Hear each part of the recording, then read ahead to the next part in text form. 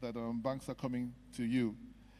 Um, Another thing I'll quickly say is that a lot of funds are floating in the system now in the country.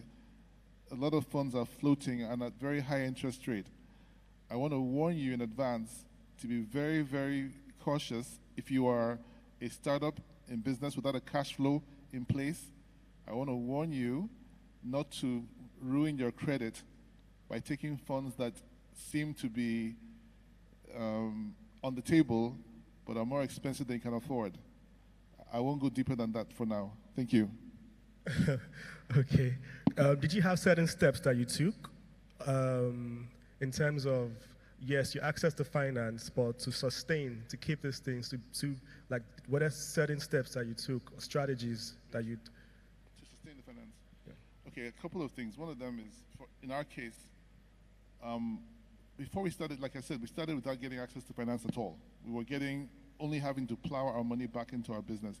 So we learned how to be frugal, how to live within the ambits of our margins to ensure we wouldn't be in debt that we couldn't carry.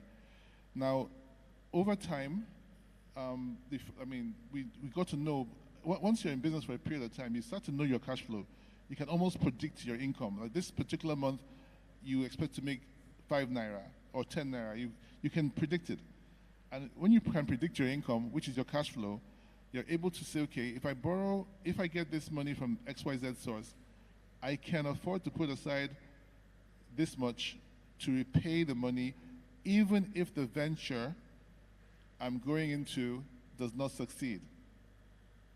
You must not, we never base our repayment of a facility on the income of the potential business, because should that potential business not thrive, you'll be in deep water. So that's what we've always done, to make sure we rely on a proven and existing cash flow to scale our business. Does that answer your question? Okay, yes, thank you. Right. So that will lead us to Ms. Olubumi, because we're talking about securing the future. When you access these funds, how can you retain these funds? So we want to know, in terms of securing the future for creatives, how can they retain funds? How can they be safe after accessing funds? Are there certain things that are supposed to be done? Indeed, they are. So one of the things that a lot of creatives do not think about is insurance. Okay? A lot of people, in Nigeria especially, a lot of people only think about insurance when something bad has happened. We are conditioned to relate insurance to negative things happening, okay? But in today's world, insurance doesn't just come into play when something bad has happened. In fact, if it comes into play after something bad has happened, it's useless, because it's supposed to be you being risk proactive as opposed to being risk reactive. Okay? Insurance is a way of creating wealth, and in a situation where you're trying to build funds, you want something that allows you. So think about insurance as a vehicle that allows you to just continue living life, doing the things that you want to do, regardless of whatever happens. Because the truth is, stuff will happen, life happens, okay? Expensive equipment, cameras, your studio, the things that you use to work, the instruments that you use, the equipment that you use to produce your creatives, they're not cheap. They don't come in Naira, they come in foreign currency, they come in USD, they come in pounds. You buy them online, they're not cheap.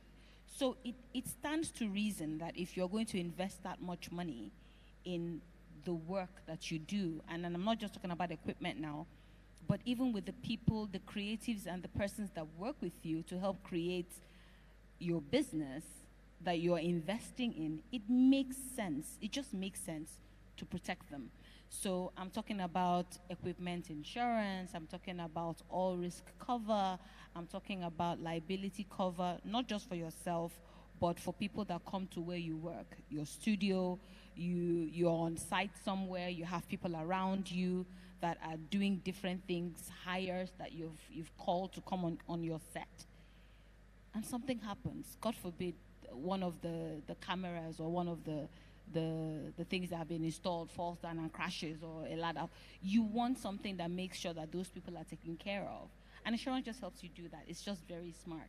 Now, a lot of companies also have, there's asset management companies that can help you secure or protect your investments. So while you're investing in your business and thinking about plowing back what you have made into the business to make it work for you, another thing you want to be doing is putting aside money that is not just going into your business, but investing in other things. You know, you want to start small.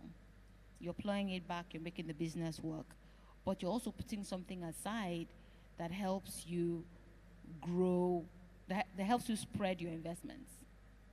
Okay? And it's growing in other things.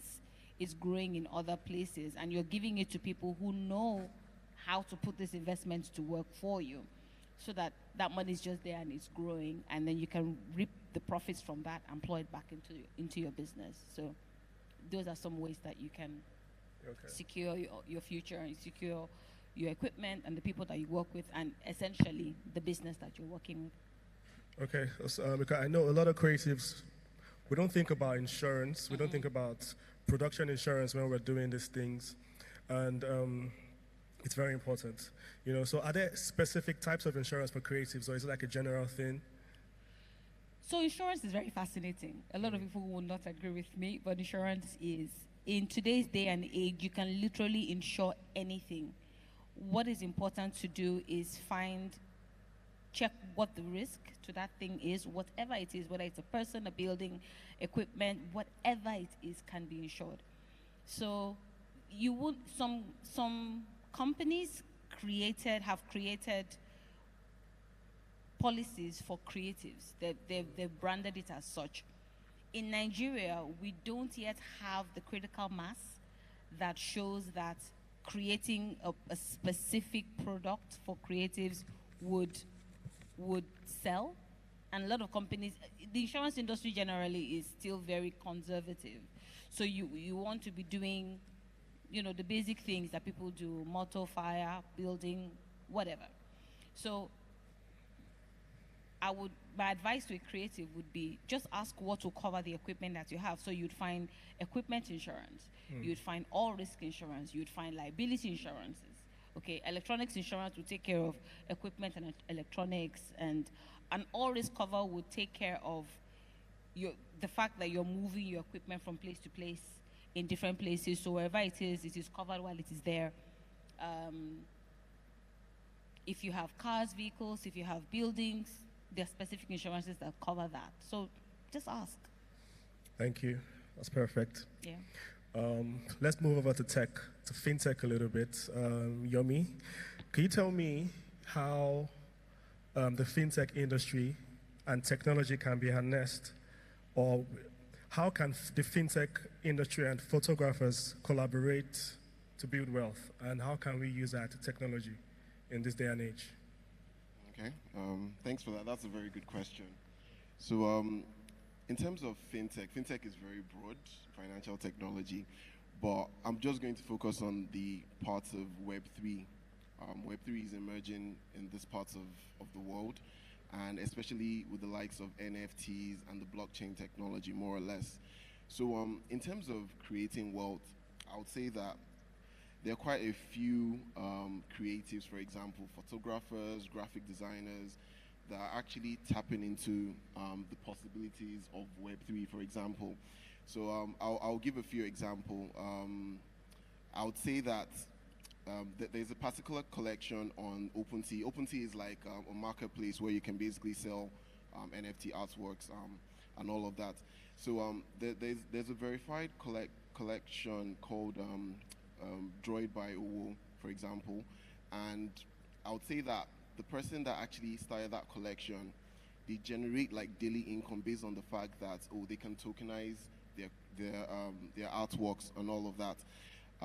The way that we can actually create more wealth, especially in the photography industry, based on the fact that a lot of income is being generated from it, is by actually bringing about awareness, because I believe that so many people don't really understand how NFTs work. For example, an NFT is what you call a non-fungible token. Yeah, and people are like, okay, what is a non-fungible token? What does that mean? So basically, like in simple terms, a non-fungible token is like something you can't really exchange for another thing. It can be transferred, but it can't be exchanged. For example, I can exchange a naira for a dollar. I can exchange dollar for Bitcoin, for example. But for non-fungible tokens, you'd have to use like a crypto coin, maybe for example, Ethereum or Solana to buy it, and it's being transferred to you. But the good thing about it is that when you tokenize an artwork, for every time it's being sold or transferred, you get your royalties or commissions as you would call it. So you can imagine what this actually mitigates. It mitigates the issue of, okay, who's the original owner of this particular creative? Who is the original owner of this particular photograph? Because by the time I'm transferring it, you can always go on Etherscan, for example, to verify that, okay, this originally came from Yomi, and he transferred it to Bumi, and Bumi transferred it to Tayo and all of that. So that is one thing it really solves. And I believe that if a lot of photographers do their research, because the truth is that because something is emerging, so like there's this FOMO, fear of missing out. Like, oh, people are like, oh, I want to start minting in OpenSea or Rarible and all of that. The thing is that like you always have to do your research and homework, because there will be some certain marketplaces or even exchanges that might not be real. All they just want to do is maybe get your wallet address, transfer the money. And social engineering is really one of the major risks of crypto or blockchain adoption, because like, for example, if you can't remember your password, that's it, it's locked, you can't do anything about it. So you can imagine if you maybe put your money in a particular exchange and the owner of that exchange can't remember their password, then that's it. Like I know this happened in Canada about like maybe 3-4 years ago. A particular exchange, the owner died. I don't know if he died, but it's still very sketchy now. And everybody that invested their money in that exchange, for example, lost everything. So as much as Web3, financial technology, blockchain technology is an enabler for creatives, it's always good to do your own research and ensure that, okay, apart from just doing your research online, ask people in the space, is this safe and all that. And I feel that if there's a lot of awareness, a lot of people can make money from it, because let's take Mona Lisa, for example. If I own a part of, like, because Mona Lisa has been tokenized, for example, and let's say there are about 10 shares of it, and if I own just one share of it, I can decide to transfer that share, and every time that piece of Mona Lisa is being transferred to other people, I will make money from it. So it's a very, very huge space, more or less. Okay, well, that's great. And I know Mr. Tayo has a bit to say about Web 3.0 as well, and NFTs, in addition to what he's saying. I'll ask you more questions, but if you want to add to what about for NFTs.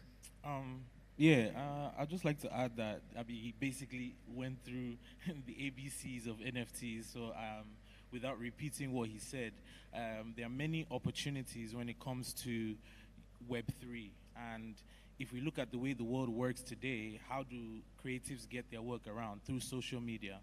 And simply put, Web3 is the next iteration of Web2, which is what we have now, social media, Facebook, Instagram, and the likes. The only thing missing from there is the ownership. So Web3 comes in where you actually own those digital assets. Now, with ownership of those digital assets mixed with the tech that can allow you receive royalties every time your asset is moved, that makes it a very powerful thing for creatives to understand, learn about, and take advantage of. So just to piggyback on what he said, yeah. Okay, that's great. So do you want to touch more on Web 3.0 and what other opportunities are available for photographers in terms of, apart from building wealth, also using that technology to improve in what they're doing and also to tell more stories? Because I know it's evolving today. We're hearing about virtual reality, augmented reality, text to AI, where you could just create an image from text-based machines. So what opportunities can we use as creatives, as photographers, from Web 3.0 to scale? Thanks, Malik.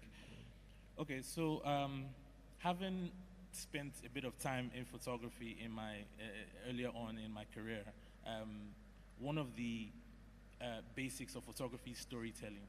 If you're telling a story through your lens, right, Web3 has given an opportunity to actually like add another layer of complexity to storytelling. I'll give you an example. There's a young man called Adisa Olashile. He's a photographer. He was, doing, I think, iPhone photography at the time, and he was going on his way back and forth to, like, I guess, sign off on his NYSC thing. And every day he would go on his path, he would see a drummer, an elderly man. He was a drummer. So he decided to capture a few images of the drummer, went on OpenSea, minted the photo. You heard about it, right?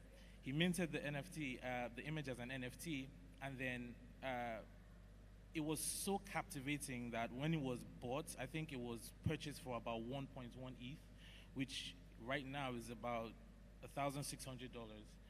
Back then, a few months ago, I think it was a bit higher. But after the NFT was purchased, he was able to convert that money to Naira, and then he decided to improve or take the story a bit further, went back to the old man, converted the dollars to Naira, and then handed it to him. And he was in a video, he was able to capture the man's reaction. And that video was so powerful that most of the NFT participants in Nigeria that were following the story went back and just started buying the other images from the collection. And from that simple act, he was able to generate about 6 ETH from the sale of that collection.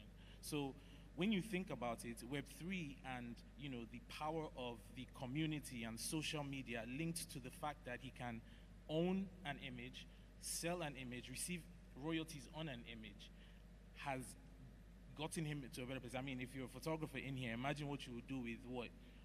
How much is that? Well, like almost 5M. And he took these images on his phone. So he didn't have to go through the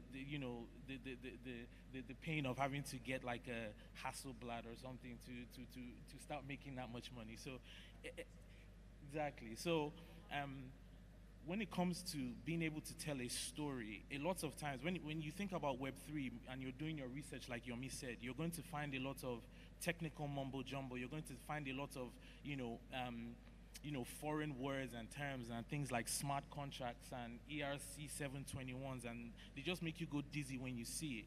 But simply put, it's very simple when you spend time learning it, and if it's a craft that you're passionate about and you see an opportunity that can actually get you from point A to point B to be able to fund your lifestyle, to be able to make a bit of money while ASU is on strike, to be able to, have cut out the middleman and make a living off your creativity, I think is more than worth it to take that time to study all the material you can find about it. And then Web3 doesn't exist without community. Asking questions on social media, there are a lot of communities that are sharing knowledge. For the past 2 years, I've been part of a bunch of communities that we spend a lot of time and sometimes money in educating young people about the benefits and the opportunities of Web3. So I think it all starts from the willingness to see that opportunity, see the stories of people that have changed their lives by participating in Web3, and then start to put one foot in front of the other and find your own path. So, yeah. It's very insightful. Thank you, Tyre. Coming back to you, Mr. Chris. Tech innovation, it evolves over the years. It gets better. You find a new tech every single time, new cameras coming out, new, ways of doing things. How have you harnessed technology over the years? Because I see that you've attended over 100 conferences around the world to, build knowledge and everything. But what else have you done to stay relevant? One, to upgrade what you normally do, and obviously to build wealth and to be where you are today. What have you harnessed? What kind of tech have you used to evolve? Thank you, Malik. It's a great question. I'll tell you something interesting. I don't know how many people are in this room who may have been in any kind of business which has been robbed by technology.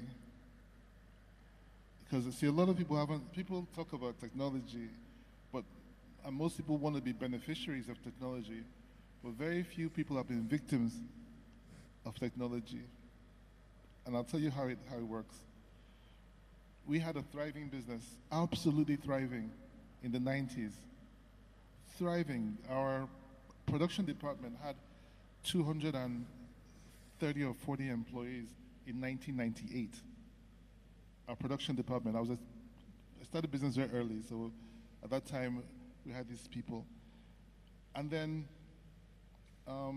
the technology changed under not because we were doing a great job in that production department, but technology changed and there was no demand or whittled down demand for what we were producing. And so I had to look at 230 something young people and explain to them that their jobs no longer existed. And they knew it as well. And so we had to sit down and say, hey, what do we do? How do we convert this disaster to an advantage? What do we need to do to convert this to an advantage? And the first thing we did is say, hey, technology as we see it is only a tool. A lot of people get lost in the thoughts that because it's all the buzzwords, fintech, ICT, blockchain, these are all words. It's just a tool. So it's like if you have a scissors or you have a cutlass. They're just tools. If you look more carefully at what job needs to get done, rather than look at the tools, first of all, what is the job that has to be done? Because if you look at what has to be done, when the tools change, you're still relevant. Do you understand? So I want, especially the young people, because when I talk to people around, everyone is just, they're so fixated on the buzzwords and the new Apple is out, the new this is out. Those are just tools. Don't get lost by the tools. Focus on what has to be done. Now, in the imaging space, you have to create, the capture of the image is key. You have to capture the image. To 99% of the consuming public, there's a certain level of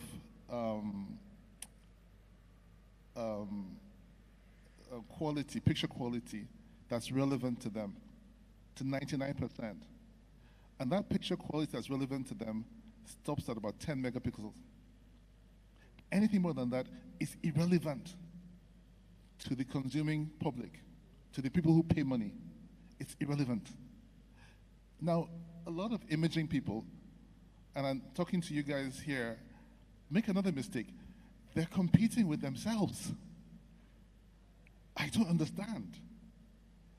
See, the imaging person has to realize that he's looking for the paying customer's business, not looking at his next door neighbor and saying, what is he carrying? What equipment does he have?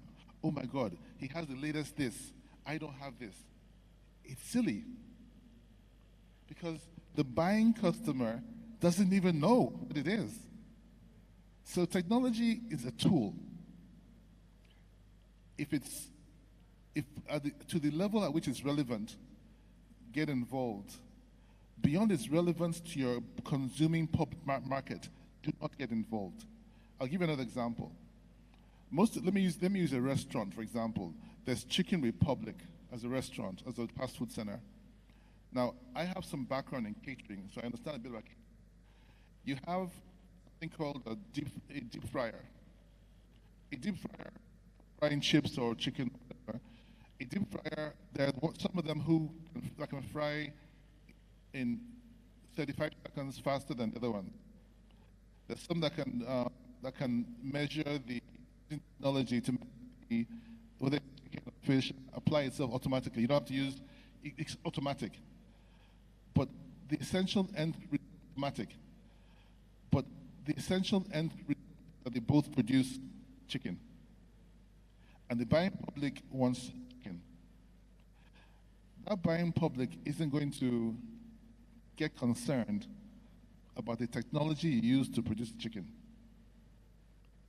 As long as the chicken, at the end of the day, is essentially what they can pay for. So it's critical for people in imaging not to get lost with the buzzwords, not to get lost borrowing money they can't afford to fund the latest technology, which in itself is a passing phase. If your cash flow cannot carry it, do not invest in that technology. Thank you. Thank you very much. That's very insightful. Amazing, amazing. Thank you so much. We're going to open the floor for questions now. If you have questions, please do indicate so we could ask the heavyweights in the building. And if you have any final words for the people here. Yomi, do you? So my final words is basically based on what he has said, because it's actually very valid. I'm not in the photography space, but I'm in the technology space. So, and what he said about looking at your peers, seeing, okay, maybe they're using a Kodak, Canon, Nikon. I think developers and engineers also make that mistake. Sometimes it's not really about what tool you use, it's how you use the tool. Everybody uses Instagram, for example, but nobody knows the tech stack that was used to build Instagram. Most people don't know, you understand? And most times, they tend to focus too much on, oh, I need to use the latest technology. Or if I'm not using Golang that is by Google, then I won't build what is something like Facebook. Facebook, for example, started with PHP, which is like the very basic programming language, scripting language. But they later built, when they scaled, they later built what would be comfortable for them and what would actually make them retain their customers and reduce churn. So I think my own parting words out there is that sometimes you have to start small, make the most of whatever you have and use it very well, then you scale from there. You don't necessarily need to start minting NFTs now if you've not done your research. You understand? Just because everybody is making money from it now, that FOMO shouldn't be there. You should do your proper research, learn more about the space, then you can go into it. And Web3 is so vast. Like you have XR, for example. XR means extended reality, which is augmented reality, virtual reality, and mixed reality. So like there are so many components to these things, but you don't have to over push yourself, if permit me to use that phrase, just because you want to be part of the crowd or you want to join the bandwagon. So research is actually very key, and starting small. Thank you. Thank you very much. Yes. Before we came, Malik, you remember me, you, and Yomi were having some very fascinating conversations. And I'm just going to lean off of those conversations. We're living in very exciting times. Very exciting times. Back in the day, if you were not a doctor, lawyer, engineer, parents will manage pharmacy. Your quarter to doctor is okay. But if you were not any of those things, you are not going anywhere. But there are a lot of roles, especially in the creative industry, that you can find yourself. I'm looking at the audience and I'm thinking, okay, how many of us here are really in the creative industry, or how many of us here are really just finding our way? If you're in the place where you're finding your way, you're in the best times ever to be. Open your mind, read, research. Like Yomi has said, study about NFTs, study about cryptocurrency, study about Bitcoin, study, research. Don't be in a hurry. Take your time, learn about it, deep dive into Web3, find out what it's about. That's the reason that we're here. That's the reason Tayo is here. Have a conversation with him after this. Have a conversation with Yomi. Have a conversation, with all of us on the panel, and study, read, research, take advantage. There's so much out there. Everyone has a place in this new world. I'm excited about the metaverse. I'm excited about NFTs. And there's so much that we don't know. But if you're able to find your niche and take advantage of it, it'll be the best time ever. Thank you.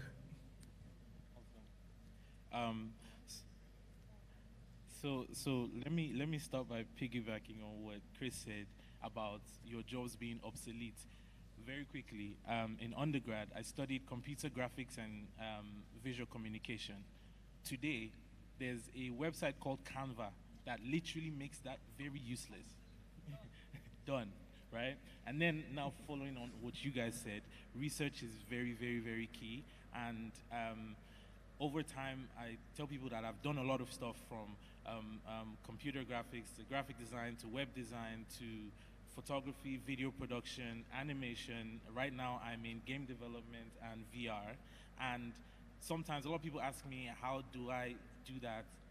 And first of all, they ask me how old I am. I'm 36, by the way. And they say, have you done all of that? And I said, I always say, the best thing I did for myself was teach myself how to teach myself.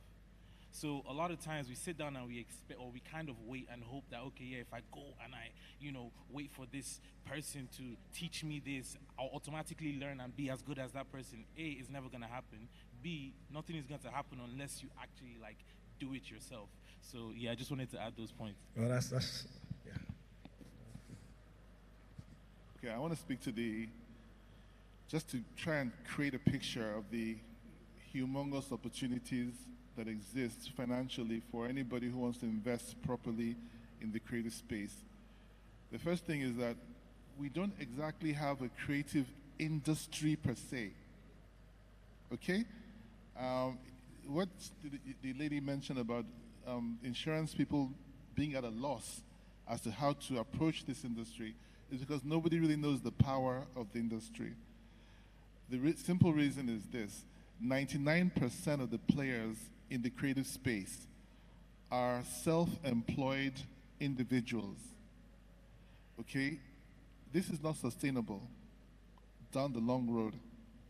It's not even wise. There's no industry in the world on planet Earth that survives by having only individual small players. If you look at the fashion space, you have fashion houses which become major, huge PowerPoints that bring in other people, bring in individual designers, and they create a complete, not a metaverse, but a universe of enterprise with accountants being employed, everybody being employed. Imagine a world where all the airlines had only pilots. If only pilots were employed in airlines, it wouldn't be an industry.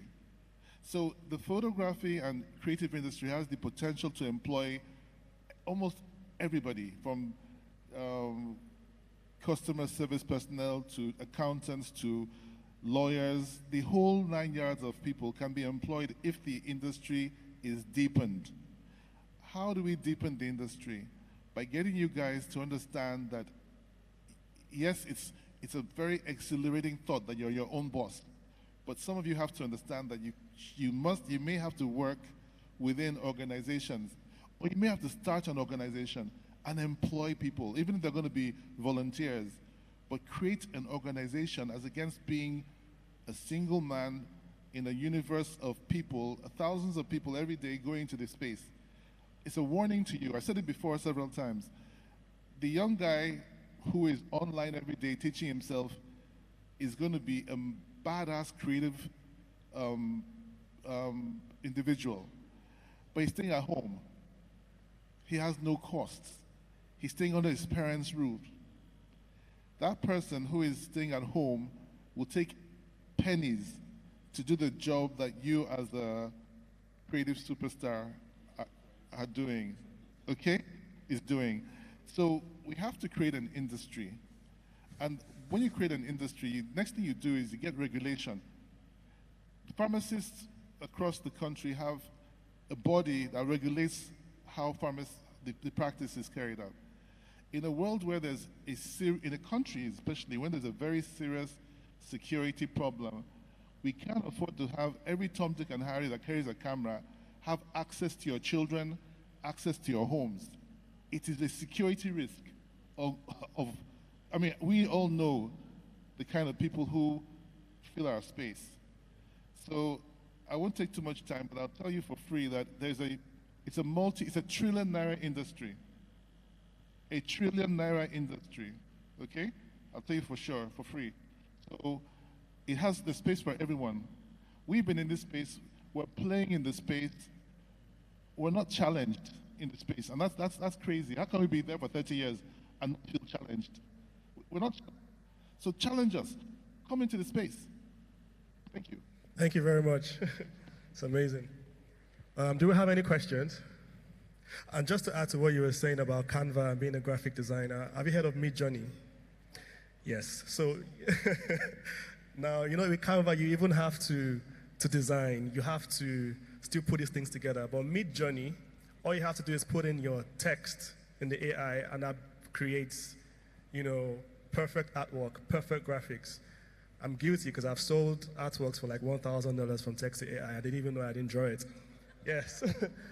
So now just imagine what the future will be. And there's something called DALL-E 2 now, which does the same thing, but photorealistic. But now there's DALL-E for video.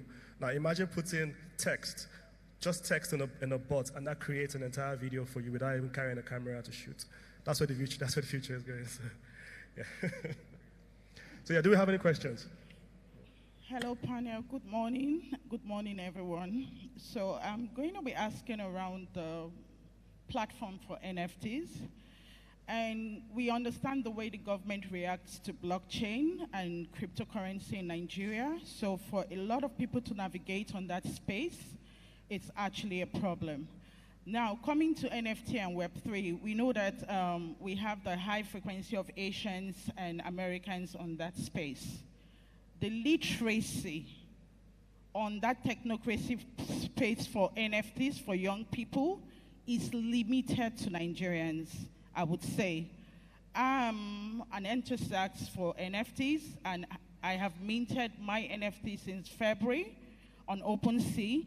But I would say again, for young people in Nigeria to be on that space, a lot of literacy needs to be given.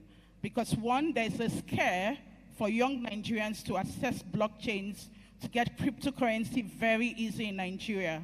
If you don't know how to navigate, you cannot get your Bitcoin or Ethereum easy. Now, for you to even speak about that openly with the government parastatals is restrictive because it has not been welcomed in Nigeria. So my question is, how do we expect young Nigerians to flourish on this space where there is a lot of information? For NFTs, it's open to dance NFT, fashion NFT, even photography art NFTs out there. But for you to flourish, then the government has to give us a base. Now, how do we assess this information? And how do young Nigerians get large literacy on NFTs without a hiccup? Thank you. Thank you. That's a very valid and interesting question. I think we can all agree that we have a lot of problems in Nigeria. We have a lot of issues and challenges. I don't want to speak against the laws of our great country, but generally Web3, NFTs, cryptocurrency, it's not a flash in the pan thing that's going to happen and in 2 years nobody's going to talk about it. I'll tell anybody for free, it's the future of how we interact and transact. Whether anybody wants to accept it or not, that is a fact.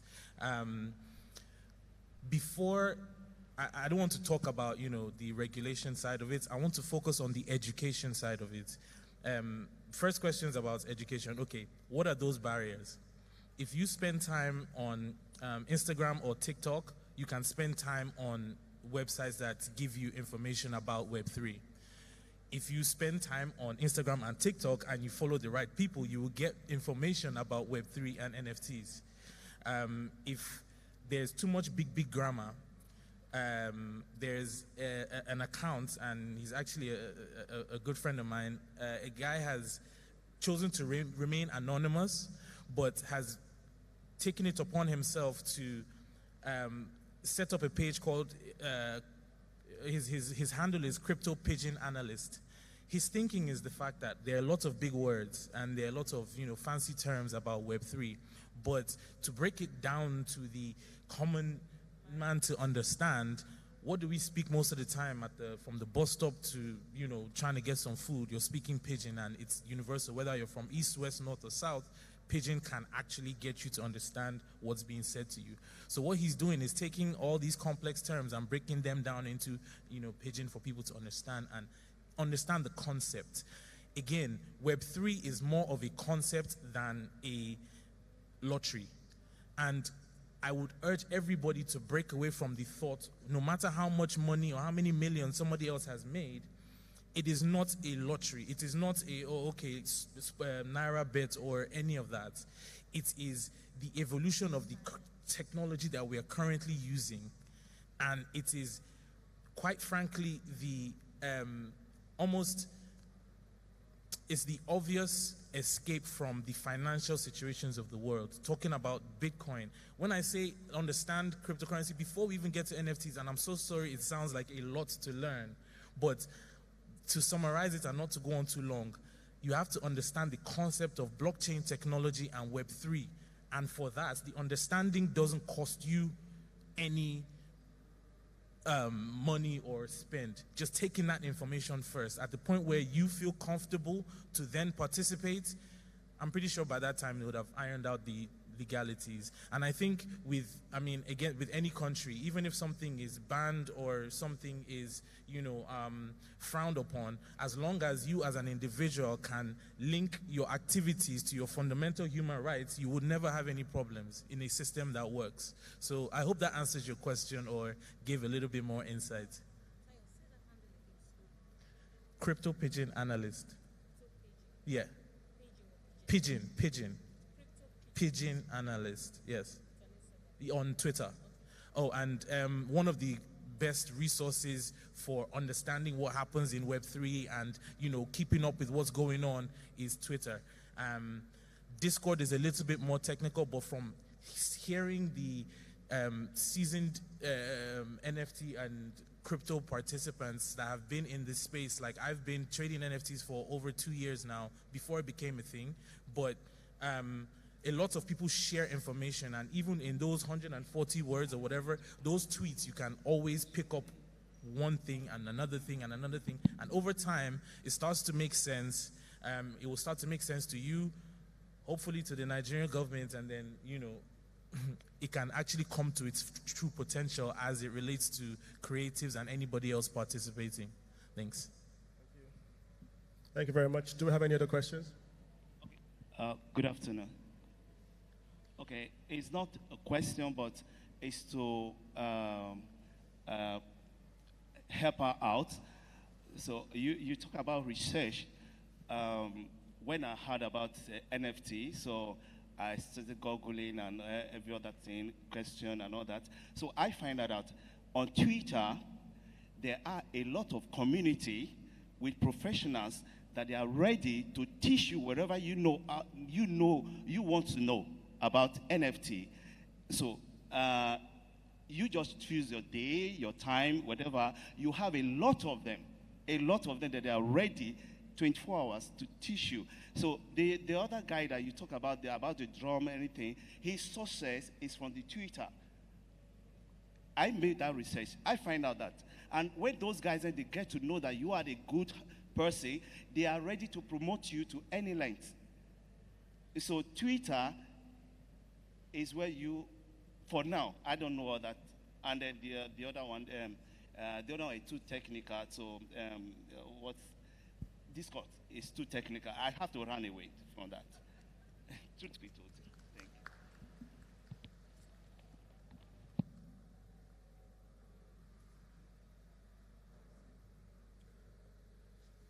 So no more questions? Okay, so I think we're going to round up now, if we don't have any other questions. Thank you guys for coming, for sharing your knowledge with us. It's been insightful. It's been amazing. I'm not going to lie.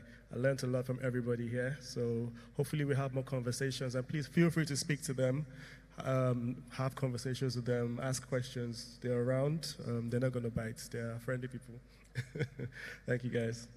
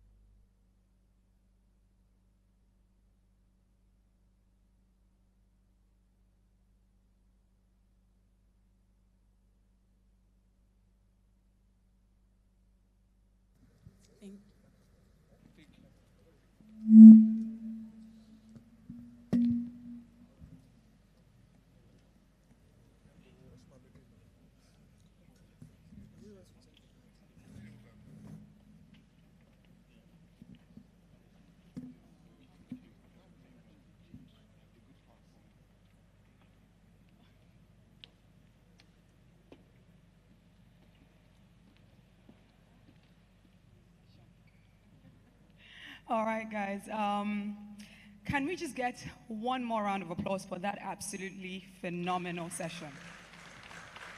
Fantastic. So we're moving on to the next session. Of course, as you can see right there, it is the Business of Photography Conference 2022. And this is being done in collaboration with the Africa Creative Market. So if you had in previous times been a part of it and you're wondering why today's is different, you know, there's something much greater happening on a larger scale. As you know, the Africa Creative Market started on the 29th of August, and it's been a series of sessions because it is the bringing together of creatives in Africa and international platforms as well to come together to just figure out ways to move the African creative market forward.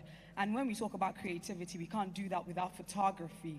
And thanks to Kola, you know, spearheading this absolutely phenomenal event. So on the next panel session, we have Owning the Future, Government, Legal and Intellectual Right in Photography. And that will be moderated by Nkem Onwudiwe. So Nkem, can we have you on stage? A round of applause, please. And she, of course, will be introducing her panelists.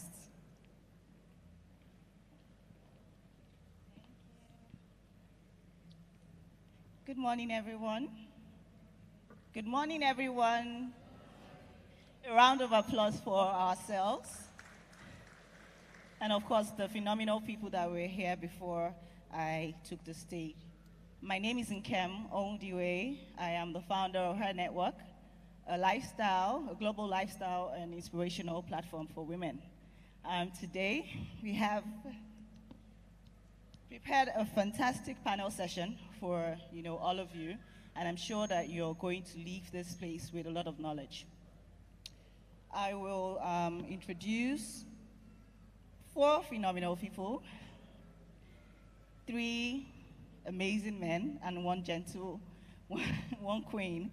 I wanted to say 1 gentleman. Anyway, welcome to the stage. Astute photographer, phenomenal legend, icon, Mr. Kelechi Amadi Obi.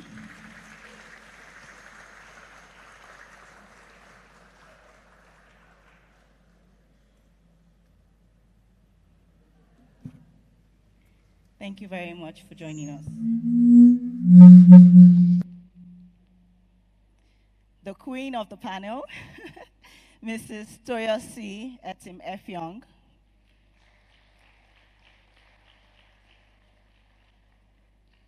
Mr. Abisoye.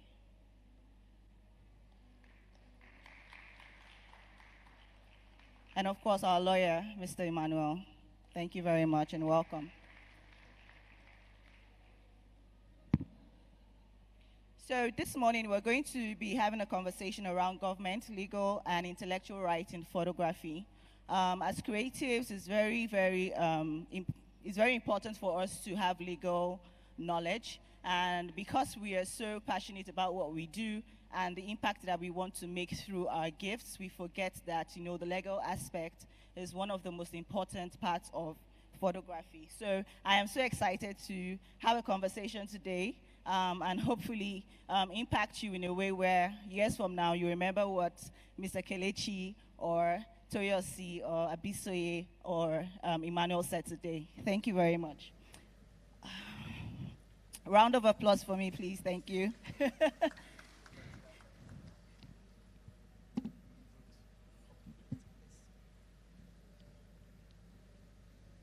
Okay, I'll start off by allowing our phenomenal panelists introduce themselves. We'll just do a brief introduction, and they would share a little bit about who they are before we start up with our conversation. We will start with the queen of the panel. Mrs. Toyosi Etim Effiong. A round of applause for her, please. Thank you. Thank you, Nkem. Thank you, everyone. Good morning. It's great to be here. I want to say thank you to the organizers for putting this together. Mr. Kola Oshalusi, the African Creative Market team, YD, Oloriboyo Ajayi, Inya Lawal, and Nicole. That's Nicole, yes, Nicole. Okay, so my name is Toyosi Etim Effiong. I'm the founder and CEO of That Good Media. We're a media company spread across all sectors or all spheres of the media space, so talent management, reputation management, building brands. We're also positioning Nollywood, so that's the film space, for Hollywood, so the Western market. So we're doing a lot of space, a lot of things in bridging the gap between the film industry here and the film industry in the West. That's just a little bit about myself, but thank you for having me here. Thank you very much. We'll go to Mr. Kelechi and then Mr. Abisoye. And good morning, everyone. It's nice to be here. My name is Kelechi Amadiobi. I'm a photographer. I like to call myself a storyteller. I started from making drawings as a child and then went to study law. So I have a degree in law and got called to the bar also. So I practiced for about 7 years as a painter. So I made my living as a full-time studio artist immediately after my youth corps. And then I went into photography, and then I started publishing. I published Mania Magazine, which was a fashion magazine that got me into the world of publishing and that kind of business. But for now, I'm a full-time creative photographer, and that's in a nutshell who I am. A round of applause for him, please. Before I introduce myself, can I get a picture like this, please? We are photographers.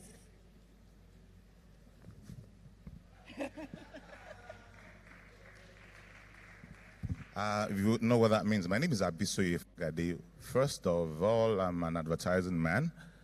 I started off as an advertising person, and I worked with brands like Indomie, MTN, Coca-Cola. Then about 15 years ago, I started an agency called Sodium Brand Solution. It's an experiential agency. I run a media company, Alexia Media. I'm a baker because I have a bakery. I'm a hotelier because I have a hotel. And I have an oil and gas company.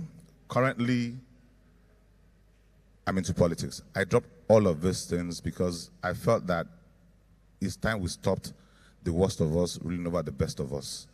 And it's time we all get involved in politics to know what is happening, not to allow people who don't know what you are doing to create policies that will affect your daily life. My name is Abisoye Fagade. Nice to meet you all. A round of applause. Thank you. Well, good morning. I would want to say I'm honored to be here. I'm Emmanuel Aguirre by name. I'm a legal practitioner as introduced. I work with the law firm of Olisa Agbakuba Lega. I am from the SETS Sports Entertainment Practice Group of the law firm. I have an LLM in copyright. I equally specialize in cultural property, humanitarian law, and equally human rights. Once again, I'm Emmanuel. Thank you. Thank you so much. You can hold on to the mic because I would start with you, obviously. As we start this conversation, we want to start with you helping us to understand what intellectual rights means for us in Nigeria. Okay. Well, what I'll say is when you talk about intellectual property rights, or when you talk about intellectual property, it simply has to deal with your ideas, creation of your mind that you want to bring into reality. Now, what intellectual property rights simply means is that it is this right that protects these creative ideas. That is a legal framework for the protection of whatever you bring into reality from your mind. So that's simply put what intellectual property right is. And intellectual property right has several branches.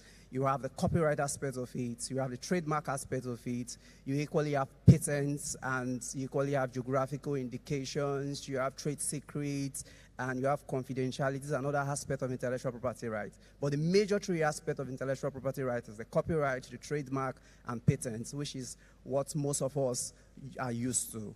Thank you. Okay, when you say most of us are used to, I would speak from a place of someone that just picked up a camera and I want to start a career in photography. What are the first licenses that I need to get, or registrational activities that need to be done for me to have myself protected to a certain level, and so I'm not taken advantage of?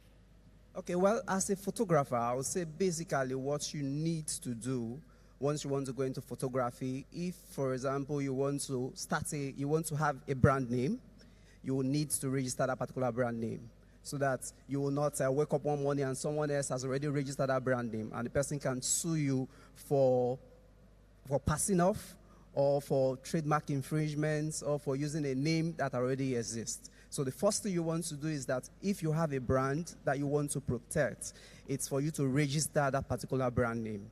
Then I think another thing as a creative that you equally want to do is that you should first and foremost know that you will need to register any of these rights, that is copyright for a particular work that you have done. You need to register some of these properties so that someone else will not trade those works, someone else will not have pre-registration rights before you in any of this work that you want to exercise control as the owner or as the author of this particular work. And equally, you must equally know that even as you're in these particular industries, there are some certain contracts that you equally need to document. So you have this consciousness that if you're entering into a relationship with people, this relationship must be written. It's not enough to just say you said something on this. Even down to someone is coming to your studio to take a particular photograph, there should be some form of receipt that this particular person will be giving. And that particular receipt should have some certain clauses that will equally that you can own up to and say, this clause were there, you read these things, and you agreed to it, that I have copyright over this particular photograph that I was taken. Thank you. Thank you very much. I will take a question over to Toyosi, who is a creative entrepreneur and the founder of That Good Media. You had over 8 years experience, dealing with projects, campaigns, talent management, and all your campaigns and projects will never be successful without photo and video assets. So from your perspective as a creative, how have you been able to navigate the terrains of, because your work spans beyond Nigeria, you also work across the United States as well, and our laws are different. So how do you successfully navigate that terrain without actually you've never been infringed, right? You've never been in, So how do you navigate that to ensure that over the course of the years, you don't find yourself trying to mitigate a situation? So I can give you a super short answer or a long answer, but I'm a storyteller, so I'll give you the long answer. I think it's very important for every creative, whatever space you find yourself in, to have a lawyer or have a lawyer friend. Because first of all, the laws change different things happen. There are loopholes. So you think you are right. You think you are on the right path, and then you realize you've done something wrong. So for me, I have always protected myself by having good relationships with lawyers. So I have not always been able to afford a lawyer, but I've always kept lawyer friends. And when they need something from me, I do it for them for free. And when I need something from them, like reviewing a contract, putting an agreement, you're laughing. No, it's true. Putting a contract together or something they have done in the past, they have done it for me for free. So I just think it's important to educate yourself first of all. It's okay to go on Google. It's okay to find out what the laws are, but protect yourself, that extra layer of protection, by getting a lawyer. Thank you very much. I would ask Mr. Kelechi now. You know, there's something that as at 2020, some of us heard about, Kim Kardashian being sued for using a photo of herself, posting a photo of herself on Instagram, but the photo was taken by another photographer, and the photographer was very, he didn't find that funny. He wasn't amused by the fact that she had millions, and he sued her for doing that without giving him credit. So from a photographer's perspective, where do you draw the line? A very good question. Anybody that is into visual arts, photography, filmmaking, painting, and all that, it is so important to be aware of IP, intellectual property. Now, as the lawyer clearly explained, these are rights that are imbued in your creation. As a photographer, by law, the copyright, which is basically the right to exploit what you have created, the right to copy, it's actually explaining itself, but, rests in the person that created it. Yeah? So if you're the one that created the photograph, the copyright by law rests in you. Of course, you would be encouraged, if you find a particular work will be in the public domain and it is of great value to you, you will be advised to go and register it at the Copyright Commission. You don't need to register the work before we know the law will protect you. You just have to prove that you're the one that created it, But it helps if you go and register it, then the state will take notice that it belongs to you and that you registered it at a certain time. Now, given what she has spoken about, now there are so many scenarios. Now, in your work, this copyright can be broken down into different properties that you can take advantage of. A lot of times when they say copyright, it's good for us to break it down, okay? Let me give you an example. Recently, I just went around Nigeria making photographs of landscapes, okay? For a project that I want to do, have an exhibition in October. Now, I've finished doing the shoot, then I've selected 30 images that I want to make available to the public. Yes? So they can look at the pictures, appreciate. But then, how am I going to make money off these photographs, right? How am I going to make money? Now, I'm going to print those photographs, enlarge them, and exhibit them at an exhibition, okay? Now, the right to make that print and the right to sell it belongs to me. Now, if I want to protect those 30 works specially, knowing that maybe in the news we'll put it up and all that, I should go and register each of them to have extra protection. Now, that is just one way I could exploit the photographs I've taken. What if I say, okay, I don't want to go through the stress of having an exhibition? I can put them up in Getty Images.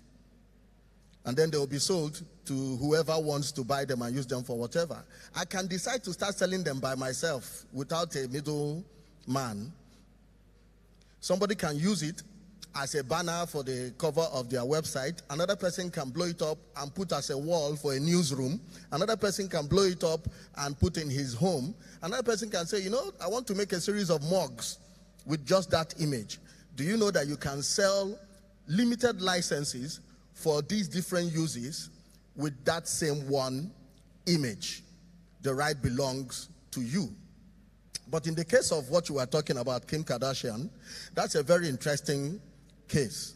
You know, every right that you have also has limitations. There is what is called fair use in law. Okay, if somebody, for instance, decides that they want to talk about my exhibition, they can take that my work and say, oh, these works are going to be exhibited by Kelechi Amadiobi. They can put it on the cover of their magazine, and it is them talking about my event. I cannot go around and start suing them for not getting permission from me. I don't know if you understand. If somebody, you take a photograph of an individual like Kim Kardashian, and she puts it up and she says, oh, this picture was taken by Kelechi Amadiobi.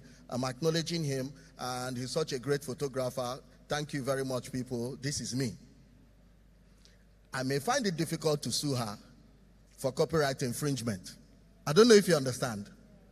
But if she takes that same image and goes to sell it at Sotheby's for $1 million, I can sue her. You know, so these things have permutations. Again, just like she said, it's very important for you to have a lawyer that you can always consult. You know, it makes sense. A lot of these things are not as straightforward as they seem. And again, like she was saying, the laws are always changing, and government is always making new policies. But it's always good for you to understand the value that lies within your work through intellectual property. Thank you very much. Thank you. A round of applause for him, please. Mr. Abisoye, speaking of governance and the government, you know, offline we spoke about, and you have said it here again, that we all need to participate in politics. We all have a role to play. Now, when it comes to decision-making, policies, and all the works, what would you advise us to do in terms of taking those steps to participate enough for us, our voices to be heard? For example, the creative industry bill that's currently in the news, and you know, our Senate banning foreign use of models and everything, was pushed by a group of people, but we can do more. And I think that it's worrisome that that's happening just now. We're lagging behind than our contemporaries outside Nigeria. So someone that participates in political events, and someone that is very much passionate about the progress of our country and as people as a whole, how would you advise those of us that are yet to get our PVCs, side-eyeing all of you, just tell us about how we can be better citizens, enough to make a difference and make an impact, as opposed to sitting and waiting for people to go and push these things for us. Thank you. Thank you very much. First and first, we need to understand that the business of government affects our daily lives. If you know that every decision that is taken by the government affects you, you understand that you have to be part of government. And being part of the government starts from your local government to your state government to the federal government. This creative bill that you're talking about, we started about 2.5 years ago, and I think I'm involved. And passing a bill on the floor of the House is not easy, it's not funny, it's not cheap. And because we're a creative industry, we believe that we can stand alone. We can't get anywhere being disorganized. You can only get things done if a group of people can come together strong to push for something. And it's also very important for you to know that government deals based on information and pressure. As in Ongbono, what is hot right now, that is what will attract government's attention. When this lady won the 100 meters hurdle, everybody was talking about her. She's been in Abeokuta for donkey years. Nobody knew what she was doing until she traveled to the US and started training. I'm a Yoruba man and I love speaking in adage. Yoruba will say, Ishe lonje talomo eri, owo lonje mo ba etan. Poverty has no friends. Success have a lot of friends. What you are seeing today, which is the bill, a lot of people, some people have spent their money. So as a creative industry, somebody has put this together. It's a foundation for us to work on, leap on, and get things done. People don't even know that photographers, we have too many photographers until we started seeing celebrity photographer for Oshibajo, for whatever. That's when they started knowing that, okay, they don't, it's only when they want to do their 50th birthday, 70th birthday, Kelechi Amadi Obi, let me call. And they don't know there are other people that are doing really well. First thing first, get yourselves organized.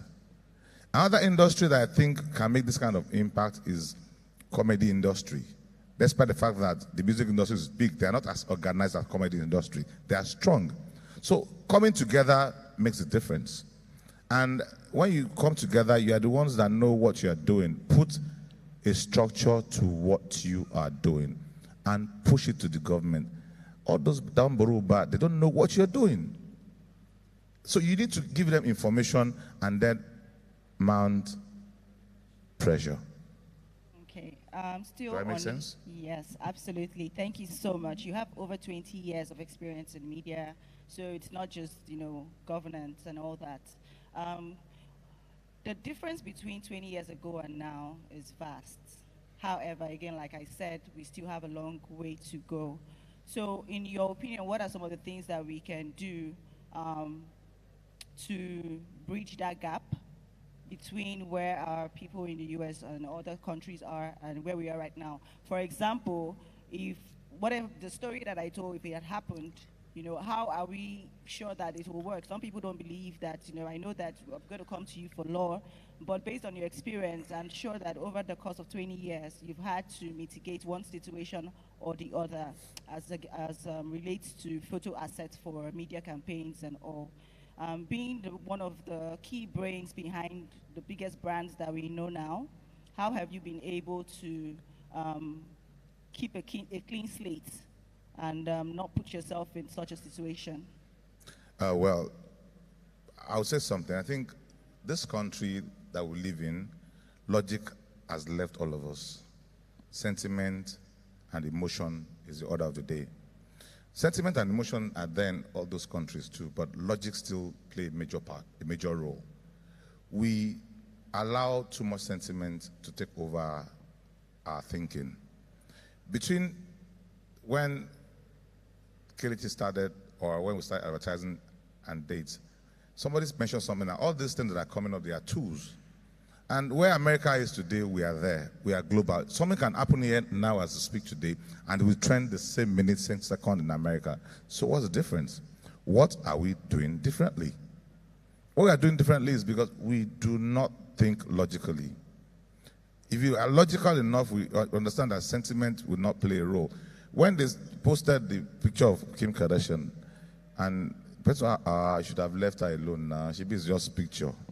The logical thing is, I took that picture, I needed my credit.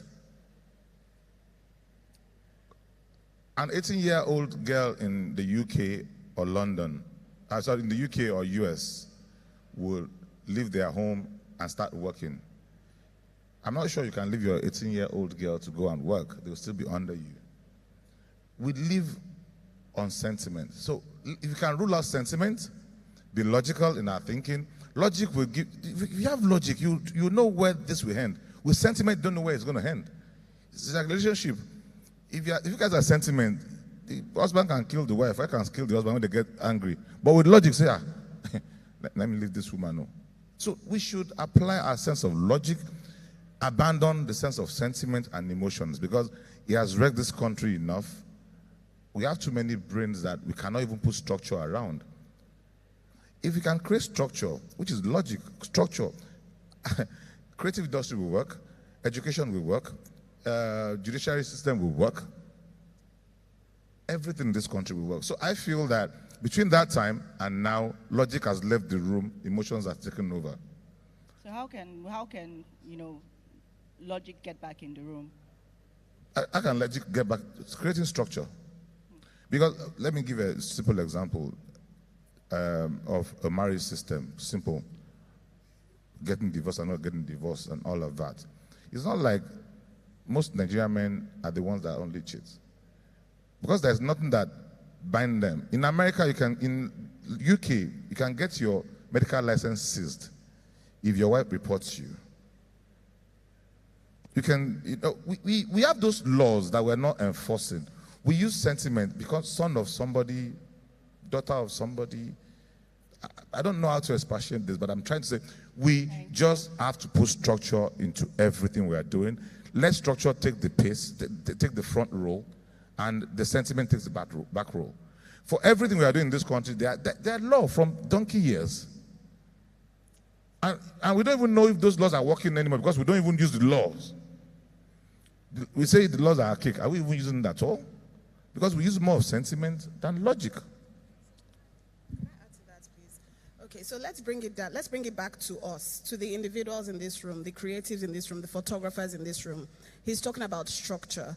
The first thing is to register your business. I want to believe that we've gone past the stage of just being an independent photographer, passionate and passionate and passionate. Sometimes passion does not equate to profit, okay? A lot of us have bills to pay. We have things to do. So the important thing, first of all, is when he's talking about structure, register your company first, have the important people that you need for your business. And in my opinion, I think the two most important people that an entrepreneur needs are lawyers and accountants, okay? Because I just got one email now from LIRS. My heart was beating fast. It's my accountant that had to tell me, just relax. They just want XYZ. But I was already like, yay, jail. Maybe they want to put me in jail. All of that. You need to have these people in your life. Have your lawyer, have your accountant. Think bigger than you are. I know that some of us, again, it is the passion. We just want to take pictures. We just want to do this thing. You're passionate about it, but go beyond that. And you have examples in the industry of people who started. Mr. Kelechi, you started solo, right? Did you have a partner? Did you have plenty billions somewhere? Did you have sponsor? Nothing like that. Do you understand? He started solo. He has built something. Nobody can come for him now. Try it. Like, just try and come for Mr. Kelechi now, or come for a T.Y. Bello, or a Gaz Madu. I see Gaz at the back. Hi, Gaz. Or a Gaz. Try coming for these people, and you will see that they have put things in place that are protecting themselves. So don't feel helpless. The reason you feel helpless is because you have not put the proper structure in place. If you see your picture somewhere that you did not permit, I was telling you earlier how I saw my video on Explore page. Somebody had included and this was my traditional wedding, had included my video into their package and was a videographer.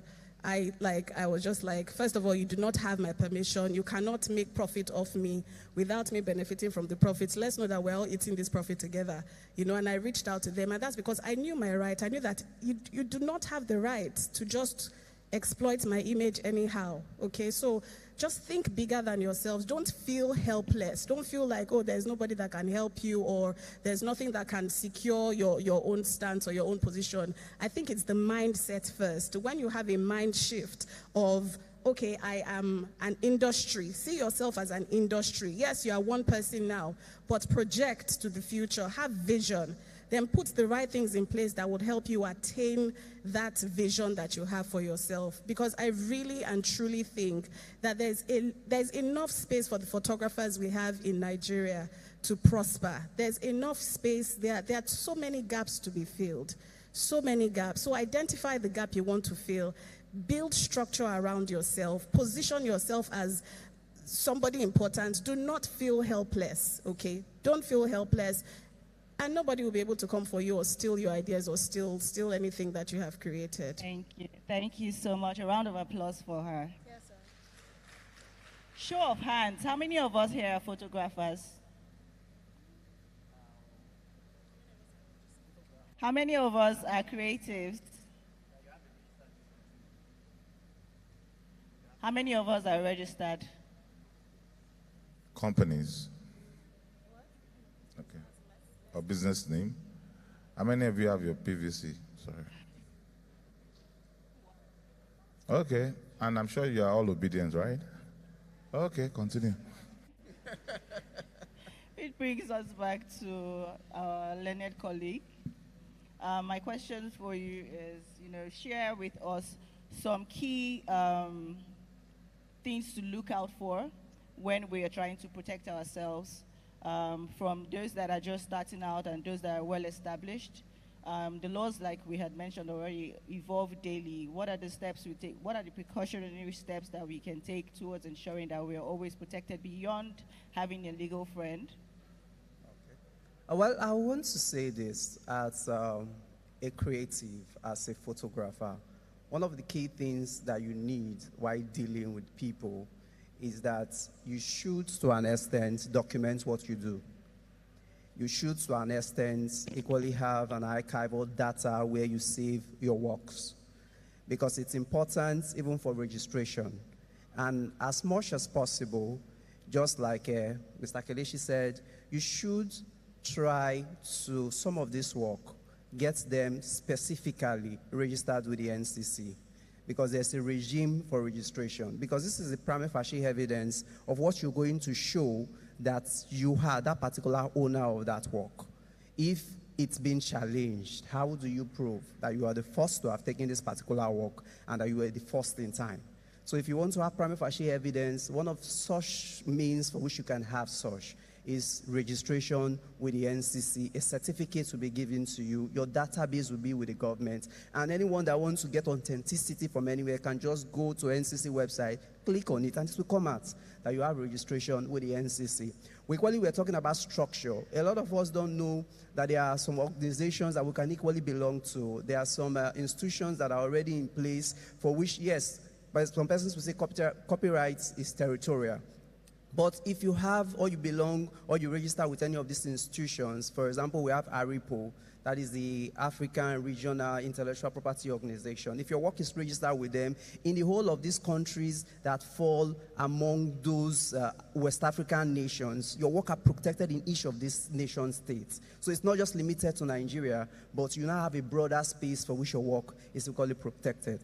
I equally talked about initially, when I was introducing myself, the need for you to equally have clauses imputed in your receipts, for you to equally have derivative rights are valuable, but there's equally need for you to know that you can license these rights, you can assign these rights.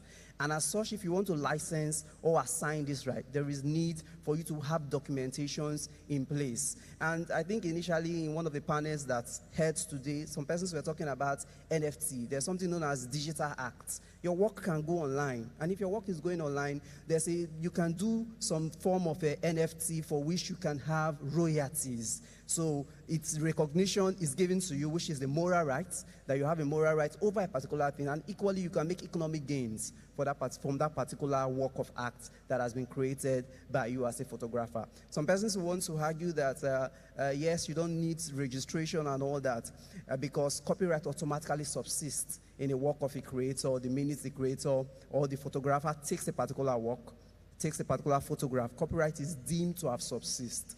But when you want to bring about proof as prima facie evidence, as to first in time, as to litigation issues, what you really need is the registration requirements, because that's what we now show that indeed this particular work, as at when it was taken, the date it was taken, the name of who took that particular work, there's registration. Then for some other persons, just like persons that have organizations, or you have a brand now, and you have persons working under you. A lot of persons don't even have contract agreements with these persons. You just see them as freelancers. They just come to your studio, just come and you use them to work. The truth is, once you use people to work, copyright in those work is not in you, who is the owner of the studio, you send them to go and do that work. No, it's in that particular person that has gone to take that particular work, except in situations where you have a written contract agreement with that particular person as your employee.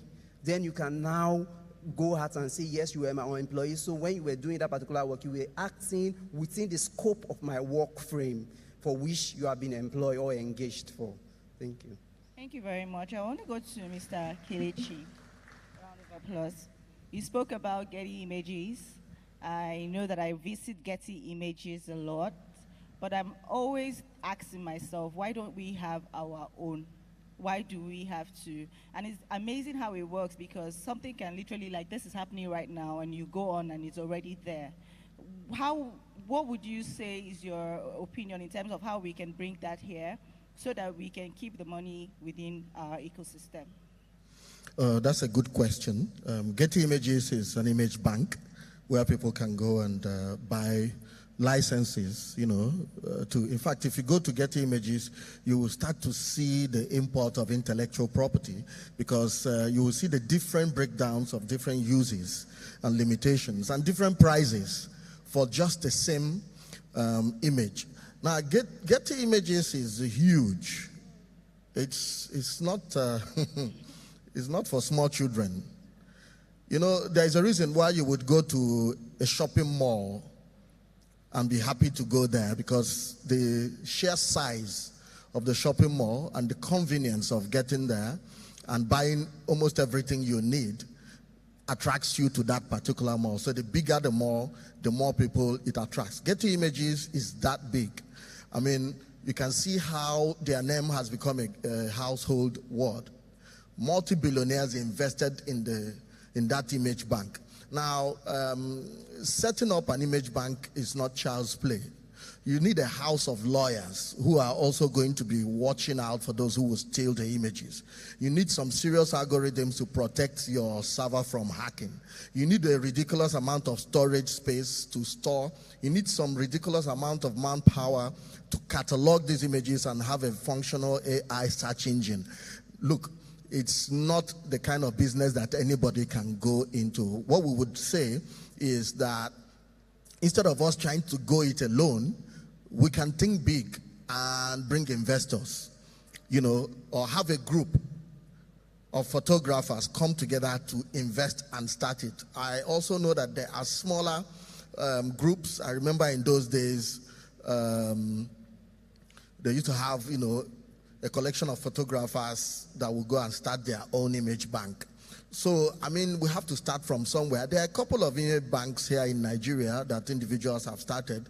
They are not as popular, because you really, to make everybody know your name, to have the sheer number of images that will satisfy almost everybody that comes to your portal is not easy. That is why everybody is going to Getty Images. I would say it's doable. It's just that don't expect to do it just by yourself. If you want it that big, you want to be big enough to compete with Getty Images. And you can have a niche market where you're not trying to make photographs for everybody in the world.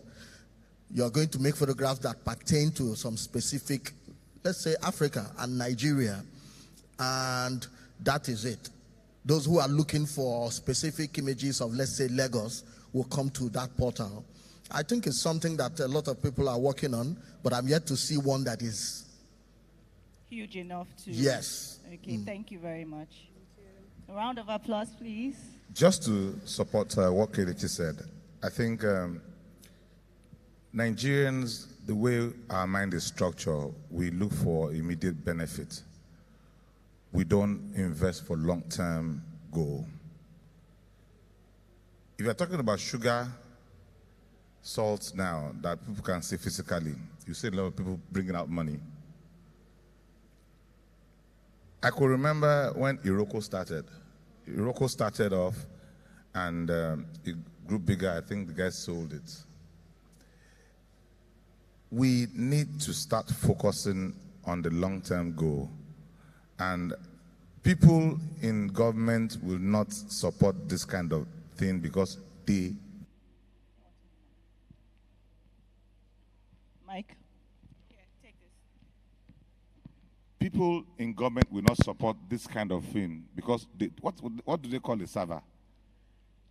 What do they call a... Why am I investing? Why am I putting millions or billions of dollars in getting a server?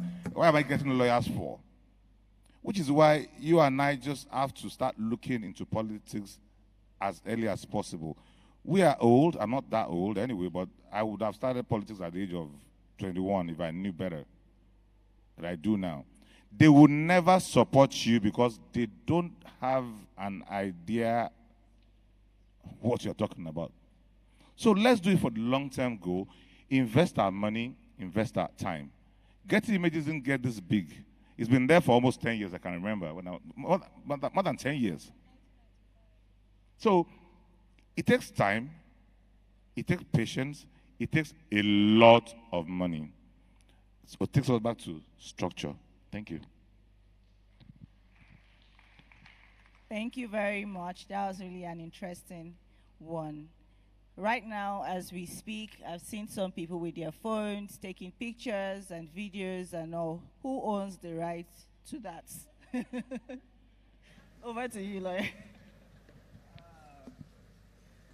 Well, I want to say this it's something that a lot of people get to ask whenever you come in contact with photographer. Well, the law is very specific as it relates to photography. Now, the rights as to who owns the copyright in a photographic work is that particular person that has taken the photograph. However, there are exceptions. And one of the exceptions for which the rights of the right holder as it relates to a work that has been taken will not reside in the photographer is one, when it's paid for that particular service. He has been commissioned to take that particular photograph. And secondly, when the photographer is doing such as within the scope of employment, and as such it resides in that particular company that has engaged the photographer to take that particular photographic work. Now, I want to go back to as it relates to the photographer. Now, we have often have issues of a photographer having to snap maybe Oshodi Market, for example. And in snapping Oshodi Market, you see a particular woman selling in Oshodi Market and her face is being shown in that particular picture. Issues of, yes, you own the particular copyright, but I didn't give you the permission for which you have not snapped me, and you are not making economic gain off my particular work. Now, persons will now say, yes, I own the copyright, I should be able to do whatever I want to do with such particular rights. But just like Kelechi said, there are limitations. Now, if the particular person has not given his or her permission, for which you have not snapped that particular person and his or her face is shown in that particular work, and that particular work is not being used for fair use purposes or educational use or for news reporting, but you want to make economic gain from such, there's something known as joint authorship or ownership. Yeah, now, in such situation, that particular person can institute an action for infringement of his image rights and or for breach of privacy.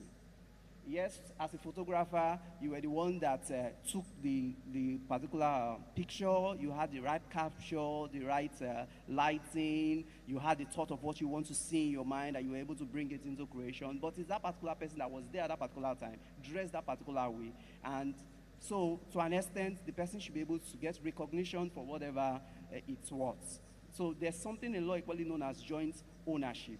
So it's not just simple as you see it, that yes, it's the copyright in a photographic work reside in a photographer, but there are some certain exceptions for which even the photographer equally needs to take keen note of in doing his photographic work.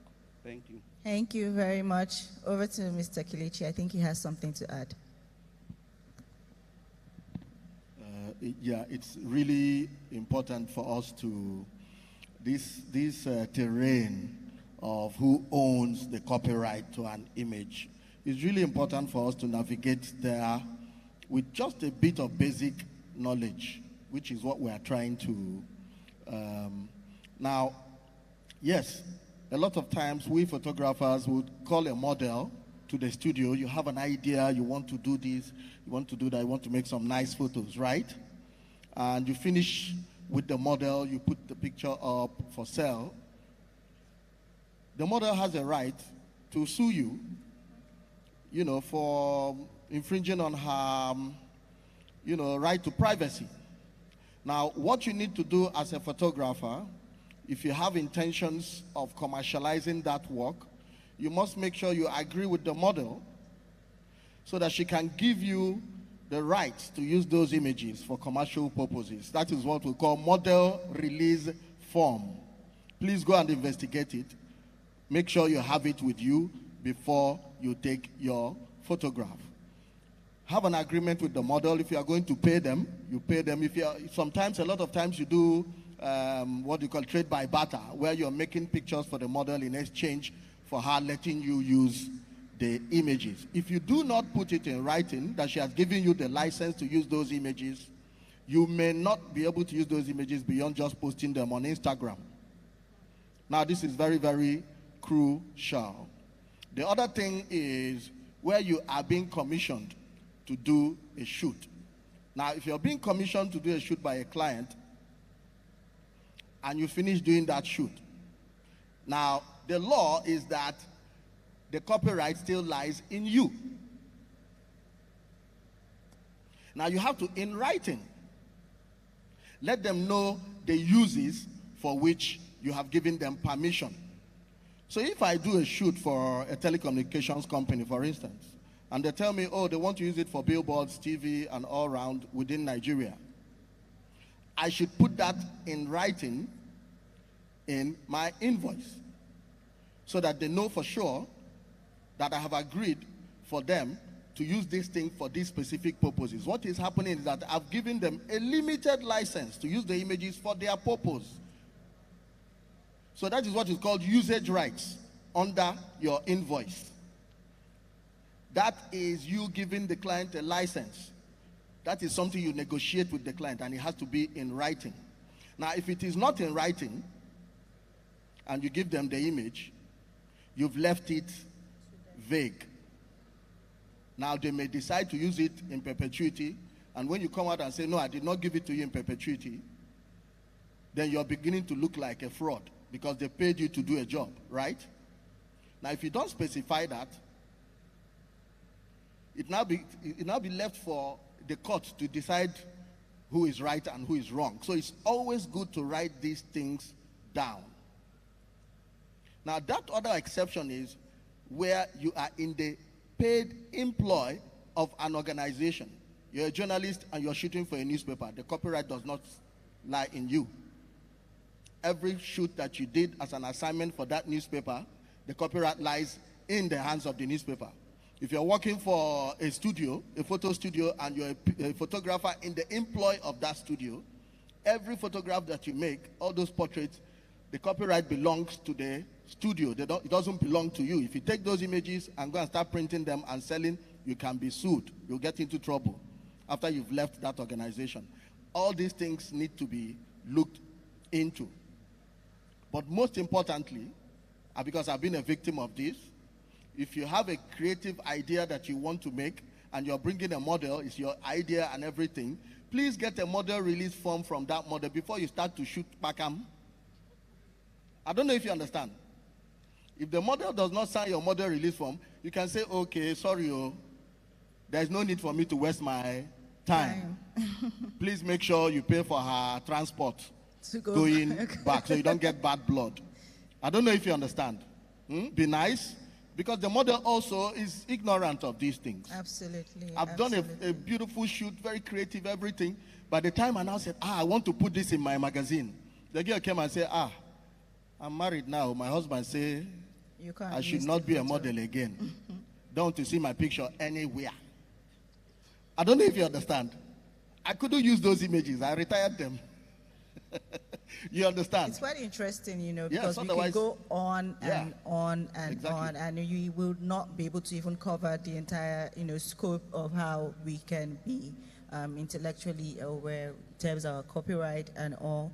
I will just open up the floor to questions. Please raise your hands and indicate if you have any questions.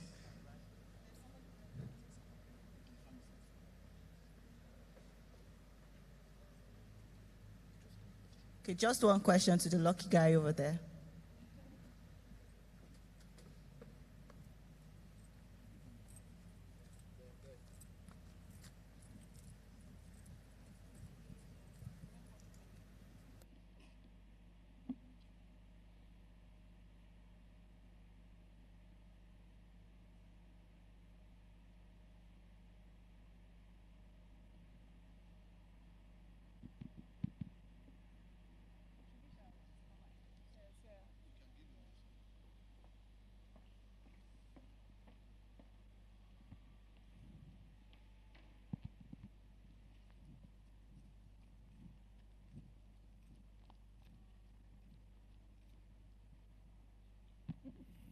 Good afternoon, everyone.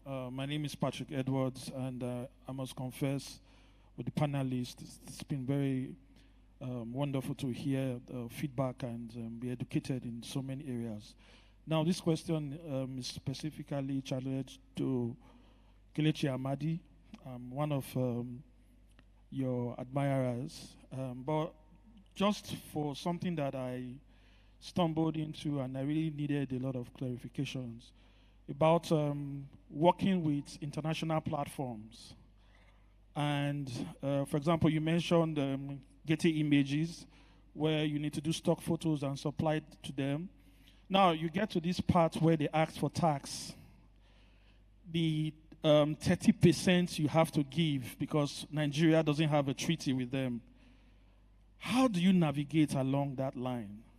Whereby you need to work with international platforms and you need to let go of 30% of what you have because you do not have a treaty. Your country doesn't have a treaty with their country. How do you navigate, across those lines, mostly when you are doing international business with such platforms?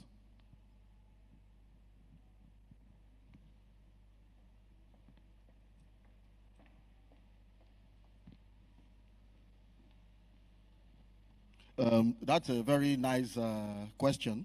To tell you the truth, when we say the Copyright Act, we mean the Copyright Act of Nigeria. I hope you get what I mean.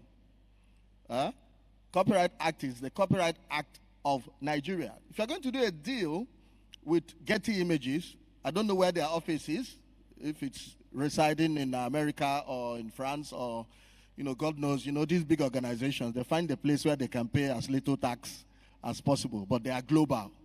You understand? You're going to work under their own terms.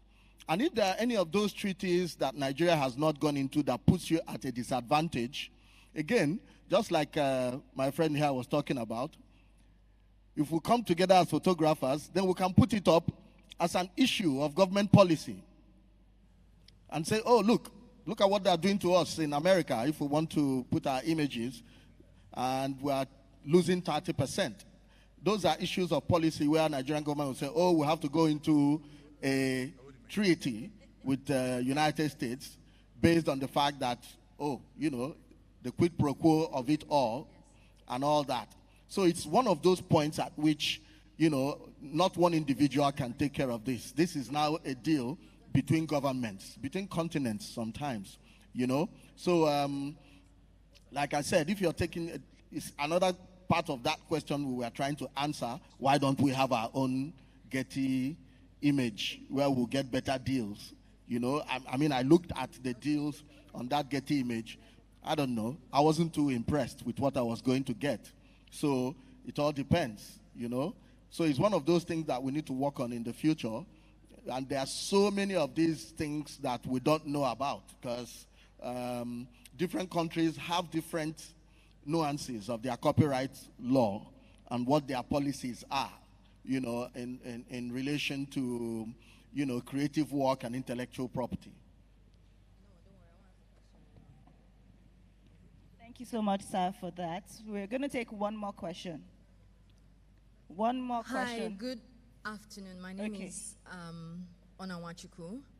I've worked in the magazine industry for years, and I find that we tend to, in Nigeria, the magazine industry is not as lucrative as it is abroad. And to cut costs, we tend to search images online, and these days social media, and use those images. However, we do give credit to these photographers who have photographed these images. Question now is that going to be a problem eventually, or even as is now, considering that we do give credit to these photographers? Who is the question for? Who is going to take it? So she's asking, as a publisher of a magazine, they deal with photographers that take pictures for they take pictures from social media and then they give them credit for it. So long term, will it be a problem? Like they always say, nobody knows tomorrow. As of today, I think in Nigeria that we all reside in, I think giving credit is enough for now. But the crime there is when you take someone's content and you do not give credit. Giving credit is also informing the person that I've used your content. You can actually, that means you're open to negotiation. It means that you didn't do it, you're not ignorant of the fact that he owns it. And I've used it. If the person now needs some sort of reward, it can come back to you and say, okay, don't use my image again. If you use it, I will need money. Or the one you use, bring it down. But as at, I don't know, lawyer, but as at Nigeria today, giving credit is enough. But if you do not give credit, you are liable to drag in. That's the highest that can happen to be in this dragged. country. Mr. They will just drag you. Okay. I also was a publisher of a magazine. And yeah, you have to be very careful. If you publish in a magazine, taking any image out of the internet and putting it in print for a magazine that is has adverts, paid adverts in it.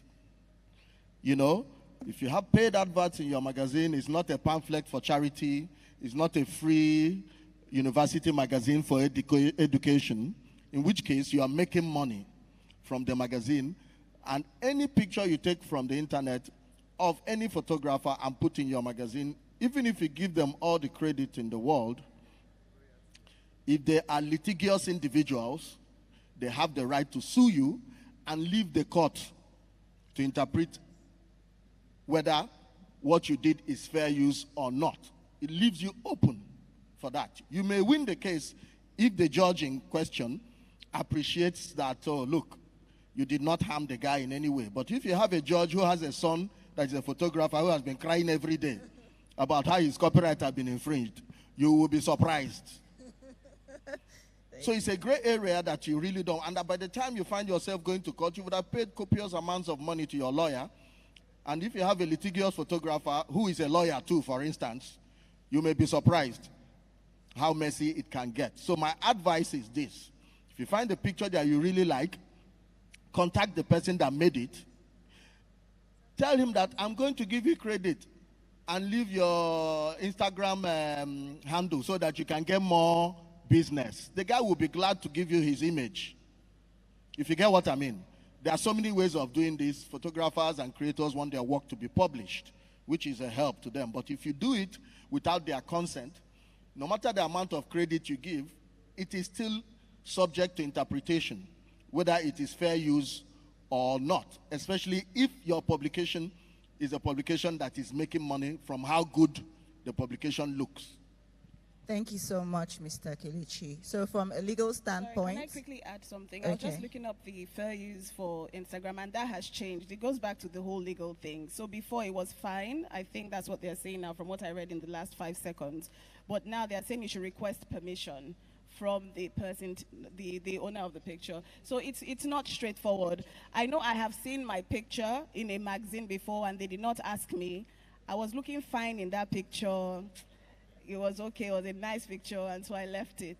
But if it was something that I was not comfortable with, if I looked a certain type of way that I would not have wanted the public to see, and they somehow got wind of that, or I used it on my page, using it to share a story or depict something, and they used it without my permission, we may have had an issue. So I really think to be careful, to be safe, to be on the safe side, maybe publishers should start asking. But if you're friends with the people, then maybe, who knows. Thank you so much. Just to wrap it up, I want us to understand one thing. What a copyright holder has basically is two things. And that is the moral right in his or her work, which is the right to get credits, and the economic right to exploit that work. That is the right to get economic gain from that work. Now, what you do by just putting the crediting the owner of that particular work is you're just recognizing the person's moral rights. And what Kelechi wants to emphasize is that for you to now make economic gain from that particular work, you need a specific permission. If that is not gotten, then you cannot. Now, if it's for educational purposes of news and all that, the Copyright Act specifically has provided that the permission must not be unreasonably withheld. The minute you have asked for permission, you can send an email, you can do via Facebook message. You can go online and just do a simple one-line message. Sorry, we want to use so and so work on so and so magazine for purposes of news, telling a particular story of persons here. Now, if that is the purport, the person does not even have the right to unreasonably withhold that permission. Once that has been done, and if the person withholds it, you can go ahead and still use it if it's for fair use purposes. That is educational purposes, purposes of news reporting. You want to depict a particular story that will promote Nigeria in some certain manner via the news, or you're trying to push for a particular cause. Then in such circumstances, the person cannot unreasonably withhold that permission. So that there's that loophole that the Copyright Act has made provision for. But the key word is still, you still need to ask for permission. It's not enough to just say you're giving credit as it relates to the moral right of that particular person. If you're going to make economic gain, then it is specifically required that the person gives you its authorization to use that particular work for economic benefit, because it's entitled to royalties, whether you like it or not. It's his work. Thank you. Thank you so much. A round of applause for our phenomenal panelists. Mr. Kelechi, thank you. Toyosi, Mr. Bisoye, and of course, Mr. Emmanuel. We've come to the end of this session. I hope it was impactful and you're leaving here or you're getting to the next panel with more knowledge. Thank you so much. And round of applause. Thank you. Round of applause. So for a second, let me just indulge you. I would like people to take pictures of you. Let's practice what we've learned today. All right. So please, very quickly, because I know you've been seated for about hours now, just to get you ready for the next session. And we've learned a whole lot, especially about taking pictures and putting it on social media. So please, can we get our phones out? Indulge me, please. Your phones. Fantastic. So as they stand right there, please take pictures of them. Okay? And then use the hashtag ACM 2022 as well as BOP Conference 2022. And I'm sure you'll not get into trouble for that, right? No. So please, let's do that. Take pictures. Let me get out of your way.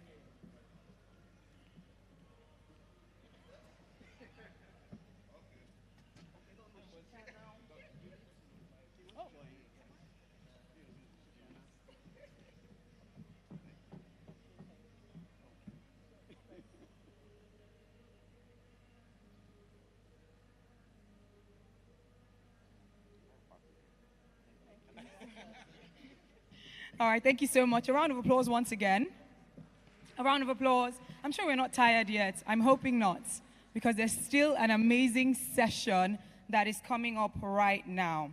By the way, as I did mention earlier, yes, this is the BOP Conference 2022, but this is also in collaboration with the Africa Creative Market. So there's a possibility that whilst we're here at a panel session, there are other sessions taking place concomitantly because we have master classes, you know, in the different rooms around. So before I introduce the next panel session, and our moderator who's going to be hosting the panel session, there is going to be a content creation masterclass at 1 p.m. So if that is up your alley, if that's something that you're interested in, this is done in partnership with Worthy and CAFI. And I believe the point of focus is creating content with impact, global best practices, and I believe Funa Maduka and Roseanne Ahmed would be there speaking as well. So content creation masterclass, 1 p.m., room 1. You just take a look at room 1, and I'm sure you'd be able to get a space there.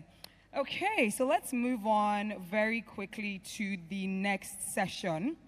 I believe the next panel session for the Business of Photography Conference 2022 is presenting the future, that is marketing and brand strategy for photographers. Now, this session will explore branding and business opportunity growth for creative. I believe our moderator for today is Omotunde Ibironke from Bella Naija. Where is she? A round of applause for her, please. A round of applause. Fantastic. And she, of course, will be introducing her panelists today. Good afternoon, everyone. Good afternoon, everyone. Are we having a good time? Okay. My name is Omotunde Bironke, and I'm the Business Development Lead at Bella Niger, and I will be leading this amazing panel. So please open your minds, take notes, there's a lot to learn, and I'll be introducing my amazing panelists. First on the list is Yagazie Egware. A round of applause please as she comes up.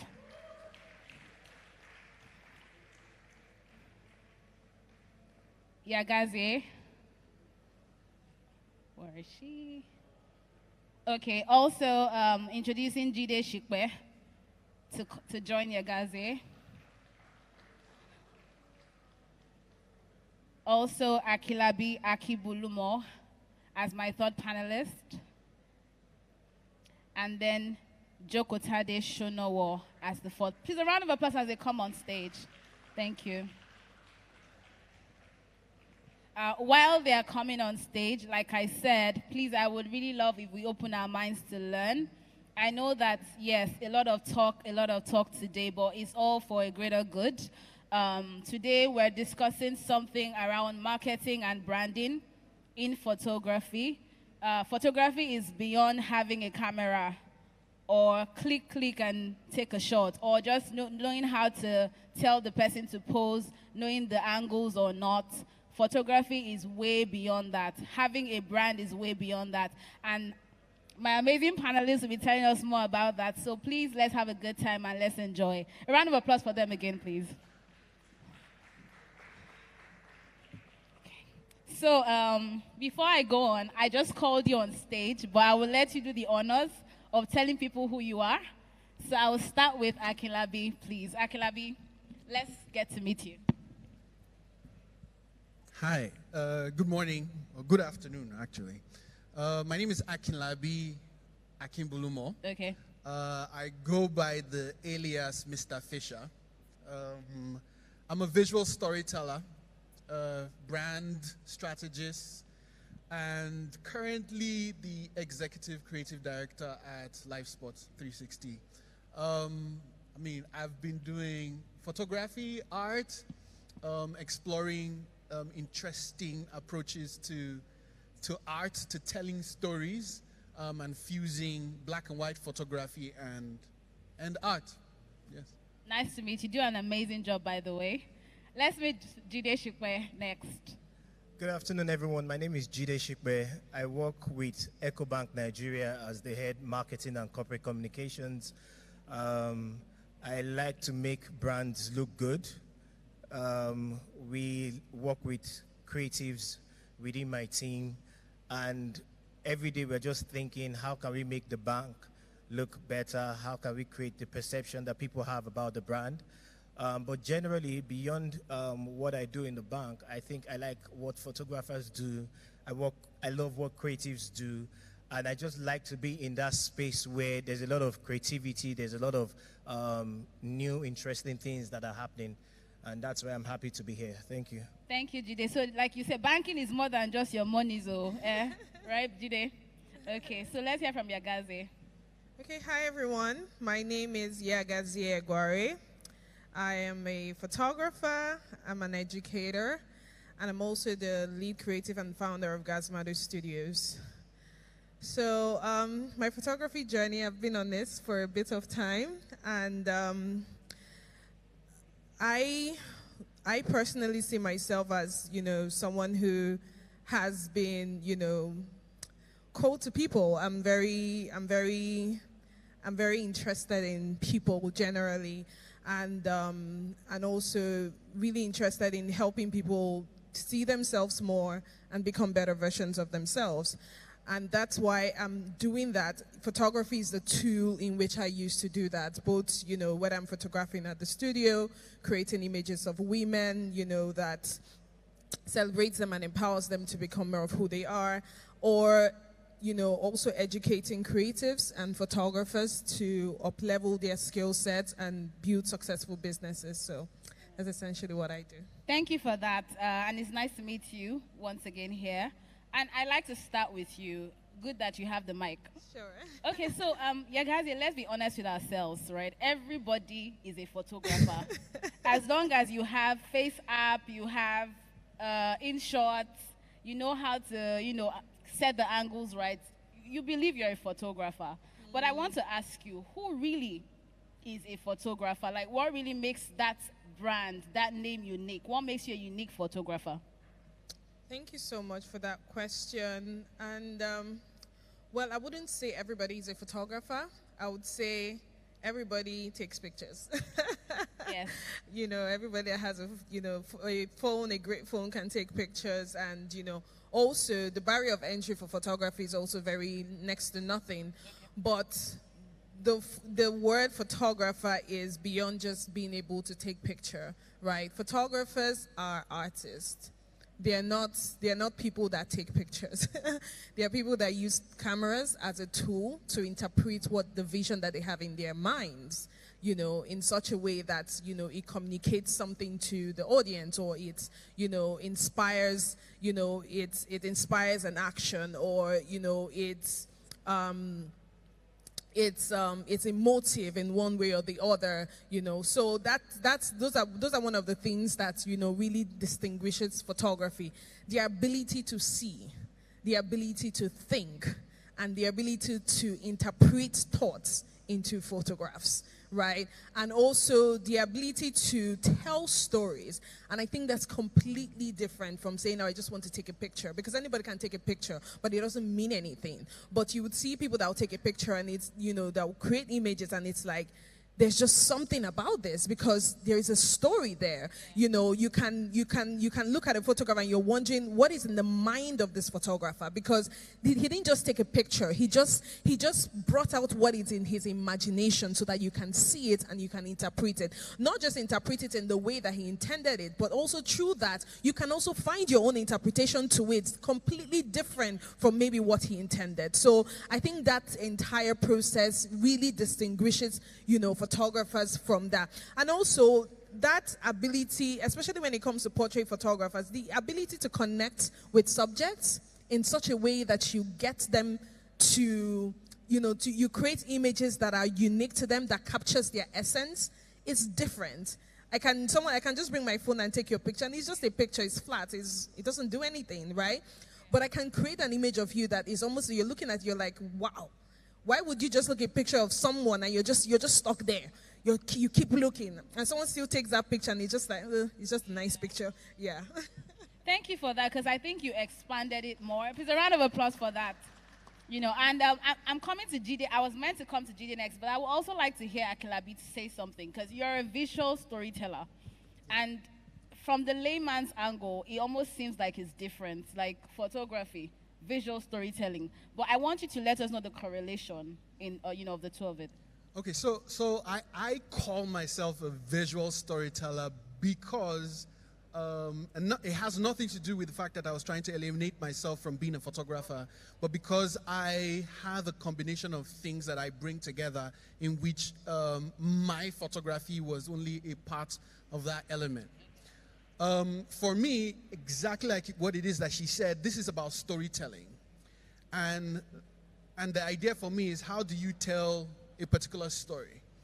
When you watch movies, when you read books, you can have thousands of people telling romance stories. You can have hundreds of people doing thriller movies, hundreds doing action movies. But the guys who write these movies and direct these movies have different approaches in which they want to tell a particular story that you might have heard the same time over and over again, but they're trying to give you their own take on that story, right? There are 4 Disney movies that every time I watch, because I love animated movies, I tell myself this is exactly the same story, right?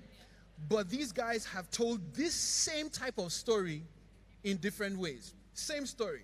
One guy trying to find himself, staying under the shadow of his father dies, he needs to come to his own. Same story they've told. Different ways that they tell these stories and different ways that they project the stories. So within these stories, you have the storyteller, you have the subject, and then you have the lens through which these stories are told, the way that this thing is communicated. There are just so many elements to storytelling that these things can be mixed up in different ways, and all of us in this room can tell the story about the same one person in different ways. Yes. Thank you very much. I hope that's clear. So storytelling, photography, they are related in their unique ways. I think that's what the message is. Okay, so Jide, I've been waiting to come to you because I believe that when it comes to a career, path or picking something as a career, there's a branding side to it. There's money. Nobody will do anything because, it's nice to do. I want to make money. And to make money, you have to be consistent. You have to create a brand for yourself. So I want to come to you, and let's talk about the marketing and business angle of a brand. As someone who is starting from the ground level, what are the major things I need to note to create a brand? How do I infuse good marketing into my business, into my career? Okay. First of all, I feel like the odd one out amongst the two of them. And they wear their suits and I'm talking to creatives, But I've been in branding for over 15 years of my life. And one of the things I tell people is that branding is about perception, okay? And they say perception is close to reality. What you put out there and what you show to people is what people would generally accept, and that's how you shape how people relate with you. And that's why you see different types of photographers.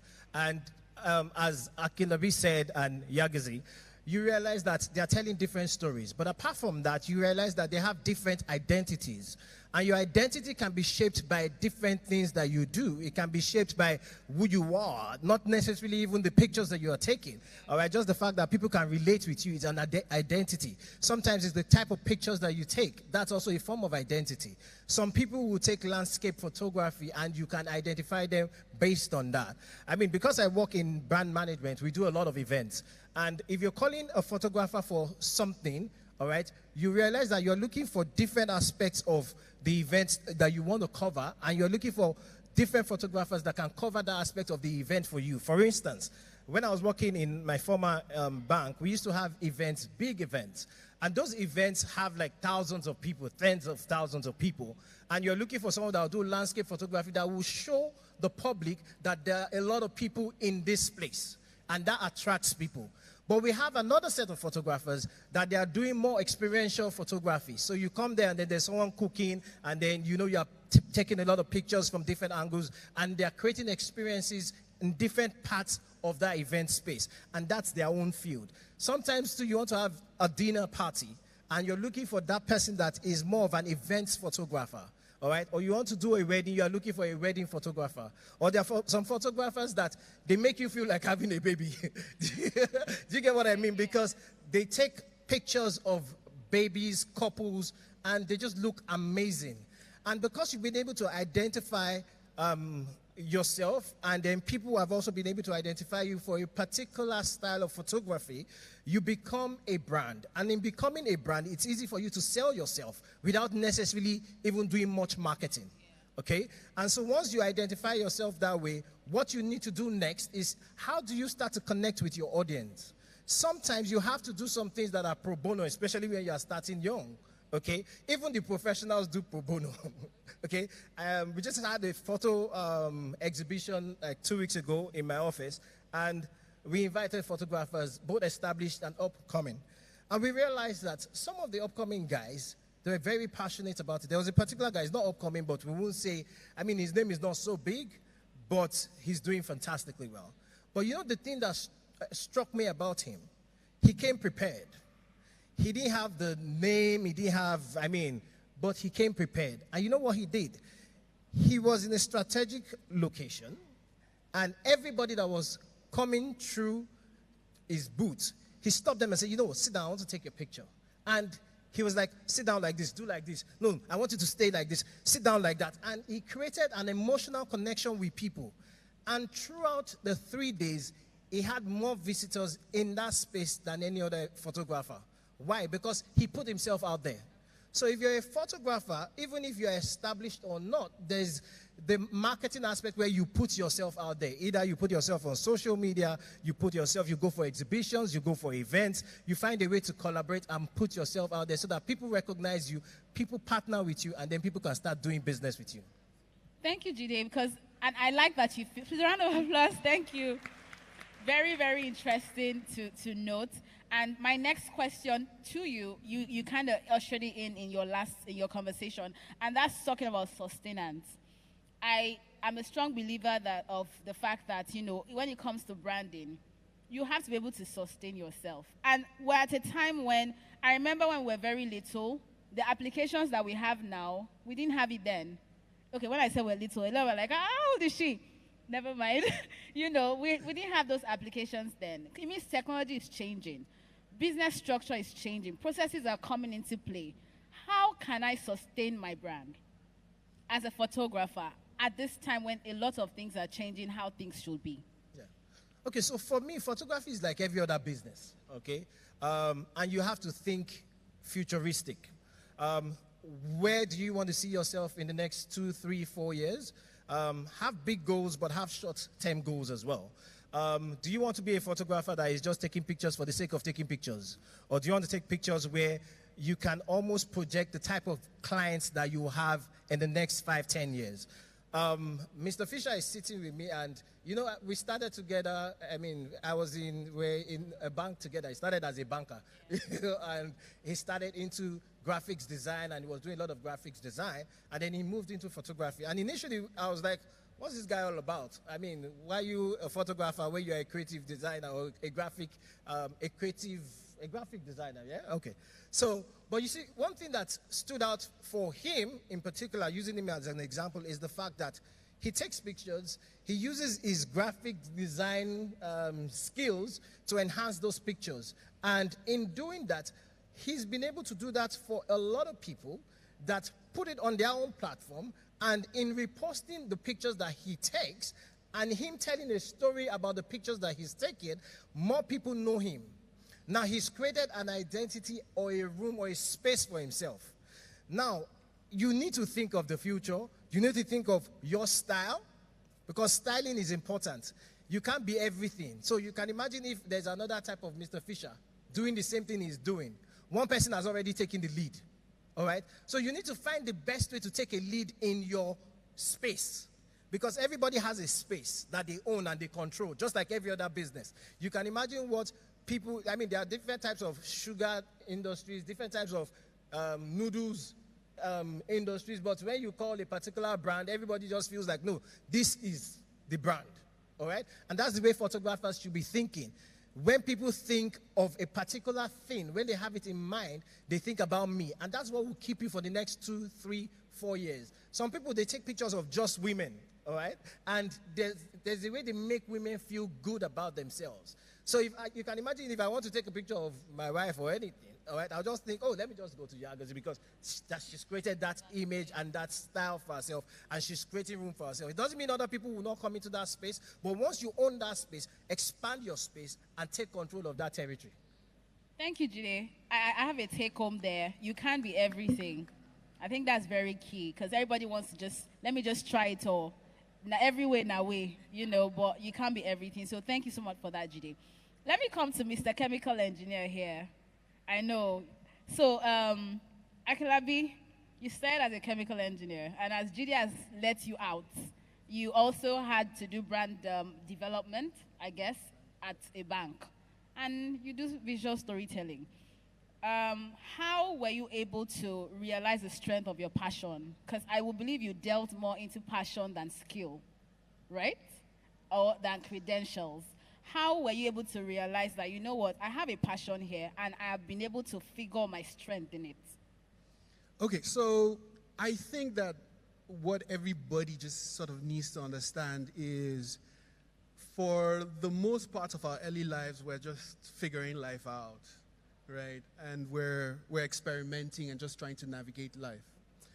But it's also important to know that every element of that part of your life is important. A couple of minutes ago, I was sharing with somebody that what helps me in what I do now is that I studied chemical engineering. And so I work as a brand developer, brand manager, creative director. I think like a chemical engineer. I think processes, I think templates, I think this is how it is that you move from here to give you this result. I am very scientific in my approach. And the reason I'm saying this is the need to understand that as you journey through life, take the learnings from the different things that you have done, put them together, and it will eventually create that person that you are, right? I know some people who are in photography, but they used to be caregivers. And so the type of people that they are and the type of approach that they take to photography is different, right? And so that's what it is. It isn't just about wanting to carve a niche for yourself, but taking your experiences in life, putting them together and seeing this is where this thing in my life was a success. How do I take those learnings? And then just add all these pieces of learnings, these pieces of successes, and create what it is that you have, right? I was saying to Yagazi just before we came on stage that the reason I add graphic and patterns and motif to my design and my photography isn't because I was trying to carve a niche. It was actually out of frustration. It was because for my brand clients, every time I advised and suggested the use of motifs for their brand, they will turn it down. And one morning, I realized that I was always frustrated when working with my clients. I was not frustrated with the work. I was frustrated because they were not taking those type of my ideas. And I said to myself, why do you feel the need to be commissioned? Commission yourself. And so that's how I started. And I said, okay, you know what? I'm going to do it, right? And that is how I am where I am today, right? Yeah. Thank you, Akinlabi. Thank you so much. So I'll throw back to Yagazi. You have an amazing studio. Gazmadu is really, really big, and it's, you know, very, very, we have a lot of people that can relate with your brand. So let's talk about processes and scale of preference now. From a layman's side angle, I believe it's not just about buying 1 or 2 cameras, having a reflector, and looking for one space in Bagada or one place in Lekki. There's more to starting a business. There's more to setting up a studio. There's more to putting your name out there. So beyond all of this, what more should people know? Beyond buying cameras and getting a place to rent, what more is there? Okay, thank you so much for that question. First of all, buying cameras and doing all of that is great. I mean, that's how we all start. We all started with that, oh, I love photography, you know, you're so passionate, and you're just like, next thing, but you know, after sliced bread and, you know, that heart and all of that, that's how we all started. And most of us anyways, and that's how I personally started. And my interest and my passion for the business aspect of photography grew out of my frustration, you know, from the passion perspective. You know, I was very passionate. I started well, you know, people knew, you know, what I was doing. I was really excited. But, you know, even though I was growing significantly, you know, in my skills and even knowing more of what I was doing, as my life started to evolve, I started to see that I started to be more intentional about, okay, where was this going to? And evolving in the sense that, I mean, I was a single girl. Life was wonderful and great. I didn't have to worry about a lot of things, you know, it was just me. But by the time I got married and I had my first child, I saw that, you know, my life was changing, and it had changed. And that was when I started thinking more intentional about what I was doing. It was no longer about, you know, that excitement, you know. And I also started looking at other people doing this, you know, being creatives, photographers. I know there were times people would tell me, you know what, this thing you're doing, just, you know, just do it and just do it quickly and go, because people don't last in all these type of things. And it would be a concern to me, and I would say, why don't people last in it? You know, why do I have to do it quickly? What if I want to do this for a long time? You know, but then, you know, after I had my child and I started thinking about, so where is this going in the next 5 years? What's happening in the next 10 years? I started looking at, you know, other professions, other companies and all of this, and saying, okay, where is the place of photography in all of this? How can photography be like a bank? How can photography be like all of this? I mean, it's it's okay for me to want to do this for the rest of my life, and I don't have to do it with other things. And then that's when I realized that there was something missing. As much as I was passionate as a photographer, I just didn't have any knowledge as far as business was concerned. And it wasn't just going to happen magically. I realized at that point that passion was not enough. Like, it was not enough. There were some things I needed to put in place that I didn't know to put in place. But I didn't just know how to. And that was when I said, okay, I was going to go to business school because I really needed to understand the business aspect of this. And I started reading a lot of books. And then I realized that business should take 51% and your passion and your excitement should take 49%. So if it's going to take that much, it's not something that you have to put, backside. So what I would say to, someone starting is, first of all, understand that there are two aspects of, if you want to build a brand, you want to build a business, and you want it for, to last for a long time, you can't neglect the business aspect of it.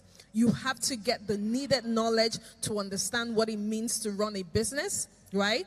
And also, and then applying it to your, your photography, applying it to whatever creative business that you're doing, because it's completely different. That way, as much as you're passionate, as much as you're an artist, but you now know how to think like a business owner. You now know how to communicate like a business owner. You start thinking more broadly. You start thinking more, you start to think of how to institutionalize whatever it is that you're doing. So that's really what the journey has been. So what I would say to anyone is just get the knowledge. It's not magical.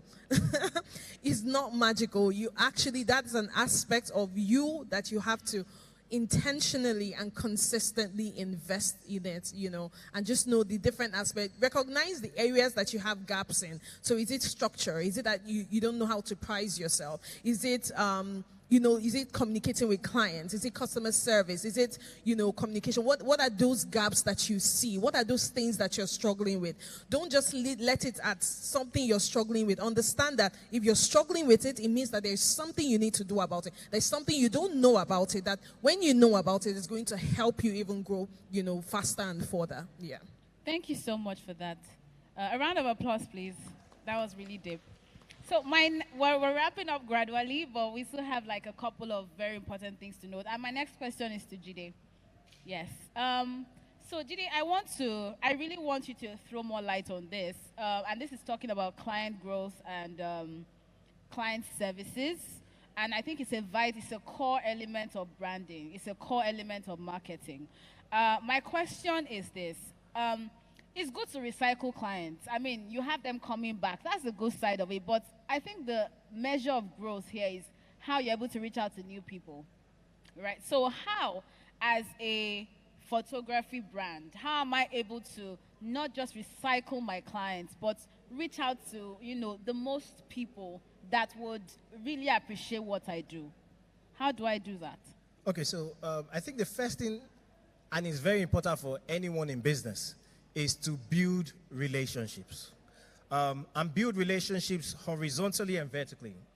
And the reason is because most of what you will do will be projected by people. Most of it. And in building relationships with people, you're not necessarily building relationships because you want to take advantage of people.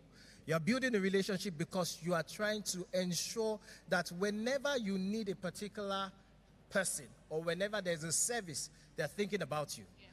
Easily, there are people that I think about when I want a particular service, and it's the same way it is in photography. I'm thinking of something I can just call XYZ.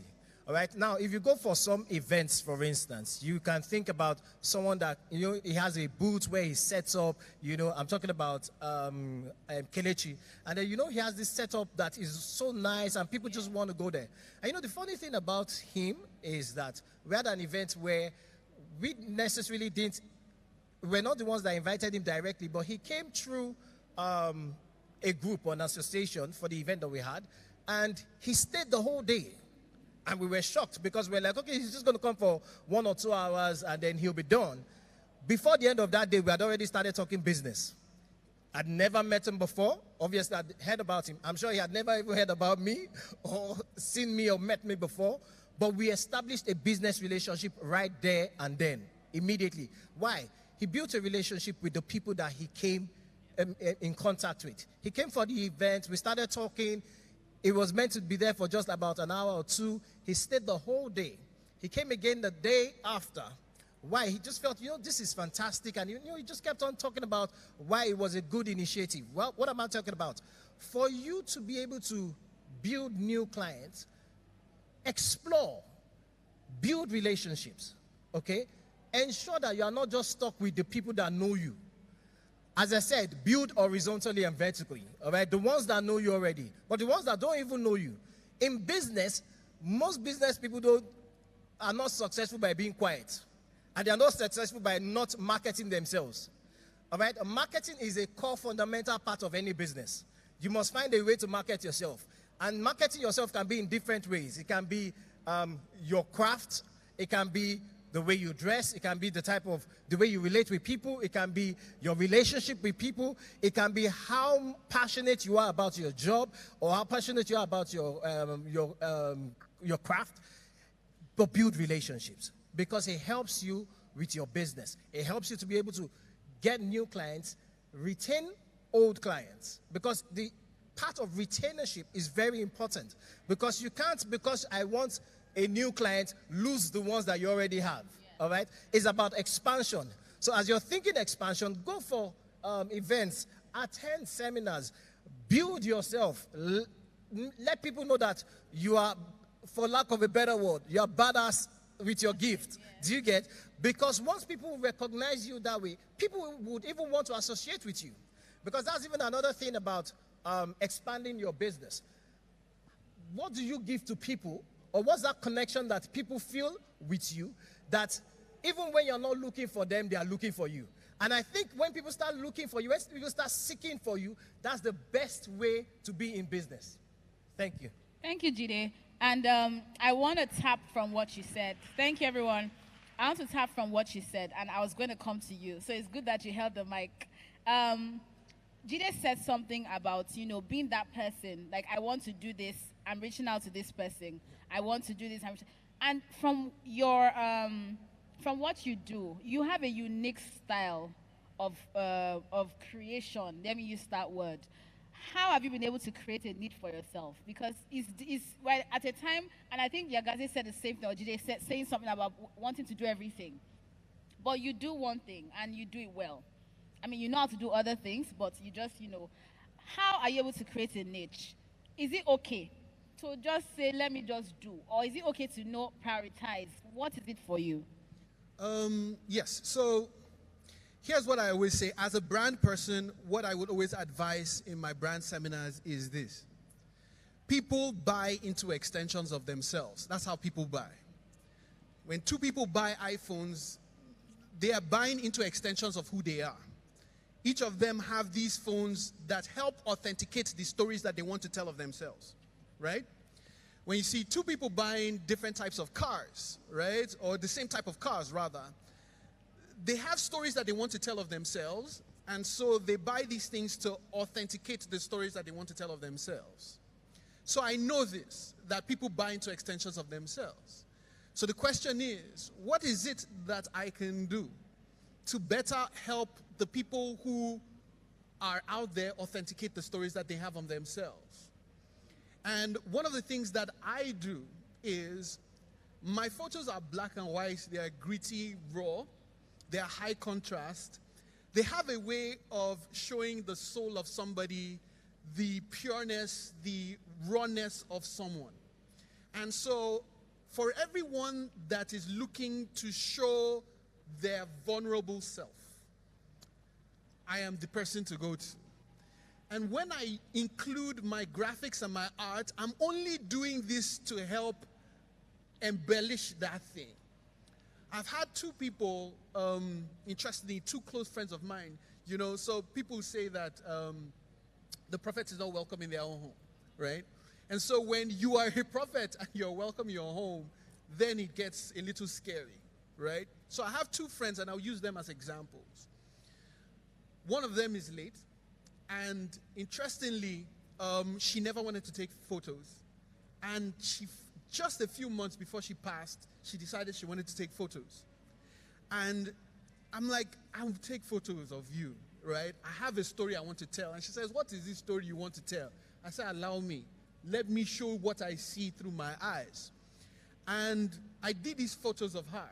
And then when she finished, when she saw the photos, she said, Akinabi, I put out these photos, and the things that I was hoping people will say about me, people were saying about me and calling me into the spaces that I wanted to go to. And finally, I can see that all these years of my working, I have attained the thing that I have hoped to, right? And it was similar to what my other friend said, who happened to be my personal coach. And he was a personal coach to so many people. And he's the kind of person who would always help people, motivate people, show people that their dreams are valid and all of that. But he was not the type of, he didn't have so many people who will do that to him. And I did his photos. And he said, Akinabi, it was so scary because when you sent me my photos, I saw my future self. And I saw that person that I've been wanting to be. And finally, you made me, because I could see my future self now, it made me confident that I am doing what I'm supposed to be doing. And so now I know that anybody who is looking for that should choose me. And I am not afraid when anybody else calls me and I realize that that's not what they want. I am not afraid to point them in the direction of somebody that can better tell the story that they want. I will tell you, I cannot tell this story. I know the story I can tell. But if it's this story, I know how to help tell you this story. Thank you so much, Akinabi. A round of applause, please. And let's welcome the amazing Joko Tade. I'm just going to let her introduce herself better, and then I'll throw the next question to you. Good afternoon, everyone. Good afternoon. I'm Joko Tade Shonowo. I'm the founder and creative director at Posh Click Portraiture. I have been a photographer for about 12 years, and I love to photograph women and their families. Yeah. Thank you very much. I like where you stopped, because that's where I'm going to start from. Okay. Okay. You chose a unique angle to it. I think nowadays, a lot of what we see, event photographers, food for lifestyle, everybody's lifestyling. But you do something that has, a very soft side to it. You've done it for 12 years. Why this? And have you had a time where you felt like, you know what, I want to try something else? Okay, thank you so much. Can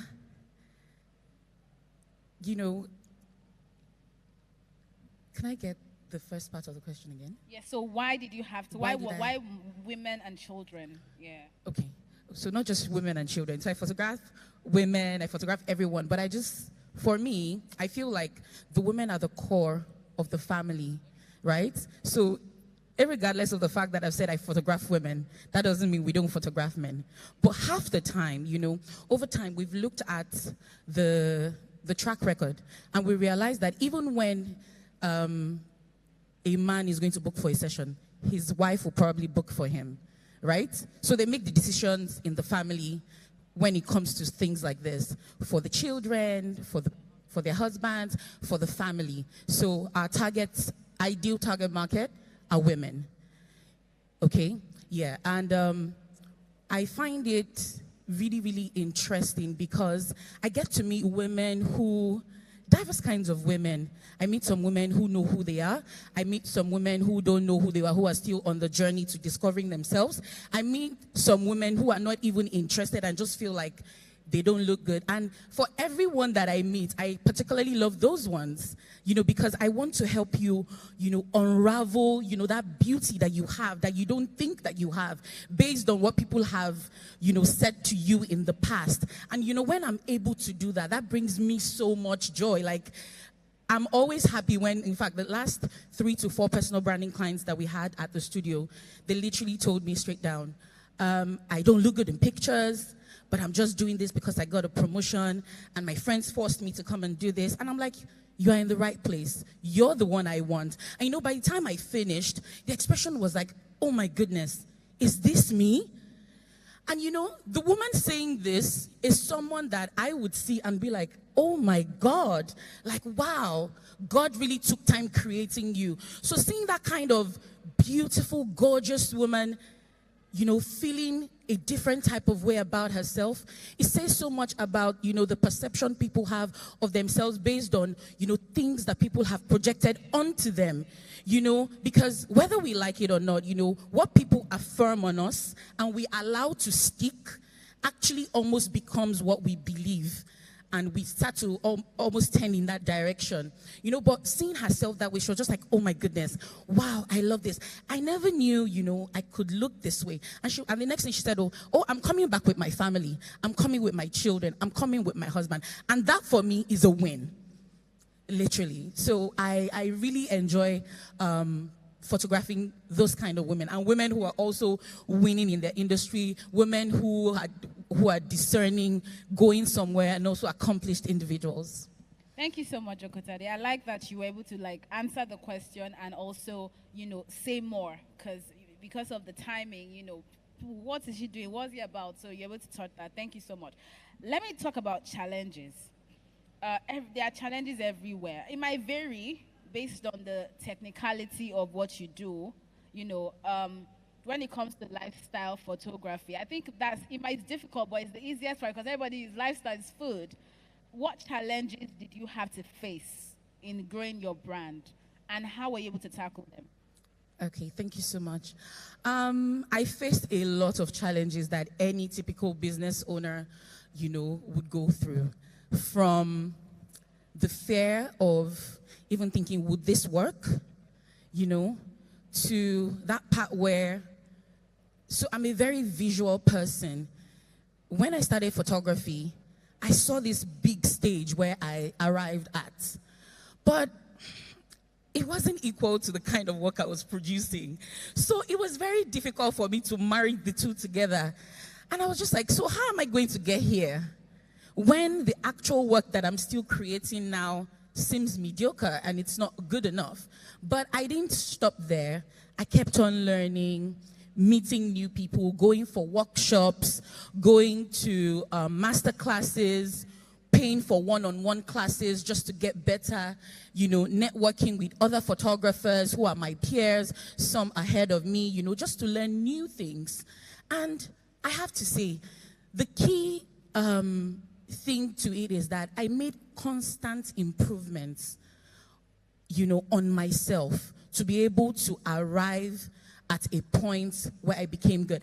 Another thing that I had a challenge is with people actually believing in you to say you can actually do this.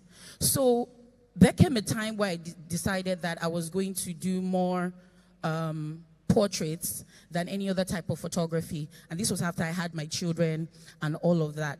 But you know, getting people to pay the value that I've placed on myself seemed like a chore. So what did I do? I used a strategy called like the freemium, right? So I let you in through like a seemingly low strategy, maybe like a free, what do we call it now? A session fee, right? And I'll give you maybe just one image. But the challenge is upon me to make sure that I create amazing, irresistible images that you don't want to let go of, right? So at that point, you've come in through a free, you know, mode, but by the time you're leaving, you're like, no, I want all of this, then you pay. So there was a challenge in making people see the value that you carry. Because they're like, what do you mean? Is it not just pictures? And people still say that till date. They're like, what do you mean? But it's just pictures. And for me, it's more than pictures because I offer a lot more, you know, services to them. Sometimes I'm their stylist. Sometimes I become their shrink. Sometimes you become their friend for that moment. Because, like I said, we deal with women. And women go through a lot of things. So at that point in time, they're just happy to even find someone who is interested in them enough to listen to them, to make them feel like a friend. So we do a whole lot more. And the more you're able to, connect with people psychologically, they tend to trust you more, and they will just naturally gravitate towards you and always, bring people your way. And all of those kind of people also tend to send referrals your way. Thank you so much, Jokotade. And that talks about clients that we talked about it, how to ensure that you reach out to new clients. So thanks for touching on that. In 1 minute, I'm going to throw the last question to Jide, and that's about funding. Business needs funding. Branding needs funding, from the money angle, of things. How can I, fend or fund my business? From the financial angle of it? Okay, so most people, when they are talking about funding their business, there's one primary aspect that comes to play, especially for banks, is about trust. Can I trust you? Every other thing is built on trust, okay? Can I trust you? And trust means, let me see your financials, okay? So have you built over time? Let me see your character, do you get? And then we do a lot of character appraisals, okay, that people don't even know about, and it's still built on trust. I want to see your profile, okay. Have you been able to build your business over time sustainably, okay, either without much financing, or even when you've been financed in the past, were you able to repay, okay? As I said, it's still built on trust. So I think it's just important for photographers established or upcoming to be able to, in whatever brand that they are building and perception that they want people to have, they must always ensure that people are able to trust them. Thank you. So 1 minute. Wow, I like it. Thank you so much. I think it's been very insightful. Do we have anyone who has, I think we'll just take a question or two because of time. Any questions for anybody on the panel? Oh, okay, we have some hands there. Okay.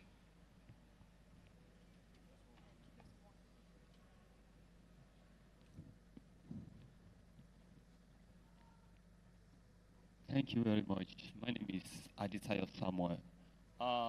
Based on photography, we went through a lot. We go through a lot. After you have snapped, you edit, you do all sorts of things. How do we manage our health in terms of photography? No, you've done a lot. How do you manage it in the field of photography? Thank you. How do you manage your health? Yeah, I mean, same way you would. I love the answer that he gave when he says the business of photography is like the business of anything else. The health of photography is like the health of anything else, which is you need to understand who it is you are, if you have health challenges, making sure that you are always in the right mental state and space, making sure that you're always taking care of yourself. What became this thing that I am doing actually came in the middle of the pandemic, right? I mean, I used to do it before pandemic, but then during the lockdown, ideas, everything came out. Now I knew where it is that I was going with this. The entire period we were in lockdown, I was working out like a mad person. Came out, was working out, always eating right, eating healthy. From 2018 till I think it was about December last year was the first time I took anything that had sugar, right? I was healthy. I only stopped working out some months ago because I had a gym injury, right? Always working out, eating healthy. Why? Because I know the task that I have ahead of me, and I say to myself, for me to be up and running, for me to do what it is that I'm doing, for me to also at the same time work where I'm working and take care of a family, I have to be healthy. So you have to always have that at the back of your mind, right? Take care of yourself. I think there isn't any other thing that I can add to that. Okay, so I think Agazi wants to chip in something. Okay, so I just also, to add to what Mr. Fisher said, I I think it's important we understand that as creative beings, a lot of the things that you do stems from your mind, from your body, and from your spirit. And most importantly, actually from your mind, right? And, you know, I want to address sort of the mental health part of it, because a lot of creatives are actually going through a lot of mental challenges. I mean, I have a wide email list, and you know, I can't count the number of times that I've gotten emails from people who have told me, you know, they're at the verge of giving up. You know, I mean, just so much, right? People are dealing with a whole lot of things, and I think it's just that part where we feel like, first of all, what you're going through, you're the only one going through it, and you're not, right? We spend a lot of times by ourselves. Like you said, you shoot, you go back, you edit, you're all by yourself, you're doing all of that by yourself, but you're not creating that time to feed your soul, to take care of yourself beyond your body. Your body is so important, you know, but also understanding that your mind and your soul needs to be fed, and it needs to be nourished. You need to be in a space that allows it to thrive. And that could be every now and then giving yourself the permission to take a break. Like, you don't necessarily need to be going on and on and on and on, right? Take a break, do something else, you know, do other things that interest you, you know, go, you know, travel, go and look at things, you know, go, whatever it is that interests you, go outside, interact with nature, right? The more we get into the habit of always taking that, you know, that time out, the more we are in a better position to be able to create. Most creatives are burning out, and the more you burn, you can't be creative when you're burnt out, because again, all of these things stems from the mind. So if your mind is full of so much, it's full of, first of all, you're dealing with challenges, you're dealing with client booking, you're the only one, you're shooting every day, you're shooting, you're like, it is just going on and on and on. It's okay, you know, T.Y. Bello said something, and he said, you know, it's okay to be irrelevant for a season. It's okay. Like, it's really okay. It's okay for you to say, you know what, I'm going to take a bit of a break to go and do something else. I'm going to, you know, I'm going to gain knowledge. I'm going to go and do a course. I'm going to do something, because all of those experiences, I'm going to travel. I'm going to try something else. All of those experiences, what it does is that it expands your mind. And then, you know, I was speaking to a photographer recently, and he was telling me about he going to school and, you know, masters, and he did something completely different, you know, from photography. And he said, guys, what I did has helped my photography in ways that I could never imagine, because my mind has expanded beyond what I thought it could do. So that is what we are lacking. We are so stuck with what we are seeing that we forget that, you know, the mind is aching and craving for you to feed it with other things. Yeah. Thank you so much, Agaze. Okay, so we have the last person. She wants to add something to it. So quickly, due to the kind of routine that we have as photographers, I would say it's important to make sure that the kind of chair that you use are ergonomic chairs to support your lumbar, because back pain is real and almost everyone goes through it. So those are ways in which you can help yourself and prevent injuries from happening. Another way is doing yoga, so that you can stretch, you know, and, you know, relax your muscles. It's very important, you know. He said, the first one he said is very important. Just like everybody else, we need to work out. We need to do everything we need to do. But more importantly, we sit down long hours behind the computer, sorting, calling, retouching, and all of that. So get a good, you know, chair. Invest in one. Thank you. Thank you so much. I hope you've had a good time. We wish to take a lot of questions. Please, if you have more questions, you can please send to Instagram. I'm sure they would reach out to either of the speakers and give you feedback. Thank you so much. It's been a very insightful session. Thank you, Yagazi. Thank you, Jide. Thank you, Akinlabi. Thank you, Jokotade. I thank myself too. Thank you so much. A round of applause, please. Are we taking pictures? Of course, Okay. of course. I mean, it is the business of photography.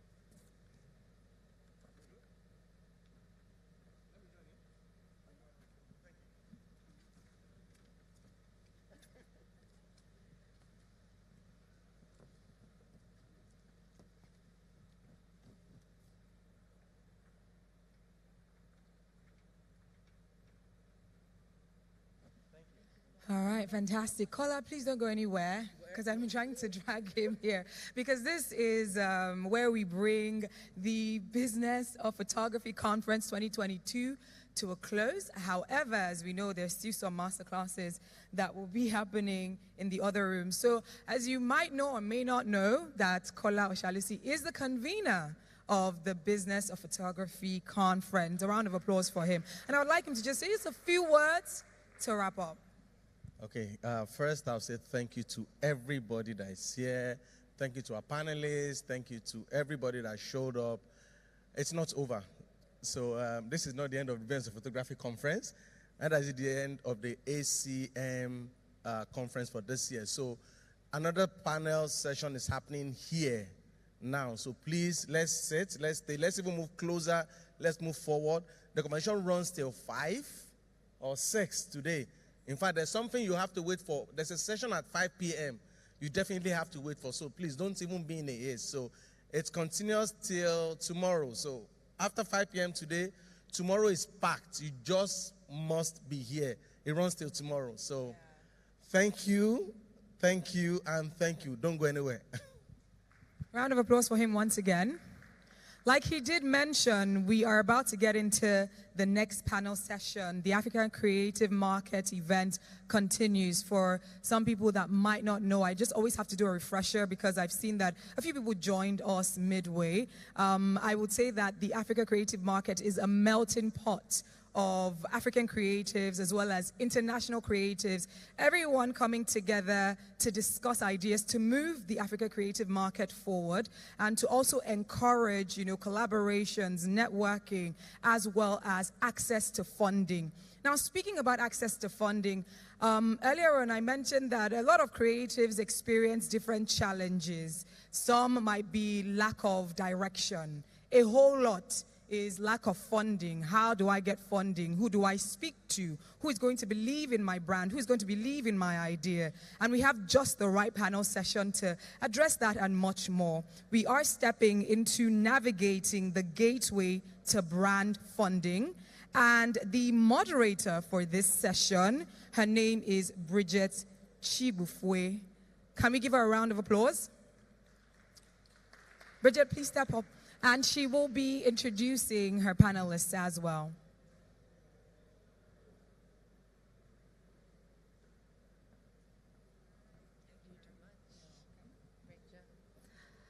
Hello, everyone. How are we doing? How are we doing?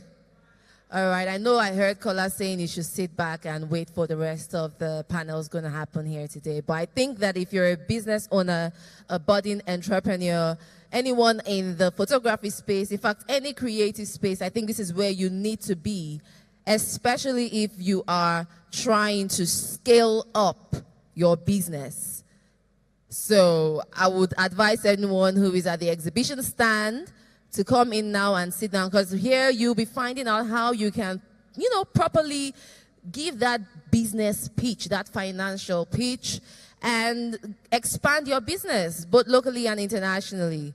And we have amazing personalities who are going to be talking and speaking, sharing their opinions and their thoughts professionally to us, okay? So get your writing pads and get your questions ready. Like she said, my name is Bridget. I'm a TV host, I'm an actor, and I'll be moderating this panel where we discuss navigating the gateway to brand funding, okay? So now I will be calling on my panelist. It's a very slim budget panelist, so we're just going to be 3. So best believe that will be really fast, and we'll hit the nail on the head as we go along. So my very first person to call on, like they say, ladies first. She's an award-winning entrepreneur. She is the founder, CEO, the Assembly Hub, a platform that unites creativity and entrepreneurship, bridging the gap between young entrepreneurs and communities in fashion and design to build businesses that can thrive and create impact. Please, if your hands are not too busy, jam those hands together as we make welcome Pepe Joanna Chikezie. No, you can do better. You're about to learn how to make money and get money. Thank you. You can take a seat in the middle. All right. Our second panelist for today is a growth marketing expert. He started out in the digital platform for a media group, but he preferred where there were more structures and moved on to focus on the marketing for tech startups. Please make welcome Dro Ame. Woo! I don't want to believe you all are biased. All right, so you can take that seat over there. All right, guys, so we'll be kicking off now talking about how you can best access funds and the things that you're doing wrong, the things you're doing right. But first, I would kick off this conversation with the very first question. Because some people believe that they are already doing what it takes. But from your point of view as experts in this field, what would be, or what would you highlight as their limitations? It could be more than one. Hello, okay. Hi everyone, good afternoon. Really, big privilege to be here. As Bridget said, I am Pepper. Everyone calls me Pepper. I'm the founder of the Assembly, and what I do every single day is support creatives like yourselves, gain access to markets, and scale their business growth. So back onto your question, I would definitely say the limitations to creatives that I find is not having an understanding of their markets, not having an understanding of their business model, and not really having a path to generate income. And you may find these things like, okay, well, that's a basic thing, right? But oftentimes, if you're not clear on the actual problem you're trying to solve and the market that you're trying to serve, that can hamper your ability to gain access to finance. And it depends on what kind of finance you're trying to get. But if it's institutional finance, having a really good understanding of your numbers. How are you making this money? Where's the money coming from? What kind of cash flow do you need? Could you tell me how much money you have in the bank right now? Could you tell me how much you're going to have in 3 months' time? So these are the kind of things that usually cause restrictions to entrepreneurs, young creatives trying to access finance. But on the flip side, I would also say that when we're looking at banking finance or more at the institutional venture capitalists, they're not necessarily set up to support, creatives, right? They don't really care about your amazing creations, or how, creative or unique your ideas are. They're all about the numbers. And so if you're not able to explain your business from a perspective of a banker would, it's very difficult for you to be able to get the loans or, the kind of funding that you might need. So I think I'll pass on to Joe. Do you want to add anything to the limitations that you think businesses have? Pepe has mentioned, but just to reiterate, I think it's two things. We need to also understand that the you need to speak into, it's a unilateral mic. Yes, any better now? Yeah. So we need to also understand that these funding institutions are businesses. So when you're attacking funding, you come with that kind of thinking. They want to see traction. They want to see that you have the expertise. They want to see that you are focused on growth. So when that is established, you understand your data, your numbers. It's easier to have these conversations with the funding company. Outside that, even when you are going for the, the non-profit institutions, they need to see some traction. So I really think the limitation is understand the business, set more milestones. It doesn't need to be drastic. From 1 client to 3 clients. You have to turn it this way. Can you hear him? Sorry. No. Oh, shoot. Good. So I'm saying you need to go with the mindset of knowing that the funding institutions are businesses. They are for profit. They want an interest at the end of it, maybe giving you a loan, debt equity. So when you go with that thinking, then you are focused on every single milestone for your business. Moving from 1 client to 3 clients, moving from, your small place in Shomolu to maybe a place that's a bit more congested, to Ikeja or so. And then, attack funding, getting more funding for your business. With that mindset, I think any limitations can be surmounted, really. But at the core is just the creative non-understanding is not vibes and inshallah. It's business. It's think like the funding institution. What do they want to see? And then I'm sure any limitation can be surmounted, really. All right. Think like the funding institutions and set realistic goals. Goals, milestones. Yeah. All right. So building from that, what are the solid business components? I mean, the solid business pitch, the components of a solid business pitch you think that every business should put in place before even deciding to book an appointment with a funding institution?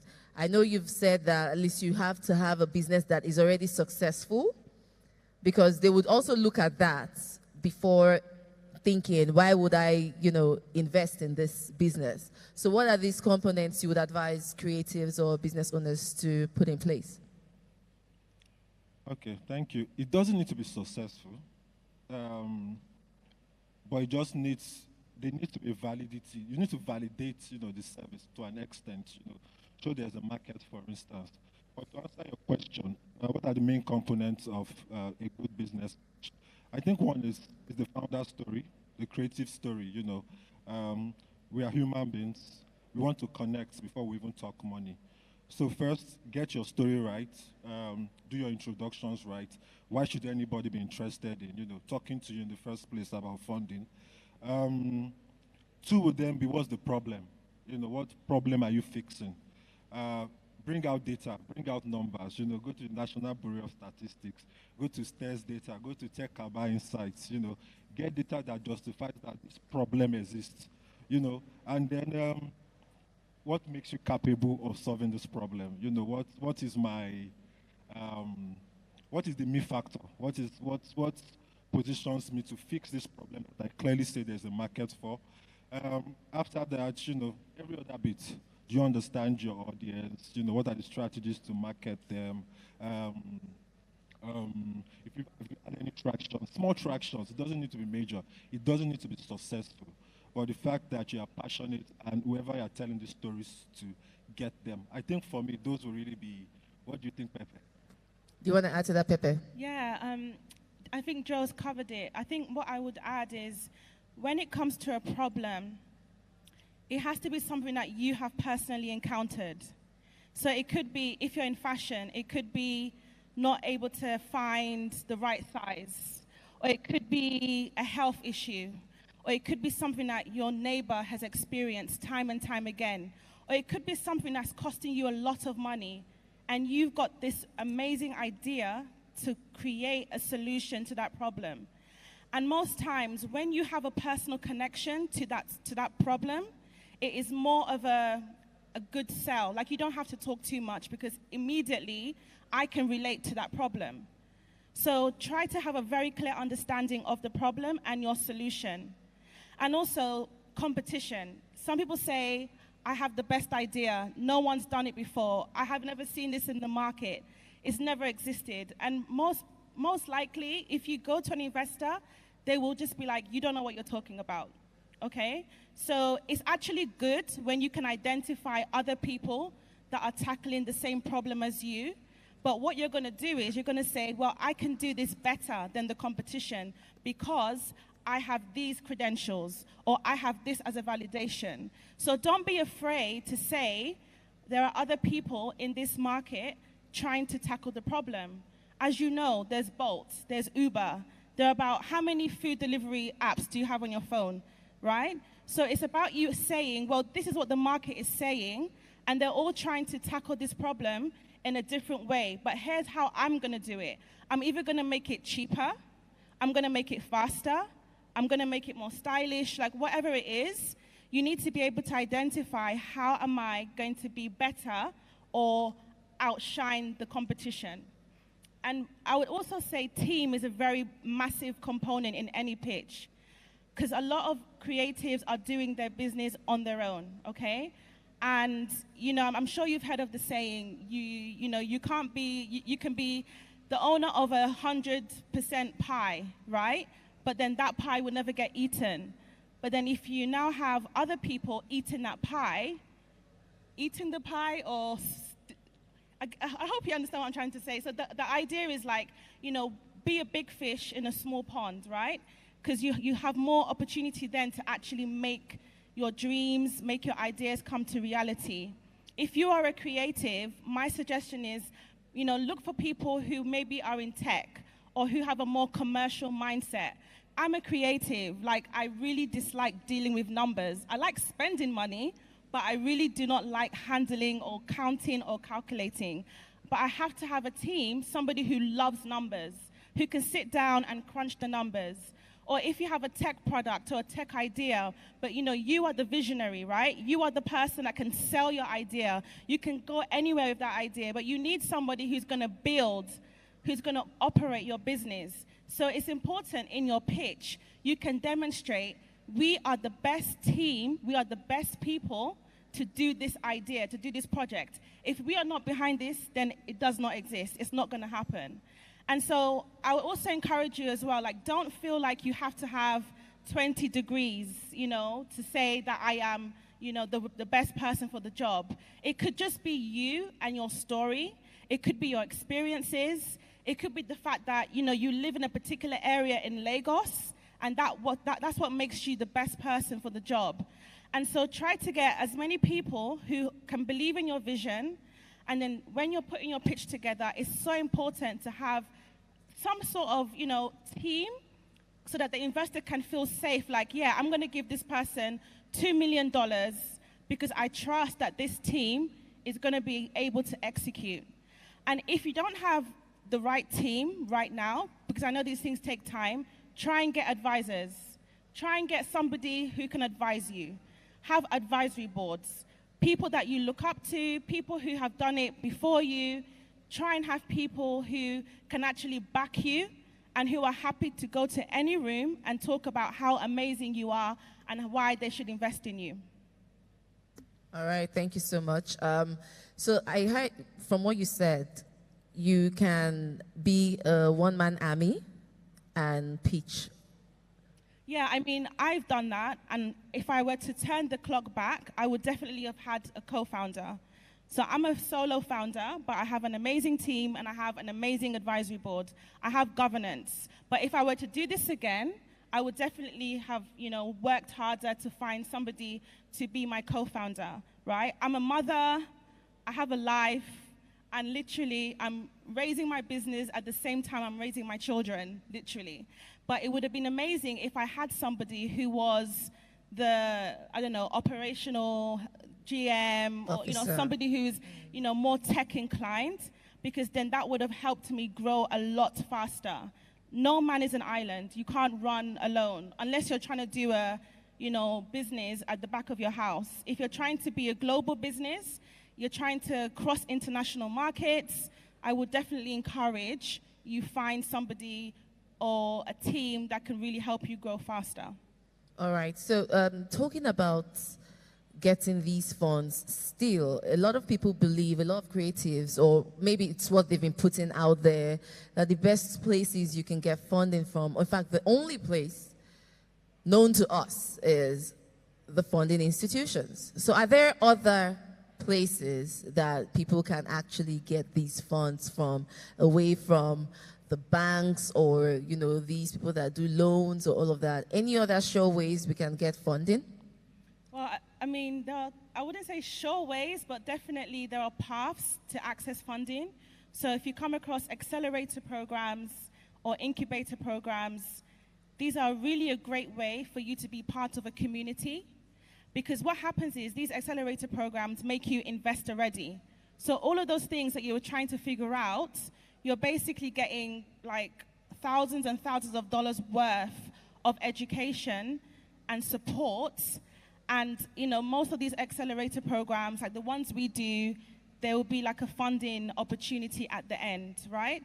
Or if they don't have a funding opportunity, they can always connect you to potential funders. Other things around crowdfunding as well. And I don't want people to feel like, because I have never, when I started, I did not raise finance. I didn't go to a bank and they gave me money and that was how I started. I had to build traction, I had to build a community and validate my idea.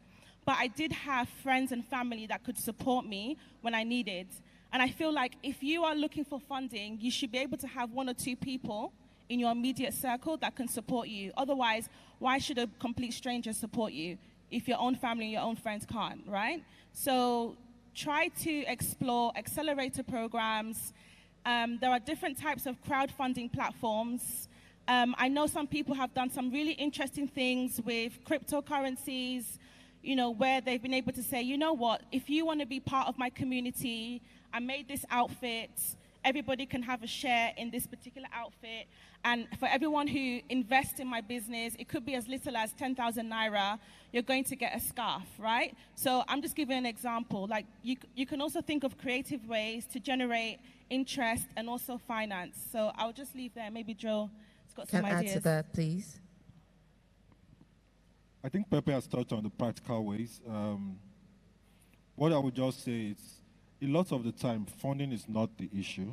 A lot of the time, of course. So always go for things that make you better. So say in this case, funding that comes with mentorship, it's priceless. It harms you to even grow the business, even right after the fund. So an option that just comes to mind for me for that, with angel investing, requires a bit of work, a bit of research, understanding whoever you think fits into it, understand the person's investment philosophy. But essentially, look for mentorship, look for people while you are looking for funding. And it's just best because it just helps you through the journey of getting this funding and trying to build a business that has impact. But Pepe really touched on the 2 key mediums I think you should chase if you are looking for funding. All right, thank you very much for that response. My next question would be how businesses can leverage on technology to develop a distinctive value proposition. How do you think that technology can really help upscale their business? So I'll pick two sectors, data and then operational efficiency. As a creative, you can't do everything. Like Pepe said, tech provides you the opportunity to do everything. Take something as basic as invoicing. It helps when it shows that a client comes in and you are properly invoicing, and there's a backlog, there's a dashboard, somewhere to see how your business performs, after 30 days. These are the opportunity tech provides. How to derive value, get insight from everything that happens with your business, people, clients, referrals. But find a way to automate everything that happens with your business. It might be difficult. It might not look significant now that you're starting, but there's always value at the end of it. You're looking for funding. You want to see that you have your corporate governance in quotes.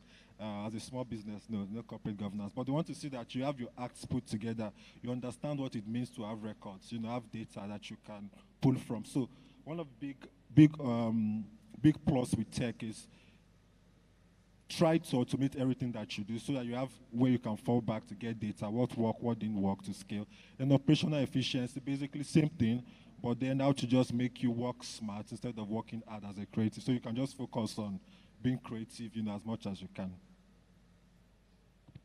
Yeah, I don't have anything to add to that. Just to say, data is really important. When you have data about your business, then it's easier to sell your concept or sell your business to a funder. Yeah, and definitely operational efficiency. Yeah, I agree 100%. All right, so for every business, I know this is an added question. You mentioned, yeah, tech, you need to automate everything now. Are there apps or softwares, I know it's not like we're calling any brands, but that can actually help these startup businesses? At least you just tell them, okay, you can use this software, use this app, use this to automate some certain kind of things, data collation, and all of that. Could you just highlight a few apps or softwares that you think businesses can try out now to at least start putting one or two things in place to make it orderly before trying to prepare for that financial pitch? Yeah, one more thing I didn't actually say was marketing. So building awareness for your business or your brand. I'm sure we're all on different social media apps, right? So if you're not, then you really should, because you're just basically attracting a much more wider audience for your business. But in terms of apps, like I can just talk about what we use.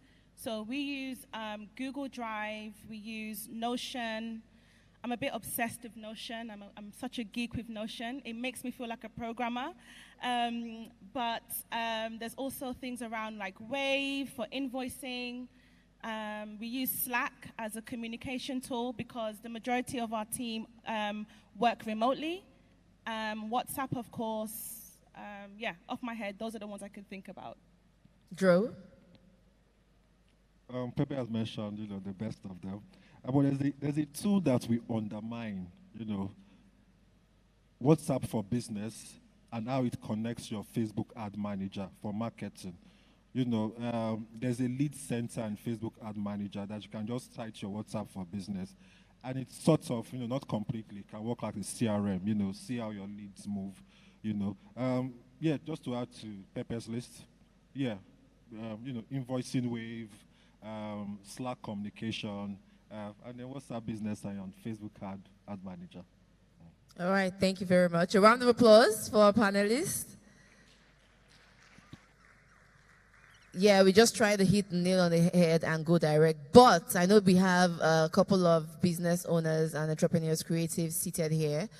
I don't know if anyone has any question and wants to ask. Does anyone have any question? No. So you are good with everything they said?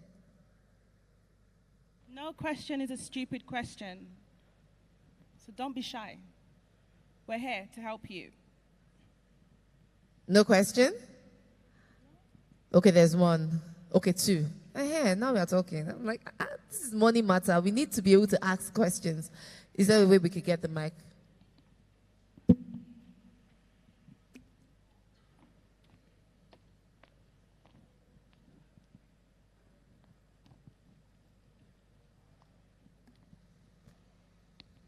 Good day, everybody. Yeah, my question is pertaining to sport entirely, because when I came here today, I realized that what we have as topic today is different totally. But then, how do we get funding for sports people? Because that's the main reason why I'm here.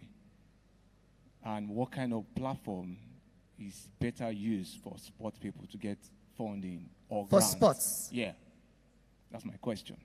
All right, hold on, let's answer that. Can you describe your business? What is that you do in sports? Okay, the kind of sport I do is basically on winter sports, majorly. Sorry, I didn't catch that. Track and field and winter sports, majorly. Okay, so what is the business though specifically? Are you a trainer or are you an athlete? Athlete. You're an athlete. Yeah. Right. Maybe you might want to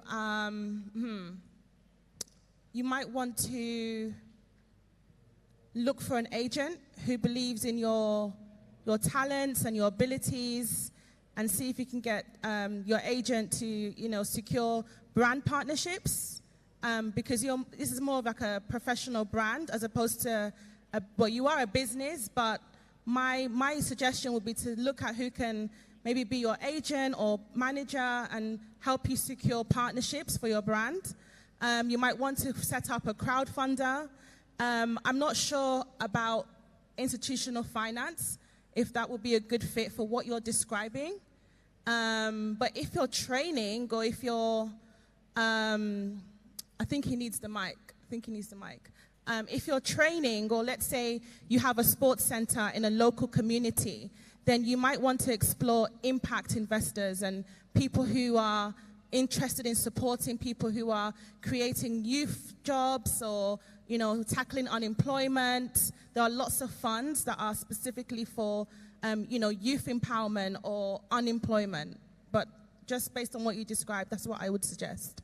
I don't know, Joe, do you have any? Okay, actually, part of what you mentioned, we have been trying to do some of them, and trying to get some funding. For example, you know, GoFundMe is not basically used in Nigeria because Nigeria is out of it. And there are some other sponsor.me that we feel that Nigerian athletes should be able to benefit from them, but Nigeria has been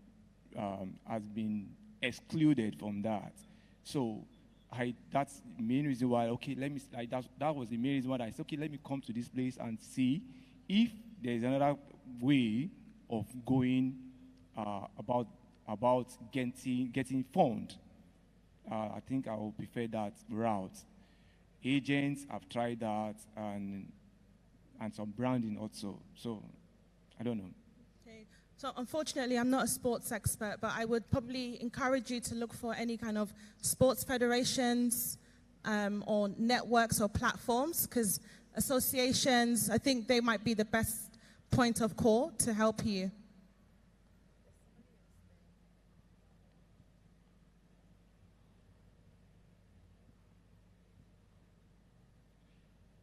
Good afternoon, ma. Yeah, I want to know how to find brand funding for musical artists, especially because people are very, very biased, and they feel it's not everyone. Like, people come with unique, like me now, I'm an artist and I'm with a unique one, and I feel I've validated my ideas, like you said, but just to find someone that can do the funding is very, very difficult. So how do I go about that, ma? So if I understand you, you're a musician. Yes, ma. Right, okay. And you're looking for funds to support your music? Yes. Okay. Well, again, I'm not a music expert, but if I were you, I would be putting my work everywhere and anywhere, and people will be buying my work, right? Downloading, build community around my music, build community around my art. I wish I could sing. I will be on TikTok every day because people are making peas on that thing. Yes, but, you know, like, I think you should, just present your, market yourself, create your brand, tell your story, and then people would want to support you and buy into you. I've seen that happen lots of times where someone was looking for a record deal and she was going up and down. Nobody wanted to support her. She went on TikTok. She was just singing, and then she got noticed. So I don't know if that's going to help, if that helps you, but if you're a musician, you should be creating and you should be putting your work out there. I think I saw a tweet from Don Jazzy or something. He was saying, look, no one's going to find you in your bedroom. You have to showcase yourself and put yourself out there.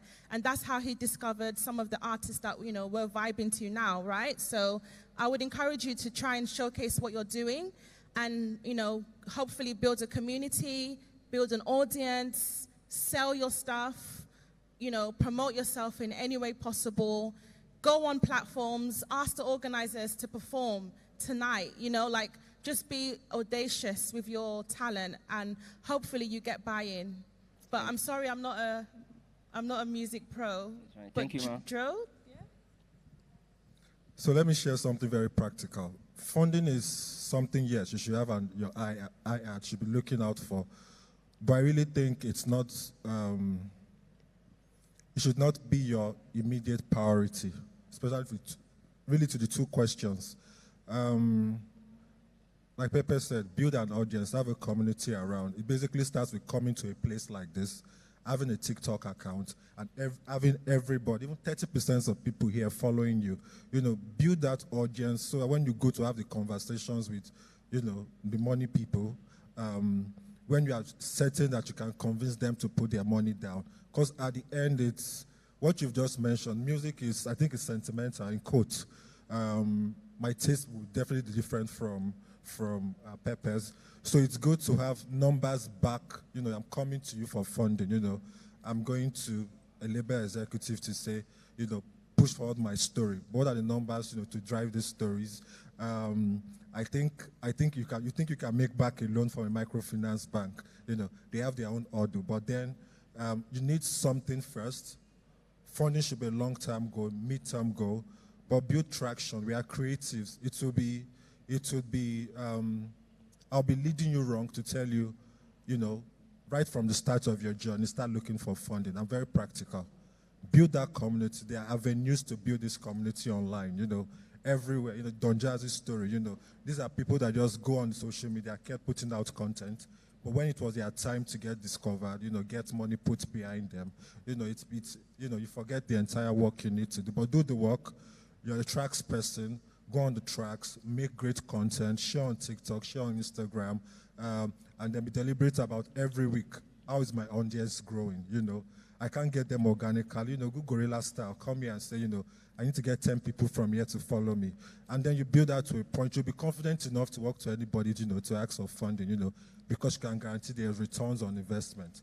Funding, returns on investment is key thing I think you should take away, from this session. Thank you very much. A round of applause for another question. Still give us a round of applause. They answered well. Thank you very much. Yeah. Hello, everyone. My name is Faith. I'm a dance artist and an aspiring filmmaker.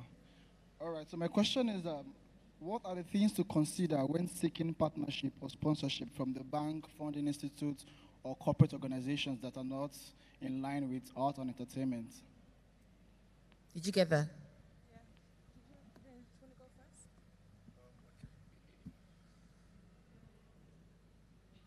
Think like them. Think like them. What matters to them? Why do they want to give this fund? Do they want money back, or is it impact investing? When that is clear, unless you want to give me a particular instance, a particular body or institution, but first understand what drives them. Do some research on your end, what drives them, and then put together a pitch that speaks to what drives them. If it's, so you mentioned which,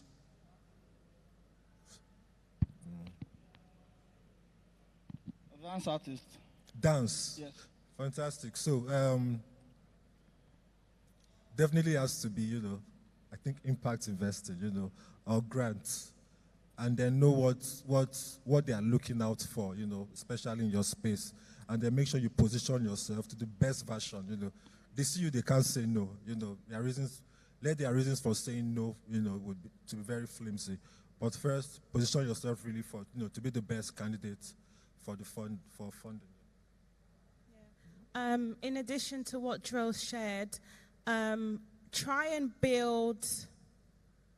So whenever you're trying to partner with anyone, they want to everyone is selfish, right? Everybody has their own personal reasons why they want to work with you. So you need to give them a reason to want to work with you. And one of the ways you could do that is entering competitions or platforms that are really strong names that can vouch for you as a performing artist. So there are things like, I know that Africa No Filter, they have loads of different opportunities for young filmmakers and performing arts. These are names that are respected in the industry. So if you're now going to a completely different, sector, who are not in the creative sector, but guess what? They recognize the names behind you or the names that have supported you. So these are just one of the things you could do to build. It's almost like you're building your armor almost. you have these different things behind you that have invested in you, maybe through mentoring or training. And that's a way of making yourself valuable to potential partners or sponsors. Because everybody wants to be around the cool kids, right? It's just human nature. Thank you so much, Pepe. Thank you, Drew. Thank you so much, audience. A round of applause for our panelists. I'm sure they answered most of your questions. And I do hear that there are other questions, but please, we have to wrap up now. So you could always catch up with them off stage. You could answer your questions, all right? So we'll have pictures now, and then we get off stage. Let's go.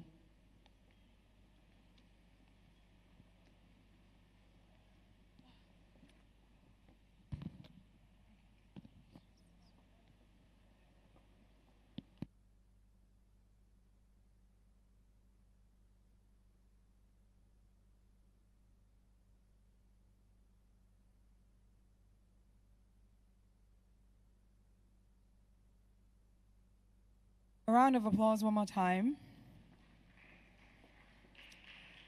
All right, so we're moving on to yet another session. But before we get into this session, because I believe this is going to be very beneficial for everyone that is currently here for the Africa Creative Market event. So if you can hear my voice, please make your way to the main center, to the main hall. If you can hear my voice, because right now we're about to get into another session that will be definitely very much informative, and I believe this could be applicable to those that are interested, not just in fashion, because yes, we're focusing on the creative market, but you know, from listening to the different sessions, we've realized that there are specific tips and tricks and even a framework that we know that is applicable across board. So whether you are in the music industry, if you are in the makeup industry, you're in the fashion industry, you would understand that there are specific factors that cut across that can be applicable to your business and to your journey as a creative. So we're going to move into the next session. Right? We have a special guest here, and it's going to be a fashion master class by Rosé Bona, focusing on positioning for growth. So if you can hear my voice right now, please make your way to the main hall, settle down quietly, nicely, and whilst you're at it, feel free to take pictures, take selfies, because you also want to spread the word, right? This is the inaugural edition of the Africa Creative Market.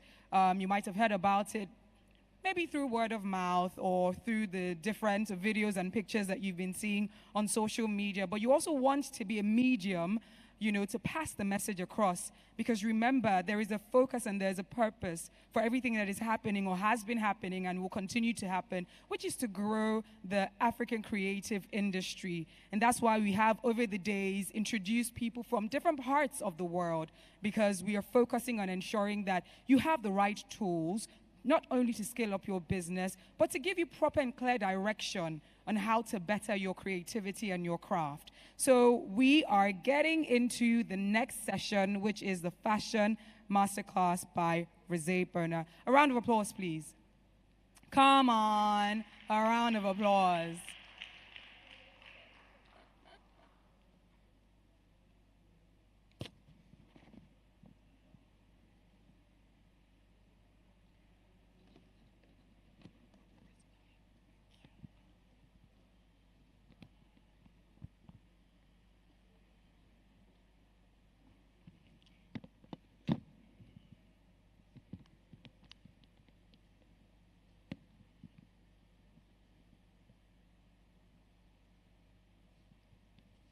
Hello, everyone. It's nice to be here with you all and to share my little thoughts on the subject matter. Positioning yourself for growth, create what you love and thrive. Thank you for having me, Africa Creative Market. I hope I use this opportunity to bless one or two people with the information that will help you to grow and answer questions as regards pertinent questions we have concerning our business. Can we have the slides, please?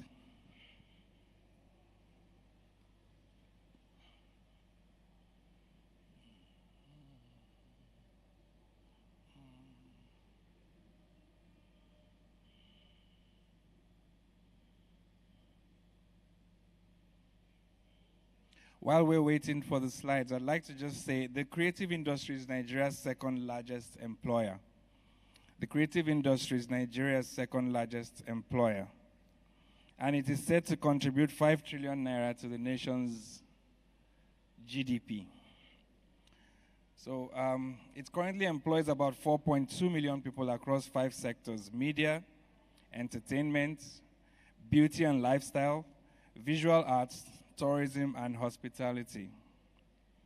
Michael Jordan, for instance, his personal economic value gained through copyrights and merchandising exceeded the Kingdom of Jordan's gross national product in 1997. So it just gives you an idea of how big it can be when the talent is harnessed properly.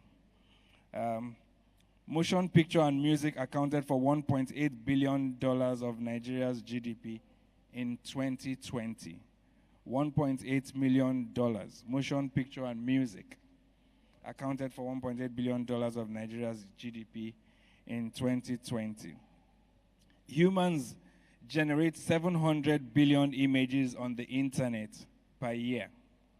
So how do we harness all of this and turn it into profit to grow our business? Next slide. I just want to give you an idea of what I'm involved in, who I am. So I have interests in architecture, construction, photography, interior design, real estate management, talent management, real estate development, talent management, event production, music representation, fashion, of course, and a company called Mosquito Armor. My photography is meant to provoke thoughts, invoke emotions, and revoke boundaries. These are just examples of what I do and what it, what it basically invokes. So let's just go through that quickly, and then I'll explain why I'm showing you these images. Please go on until we get to the bullet points. Next, please. Next slide. Next slide, please.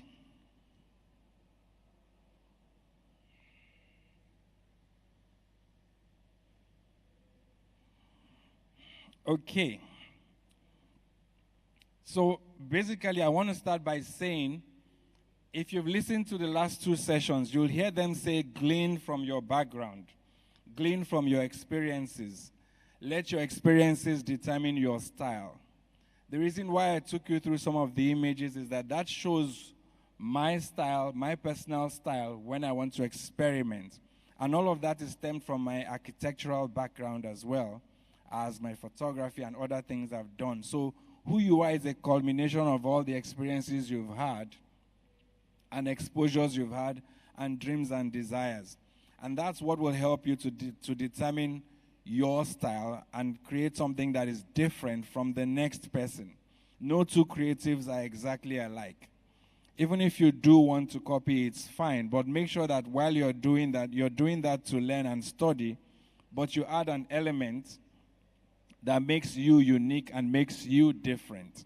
I say to people, if you try to copy me now, then you're a little bit too late, because by the time you achieve what I have, at the time it has taken you, by the time you get to that point, I have moved on. So while you're trying to copy me, you're in my past, and by the time you arrive there, I'm in my future. So learn from people, learn from others, but then you have to infuse yourself into it, and that's what makes your style different. That's the second point there, which says find your unique style. And so the images you saw behind are my unique style and what makes me different. Also, I'd like to say, learn it their way, do it your way. In saying that, what I mean is study. Make sure you study whatever profession it is you want to do. The best makeup artist, the best photographer, stylist, hair, you have to study. You have to study to understand. You have to study the rules of the game, so that when you're playing, you play by the rules of the game. Do not just go there, pick up the equipment or the tools, and then begin to apply them. You must know the reason why you're doing what you're doing. But when you've learnt it the way of the masters, then you can try to do it your way, and that's what will create your own uniqueness. You must play by the rules first, and then you begin to stretch it. And that's where we now go to the next point, which says take calculated risks. Take calculated risks. No one pays you exceptionally well to be ordinary. So if you're going to be a makeup artist and you're going to be an ordinary makeup artist, you cannot expect to be paid exceptionally for it. You have to stand out from the crowd. You have to be different. There has to be something you have infused into it that becomes your signature, and then people will begin to demand for it. The comedians, e.g. Alibaba, Basket Mount, and Co., you see that they are bold in what they do. So even if it's the host who has invited them, they will turn around and even make fun of the host, and they're not afraid to do that. And everyone laughs, and what happens is that the next time the host sees them, he already finds something to identify with. You know, he finds it funny, and just because they're not afraid, the next time you call them, they're asking you for premium because they begin to grow. Same with the artists. So even for us creatives, there has to be something unique in what you're doing. Now, identify and utilize time and chance. In other words, look out for trends and innovations you can key into. Trends come, trends go. There's no point getting into a trend when it's passing on. It's better you ride the wave when it does come. Use it for what you want to use it for, but do not be buried in that trend, and do not let your identity be determined by the trend. Because if you do that, by the time the trend passes, you also will pass. Your style will pass. And that means that, you know, you're no longer relevant. For instance, remember years ago, people used to use typewriters. If that was the trend and you became the fastest typist and you didn't grow beyond that, where would you be today? Your services will no longer be required. So you have to learn to evolve with it. And I just have some quotes for you. The best time to have started was yesterday. The best time to have started was yesterday. But the next best time is now. So it's never too late. Yes, you didn't start on time, but you can always make a difference. The bad news is time flies. The good news is you're the pilot. I'll repeat that again. The bad news is time flies, but the good news is you are the pilot. It's never too late to be what you might have been. This is George Eliot. It's never too late to be what you might have been. And then wherever you are is the entry point. Let me give you a little story here. My own daughter, who used to be into art, and then decided she wanted to go to school for business.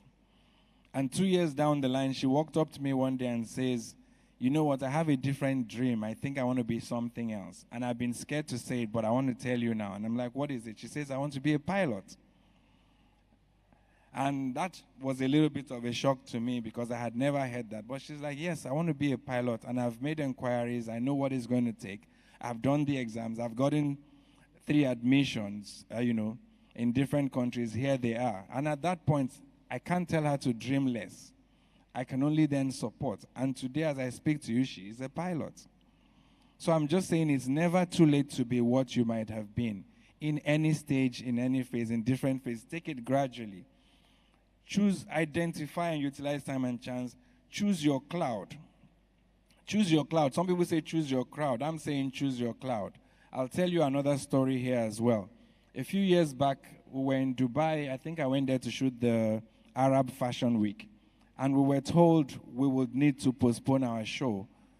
And I was wondering why. And they said because it's going to rain. We looked at the weather forecast. There was nothing about rain in that weather forecast. But they said, yes, it's going to rain. The leader has prayed for rain. And then, true to form, on Thursday, there was a storm.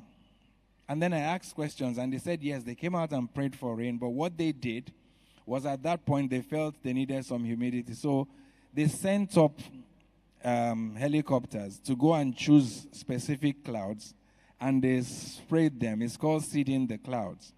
And those clouds were sprayed, and that caused condensation, and then rain, and then the rain fell. So The thing here is, of course, the technology is available to do that, but you also have to be careful, because if you go choose the wrong cloud and you spray the wrong cloud and you do not check the trajectories, it might end up going to rain for someone else, and you've spent all the money on that technology. So basically, choose your cloud. Make sure you choose an environment that is suitable for you. Price right for your locality. You know, price right for what you want to achieve for your locality. And then the next point says, turn adversity to advantage. You can take the heat. Iron sharpens iron. But before it becomes iron, it has to be molten. It has to be beaten into shape. It has to be formed. It has to be heated. So it goes through all that process and then eventually becomes iron. And that's when it can sharpen each other. So if you want to be the best at what you do, you have to go through hardship. And that hardship will require discipline. And that discipline is what will produce the fruit that you want. Can you do it? Yes, you can. You can take the heat. A young friend of mine, his name is Emmanuel Acho. I think it was in 2020 during the George Floyd riots. He was bored, and he said to his dad, "I'm bored." You know, he had trained to be a professional footballer. And that was basically what he did, but he also went to school. Anyway, in the course of his season, he got injured, and that's how he ended up at home. So that dream of being the best footballer suddenly had been quashed. But what did he do? He then picked up other skills and started using them. And when he said he was bored, his dad said to him, you know, so do something. So what he did was sit in his garage and went on and recorded a video for social media. He called it Uncomfortable Conversations with the Black Man. This video he did and posted, and it's picked up a buzz. First of all, like I said, key into trends. At that point, this was the period of the riots. George Floyd had died. You know, there was this issue of racism and all, and he keyed into it and just made a simple post from his garage.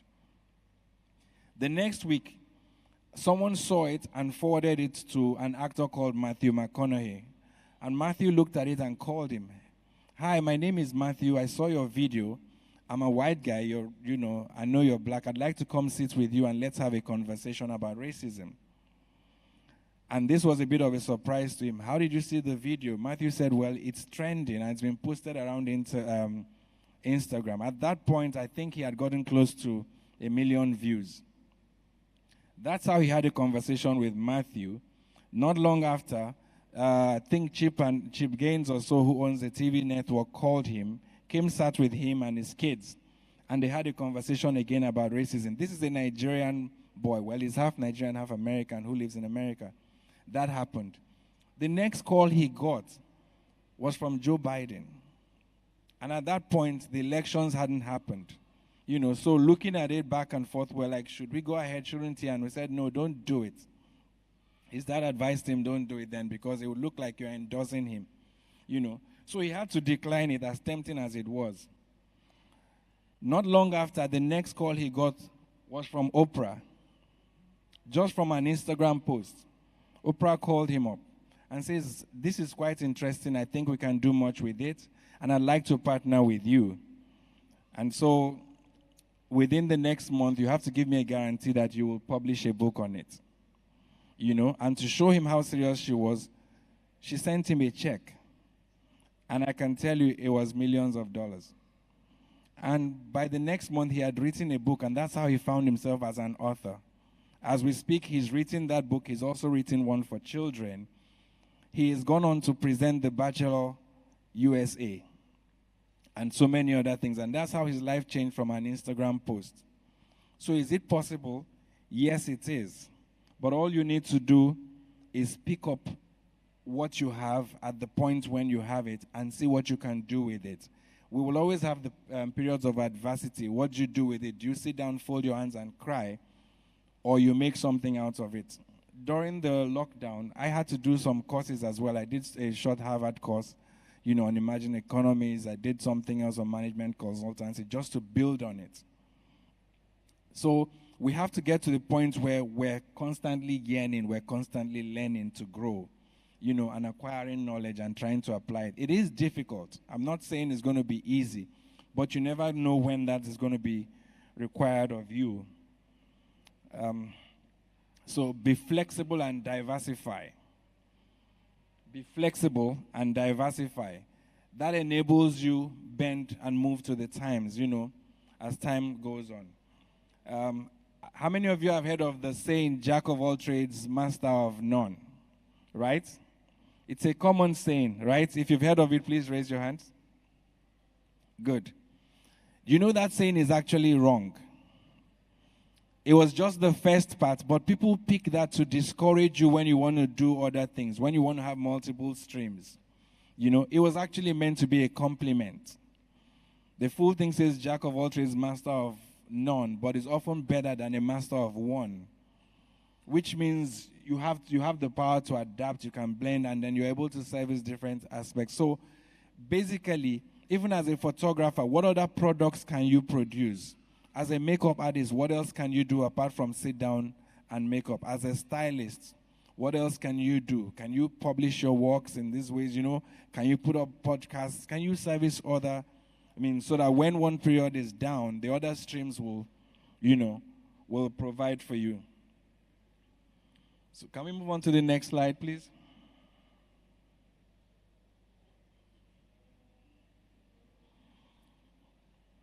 The next slide. So I want to give you a roadmap because I also get questions sometimes. What happens when I try and nothing is happening?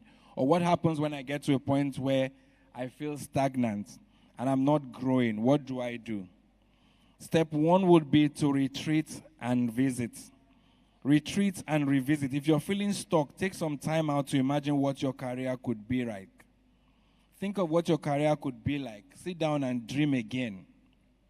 And then try. Then revive that dream you've always put off. There must be something you've dreamt of before and you were possibly scared to try, maybe because you didn't have funds, maybe because the environment wasn't right, maybe because you didn't have support. Go back and try that dream again. Or you reinvest in a career change. Sometimes you have to try something different. Incidentally, Nigerians are the most educated immigrants in the USA, and a lot of them get there doing something else or maybe tried one career or the other, but because they relocated, they now look for areas of relevance and they go and re-educate themselves and then begin to practice. So same can happen here. I met someone on my flight yesterday who was a lawyer and then got bored and decided she wanted to be a business analyst. From being a lawyer, she went into event production, and now she's a business analyst. Young Nigerian lady. So you can do it. That's what I'm trying to say. I'll tell you another story. A niece of mine, on Instagram, she's known as Kelly OG, was an athlete. Young girl in her teens, an athlete, and then at some point decided to study math, and then at some point got bored and then decided to be a real estate agent. Got bored and went to do a coding class. Got bored and went into architecture and came to speak to me about it. And I said, yeah, fine, you can do it. Not long after, she came again and said, but I think I want to rather do industrial design. And we thought about it and encouraged her, why not? One of her driving forces was she wanted things that weren't easy for ladies, where you wouldn't find ladies, So she just wanted to challenge the norm. So she did that and then took a short course in stock market. And then eventually, December 2020, during the lockdown, she started options trading. Started a company called Cash Capital. Went into options trading.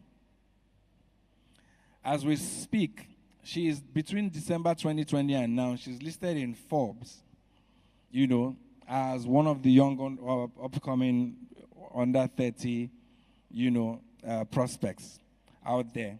She's traded well over $2 million in options trading and has built that and now gleaned on her background, to get into other things. So right now, apart from options trading, she's into sports betting, she's into merchandising, content creating. She teaches NBA players how to handle their finances because a lot of players just face the sports and leave the finances to someone else. But when their career dies, they then realize they don't really have anything to show for it because someone else has been handling it. I don't know how to handle their funding. She's also gone into private equity and helping people scale their business. This is a young girl, and all of this done in her teens and has only just barely turned 20. You know?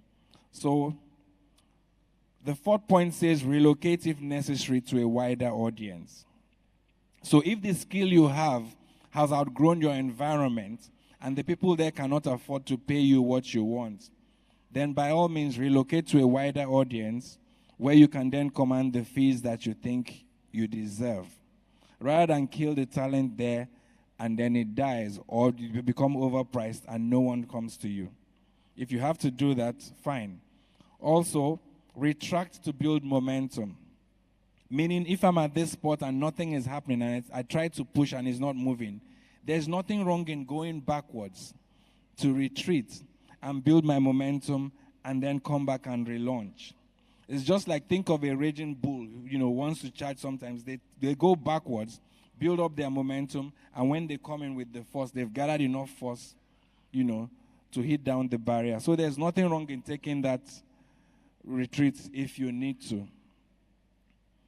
Recognize resistance as well and adjust. If there are areas of resistance and things that are resisting what you want to do, recognize it and look for ways around it to adjust. That might just be your nugget to produce a new result and something different that, people will desire. And then the 7th point says relaunch. When you've done all this and you're ready, then you relaunch. Think about it like some restaurants or clubs out there that, they're the rave of the moment. Everyone goes there. But after a while, the market dies down. And it slows down and customers aren't coming anymore. They close down for a bit. They renovate the space. Sometimes they rename, they retrain their staff, and then they relaunch. And suddenly everyone thinks it's a new business. But it's the same business that has just rebranded itself. Let's move to the next slide. I'm trying to run quickly so I don't burn all the time. But first of all, you must provide great service.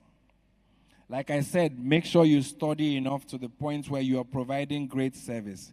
You need to have a product in your hand first before people can come to you. What do you have in your hand? And it doesn't necessarily have to be money. Sometimes people think until I get the best camera, then I can take the best pictures. Not necessarily. If you're not a good photographer, even with the best camera, your images will still not be up to par. If anything, that camera is going to expose your flaws because it shows details. Because people think sometimes, oh, your camera is big, it's great, it's going to take good pictures. It's not the camera that's taking good pictures, it's the handler. And you don't have to have the biggest camera with the highest resolution for your images to be nice. Think about 10 years ago, 20 years ago, 50 years ago. They still had great pictures, and they didn't have all the megapixels we have now. So what do you do with what you have? A few years ago, I was on the board of the Quill Awards, Journalism Awards, and we would go through, journalists from all across the country would submit their content. And then the panel will judge them. And I was specifically on the photography panel. And we'd look through tons of images and eventually choose a winner. One of the things that used to happen was that the winner would be given a Canon camera kit and all, and sometimes sponsored overseas, to go do further study. And sometimes they're seconded to places like CNN or some of these other networks. And one of the things they learn when they get there is also how to take great content with your cell phone. Because sometimes news does not wait for you to set up your lights and your camera and then click and shout action before it happens. It's happening on the go. So how do you record and take down great content as it happens? So whatever you do, provide great service. Learn how to use the tools in your hand. Have a competitive product. Be aware of the competition and know your competitive edge. And that will help you price right. That will help you produce right. And that will help you stand out and be different. Now, as regards pricing right, I'll take that in another slide. But I'm still going to mention that make sure you price right. Don't be overpriced for what you're producing. You can't be taking passport photographs and charging people like you're actually taking portraits. All they want is a passport photograph.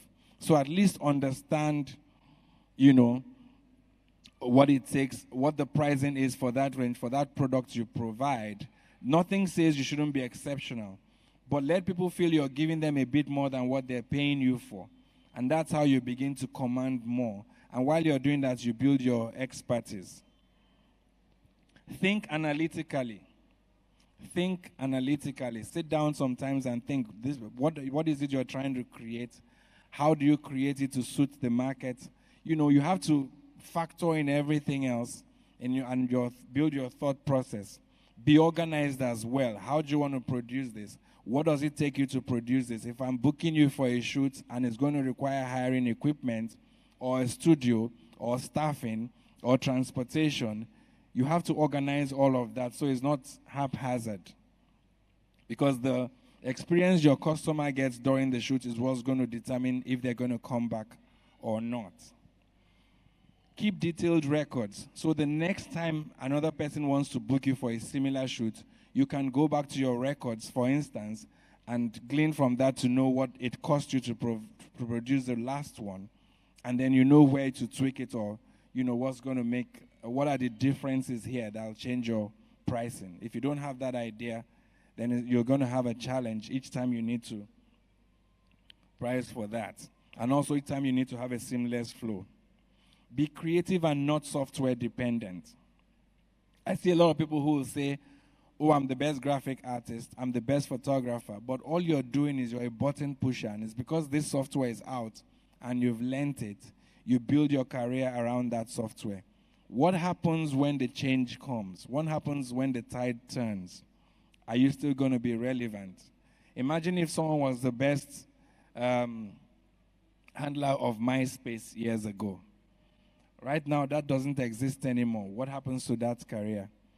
So that's why we said learn first, make sure you have your knowledge base, and then you can use the software to enhance it.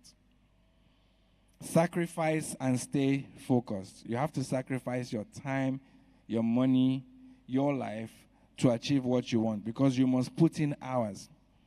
You must put in hours daily, and that's how you become an expert. You being an expert is a cumulative of all the hours you've spent practicing one thing over and over again, failing, making mistakes, retrying again. There's nothing wrong in failing. Accept failure when it does happen, and then build and learn from that. People will only remember when you made the success. They do not remember how many times you failed, even though you feel bad. I mean, there are people who will tell you they took JAMB 5 times, and at some point they contemplated suicide, and they were taking JAMB to be a lawyer. And by the time they're finally telling you this story 10 years later, the person is an engineer or a medical doctor. I mean, I know people like that, true story. So just keep trying, sacrifice, and stay focused. Can we move to the next slide? Let me expatiate on when I said price right. Next slide, please. So a guide to help you with pricing right. Your material costs plus your labor costs plus your overheads is what makes up your total cost. This is important because I know a lot of creatives ask these questions. You must know what your material cost is. Then what is the cost of labor? And the cost of labor isn't just your staffing, it's also yourself. What of the people who help you prepare the studio? What of the people who are going to move the background? What does it take you to do all that? What are your general overheads? Electricity, transportation, your bills, storage, insurance, all of that. All the overheads. So add your material cost plus your labor cost and your overheads. That's what will give you the total cost for the shoot. But it doesn't end there. Then you take that total cost plus your desired profit, and that is what will determine your total sale price. So you take your total cost, add in your desired profit. How much do you desire to make? And that makes your total sale price. Some people will say, for this year, my target is to make 2 million naira. If you're going to do that, then first of all, break it down to how many shoots do you want to have this year? Are you going to do 20 shoots this year? It means that at each shoot, then you're at least making 100,000. So if you do the 20 and you made 100,000 each time, then you've made your 2 million. Or would you rather do 200 shoots? Or would you rather just do one shoot and make your 2 million? So you have to break it down per job. And then when you break it down to brass tacks, you can add that up together. Don't forget costs associated with digital files. You have clients that say they don't want prints. They just want, soft copies. There are costs involved. For instance, your hard drive, your internet, your storage, your system. There are costs involved in all that. So don't forget that. Those are still billable items. Consider all the time you need for pre-production. For those of you who would say, I want to charge for 2 hours, this shoot is 2 hours. You know that before the client comes in, you have to clean the studio. You have to, produce your backdrop, or you have to sit down and drop your plans and all. And also afterwards, how much time are you going to spend editing? All of that comes into your billable items.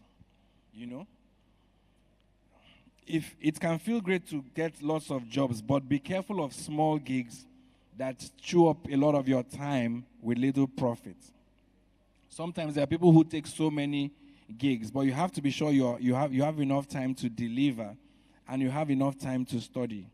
I, for one, I choose what I want to do because I know I'm also involved in so many other things. So I make sure my time is premium and that effort pays off for its time. And that gives me time, even if it means I'm only doing 2, 3, or 4 for that period. The rest time I have, I can then use that to study and build my style and develop myself for the next time. So some people will give you different rates, like rates based on price per photography use. You can also charge rates based on that. For instance, how many times are you going to use the image? I wouldn't charge you the same for an image you'll use once or another image you'll use 1,000 times. And also area of coverage. An image you're going to use within Lagos or globally, charges will differ. So those are things you have to put into consideration. Some others charge hourly, some charge flat rates. For instance, portrait photographers could say, I'm just going to charge 50,000 for this portrait, and that's what they want to charge. But they've done their homework, so they know the 50,000 has covered up for all their costs up till when they provide you the image. Also, there are rates based on experience. Some people will pay you based on your experience. How good are you? How long have you done this work for? So I know if I'm booking you to handle this shoot, you're not going to make mistakes because you are an expert already. Also, rates based on specialty. If the service you're offering isn't common and is a specialty, then I can pay you premium for it because I know that you're an expert in that field. So determining your local market is vital to becoming a working photographer. If your pricing is too high, you need to convince your clients of the value of your work. Those are things you need to look at carefully. Can we go to the next slide? I just want to give you personal steps. Simple personal steps that will help you to grow in your career and your field. Get up early. Get up early and practice. Your brain is fresh. It's quiet. There are fewer distractions. Those are early times when you can get up and practice and build your discipline to grow. Get up early. Secondly, prioritize your tasks according to order of priority. For today, I need to finish this edit and hand over to this client before I then go and do my training. Rather than for me to train and I do not deliver. So I have my deliverables. You must prioritize. Attach yourself to the right network where you get your resource. That network is going to help you grow. You support each other. You get information. You're able to build. And sometimes you need something. I might need lens and I don't have it here. Then I can call up 1 or 2 people and they'll supply me the equipment I need or loan it to me to use. Same, I can also help someone else.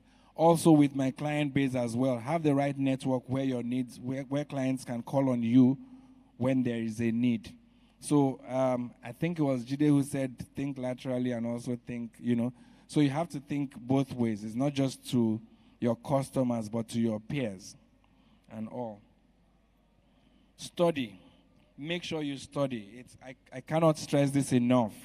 For you to be called a master, it means you have put in a certain number of hours consistently into that thing, and that's what makes you a master in your field.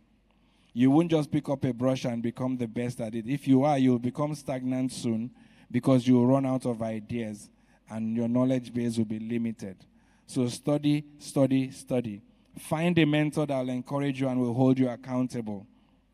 So they're pushing you and they're asking you questions and they'll make you get up and work because you know you have deliverables to them.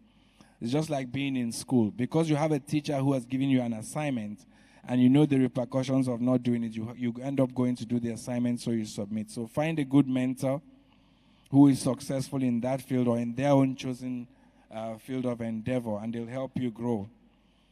Then experiment. Experiment as much as possible. And when you experiment, you don't necessarily have to spend your money to do it. That network could help you. So as a photographer, I could call up a makeup artist in my network and a stylist and a model.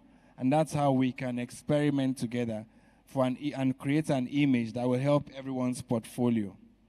So those are little ways you can get to build yourself and build up your book without spending too much. And then before you know it, you have a portfolio you can then present to clients. Get out of your comfort zone. Don't just sit back with what you know and stay there and die there. Get up and move. There are new things to try. Be bold and be a bit different. If it takes you disciplining yourself, do it. Manage your expenses and finances. This is one flaw a lot of us photographers have. We have that temptation to buy the next camera, the newest thing in town. We hear there's something else, we're going for it. But you have to be sure that you can afford to pay for that equipment you're buying. Remember that the producers are there to market, and they're there to sell to you. So they will always tell you there's better images with better megapixels and all. But don't bite the bait. Sit down and discipline yourself to use the tool you have to the maximum point where you've outgrown it before you move on to the next one. Otherwise, you'll go broke. These equipments we carry are very expensive. Some of them are the prices of cars. So why do you want to go changing that all the time just so you are on trend, but you're not making any profit? You're eating up your profit, stocking up on equipment and getting someone else wealthy while you are going poor. Manage your expenses. Accept failure and learn. If you've tried and you failed, accept it. In doing that, then you find out why you failed, and then you can build from there, learn from there, and then you go out and try again. I'm not saying accept defeat and stay back. Failure is never failure because you failed.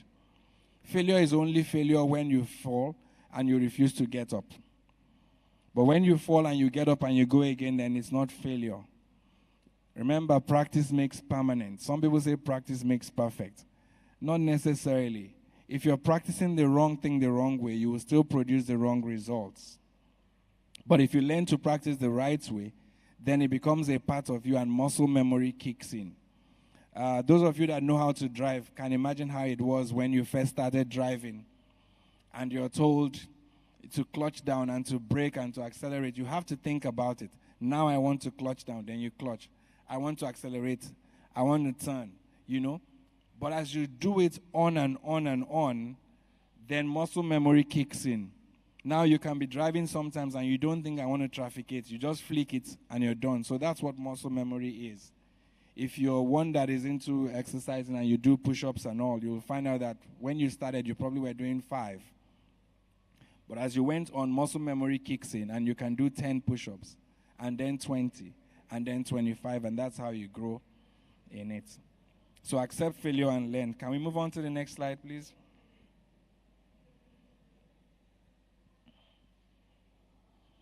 So as regards your company, learn to innovate. Innovate, innovate, innovate. It can't be said enough. Whatever it is we're using now are innovations. This microphone used to just have cables before. It used to be bigger before. It used to be stagnant before. But innovation and analytical thinking has made someone create a microphone now that I can hold and move around. and someone else says, why don't I take one and just put it in the air so I don't have to hold this? I can walk around. And he's created a different product. So you can always innovate. With makeup as well, it's happening. I mean, the trend with melanin and all, people are now going into that trend. And you find people now making makeup for different shades of skin, for different races. So innovate. With photography is the same thing. With styling is the same thing. You know, some person will take a suit and make it into a suit dress. But you must learn the principles of what you're doing first. For instance, I always give this example. A swimwear designer and a lingerie designer make pieces that are similar for the ladies. You know, the pieces look similar, but the styles are different, and the rules for each one are different, and what it takes to produce them are different.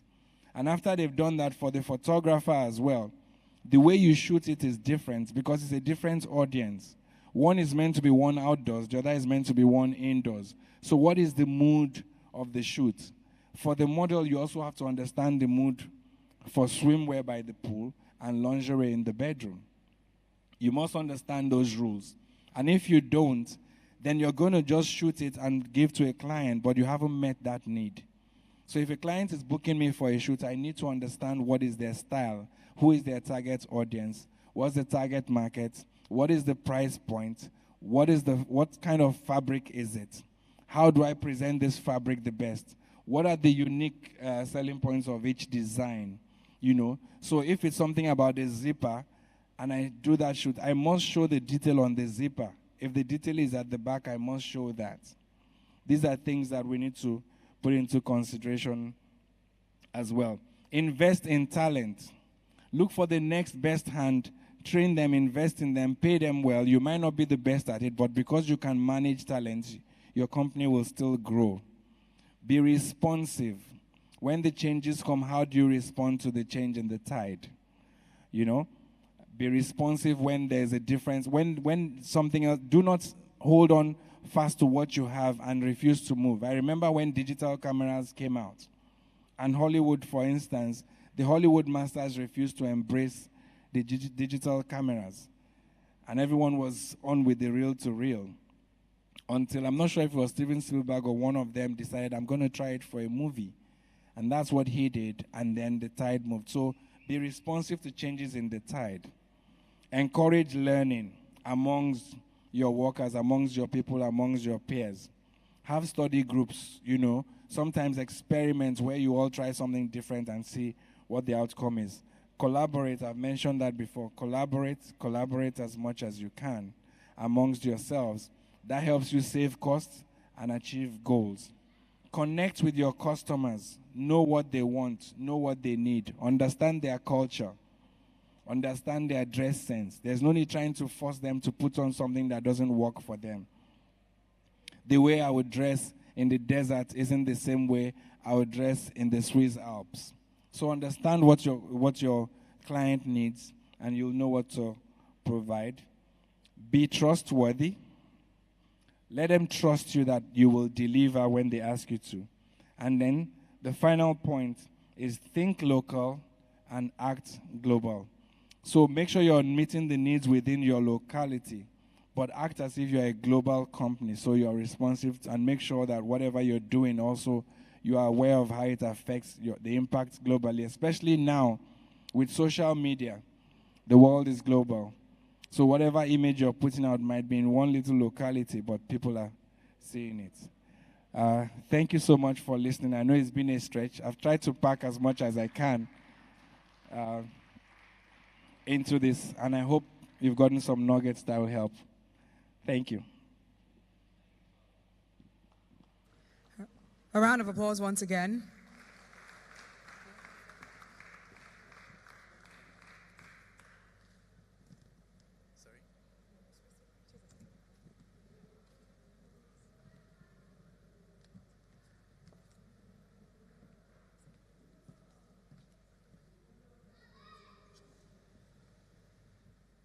All right, the Africa Creative Market event continues. But before I introduce the next session, I believe there's supposed to be a picture session. Who's supposed to take pictures? quickly. Okay.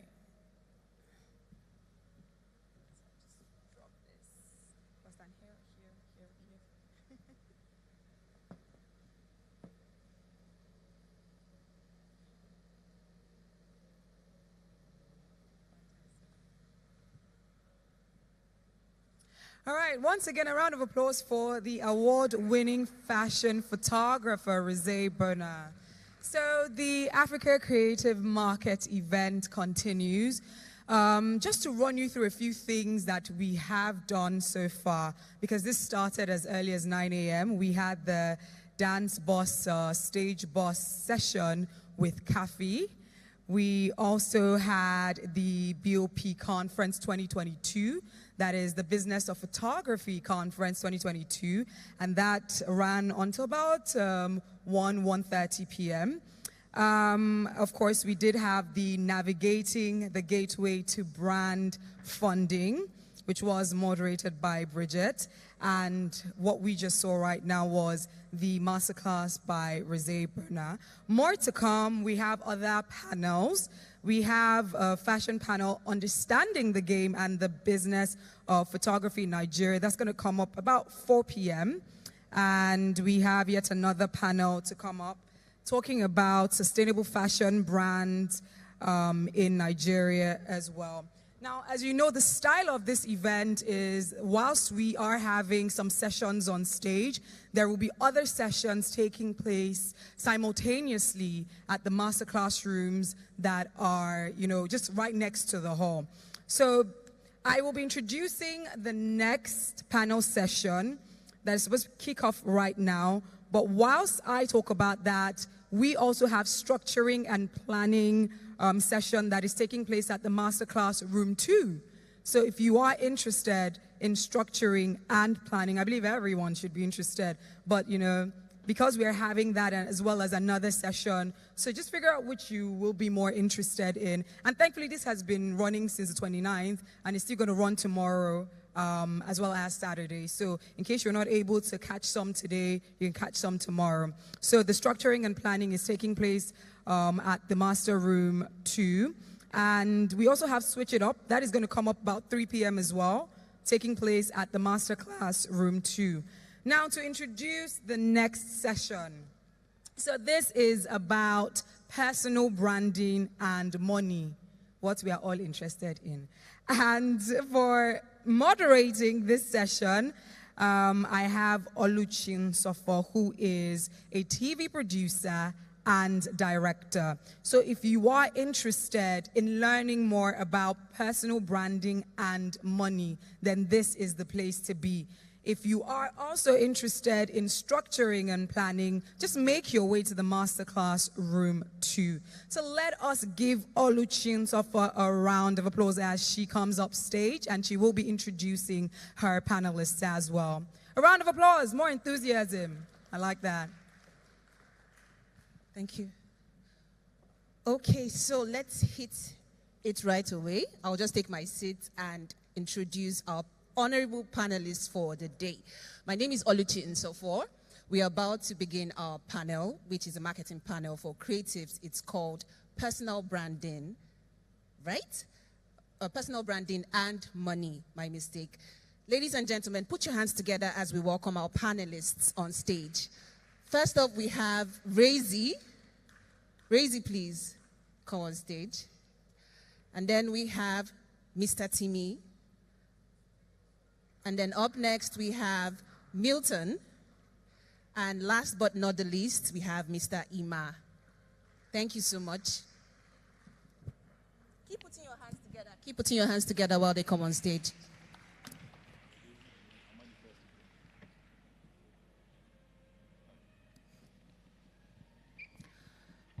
So, like I said, the panel is called Personal Branding and Money. Discover the best and most rewarding marketing styles for creatives. Now, we have one goal for this panel. What is the goal? We will be discovering personal branding tips for creatives who want to position themselves to attract more business and more opportunities. So if you are that creative and you're right here, please sit down, relax, and listen attentively. Okay, On this panel, we have a fine selection of panelists, and they have several things in common. There are about 3 of them, and I'll list them right away. First, they have handled big international projects. They have consulted for brands and for creatives also. They have also been in a position to select what creative to work with. In other words, they are bosses in their own rights. Let's once again, meet our panelists. First off, we have Razy Winston. Okay, Razy is a top music executive, and amongst many other things, he is the founder of Nigeria's biggest hip-hop movement and platform called Rap Culture and Culture Pro. Representing the media front, we have Ima Uduma. Mr. Ima is the CEO and creative lead at Smart Media. He is one of the big names behind media developmental projects with BBC Media Action and MTV Sugar Nigeria. Hello, Mr. Ima. Signify. Okay, that's good. Okay, coming up next is Mr. Timmy. Timmy is a Grammy-nominated producer with an iconic production portfolio. He is the founder of TMXO & Co., a company solving problems in music from concept to consumption. And then we have a tech expert in the house who is here to cover up for the creatives in the tech space. He is none other than Milton Tutu, who is a digital and growth consultant that works with fast-growing startups to scale and build a highly functional growth panel. Milton is currently the growth and marketing manager at Sila.co. Put your hands together for our panelists. Put your hands together so we can be gingered to continue. Okay. Thank you very much. Okay, we're going to go right into it. Who has the mic? Okay. So, this first one is for Milton. It might be an obvious one, but we just have to have a quick recap, okay? Okay. So why is personal branding important for creatives, and what are the opportunities that come with having a personal brand?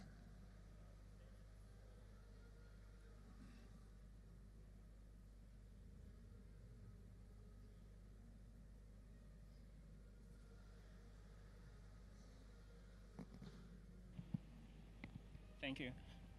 So basically, when it comes to personal branding and why it's important for creatives, your life and how people perceive you out there on social media depends on how well you position yourself as a brand, right? And why it's important, because opportunities will always come, and if you don't learn how to position yourself well for these opportunities, it's going to miss you, right? And who wouldn't want more opportunities from for themselves and their businesses, right? So you just need to learn how to, effectively position yourself well, not just as a brand, but as a person that when people perceive, you'll be someone that they want to work with. Yeah. Thank you very much. Thank you for keeping it short and sweet. Okay, you're going to hand the mic over to Mr. Timmy, who is going to talk from the executive aspect, being a music person. I think, firstly, in marketing, the first thing you need to do is, know your customer. So I think in personal branding, you need to know yourself. I'll say know thyself. What are your strengths, your weaknesses, your opportunities, and your threats. So when you know yourself, you're able to position yourself in a way that people will relate to what your brand is, can easily find you, and once people relate, they always want to come back to you for what it is that you offer them. So that's very important. Know yourself first, so people who identify with you can always gravitate towards you. Yeah. So let's hear what Razy has to say about the same question.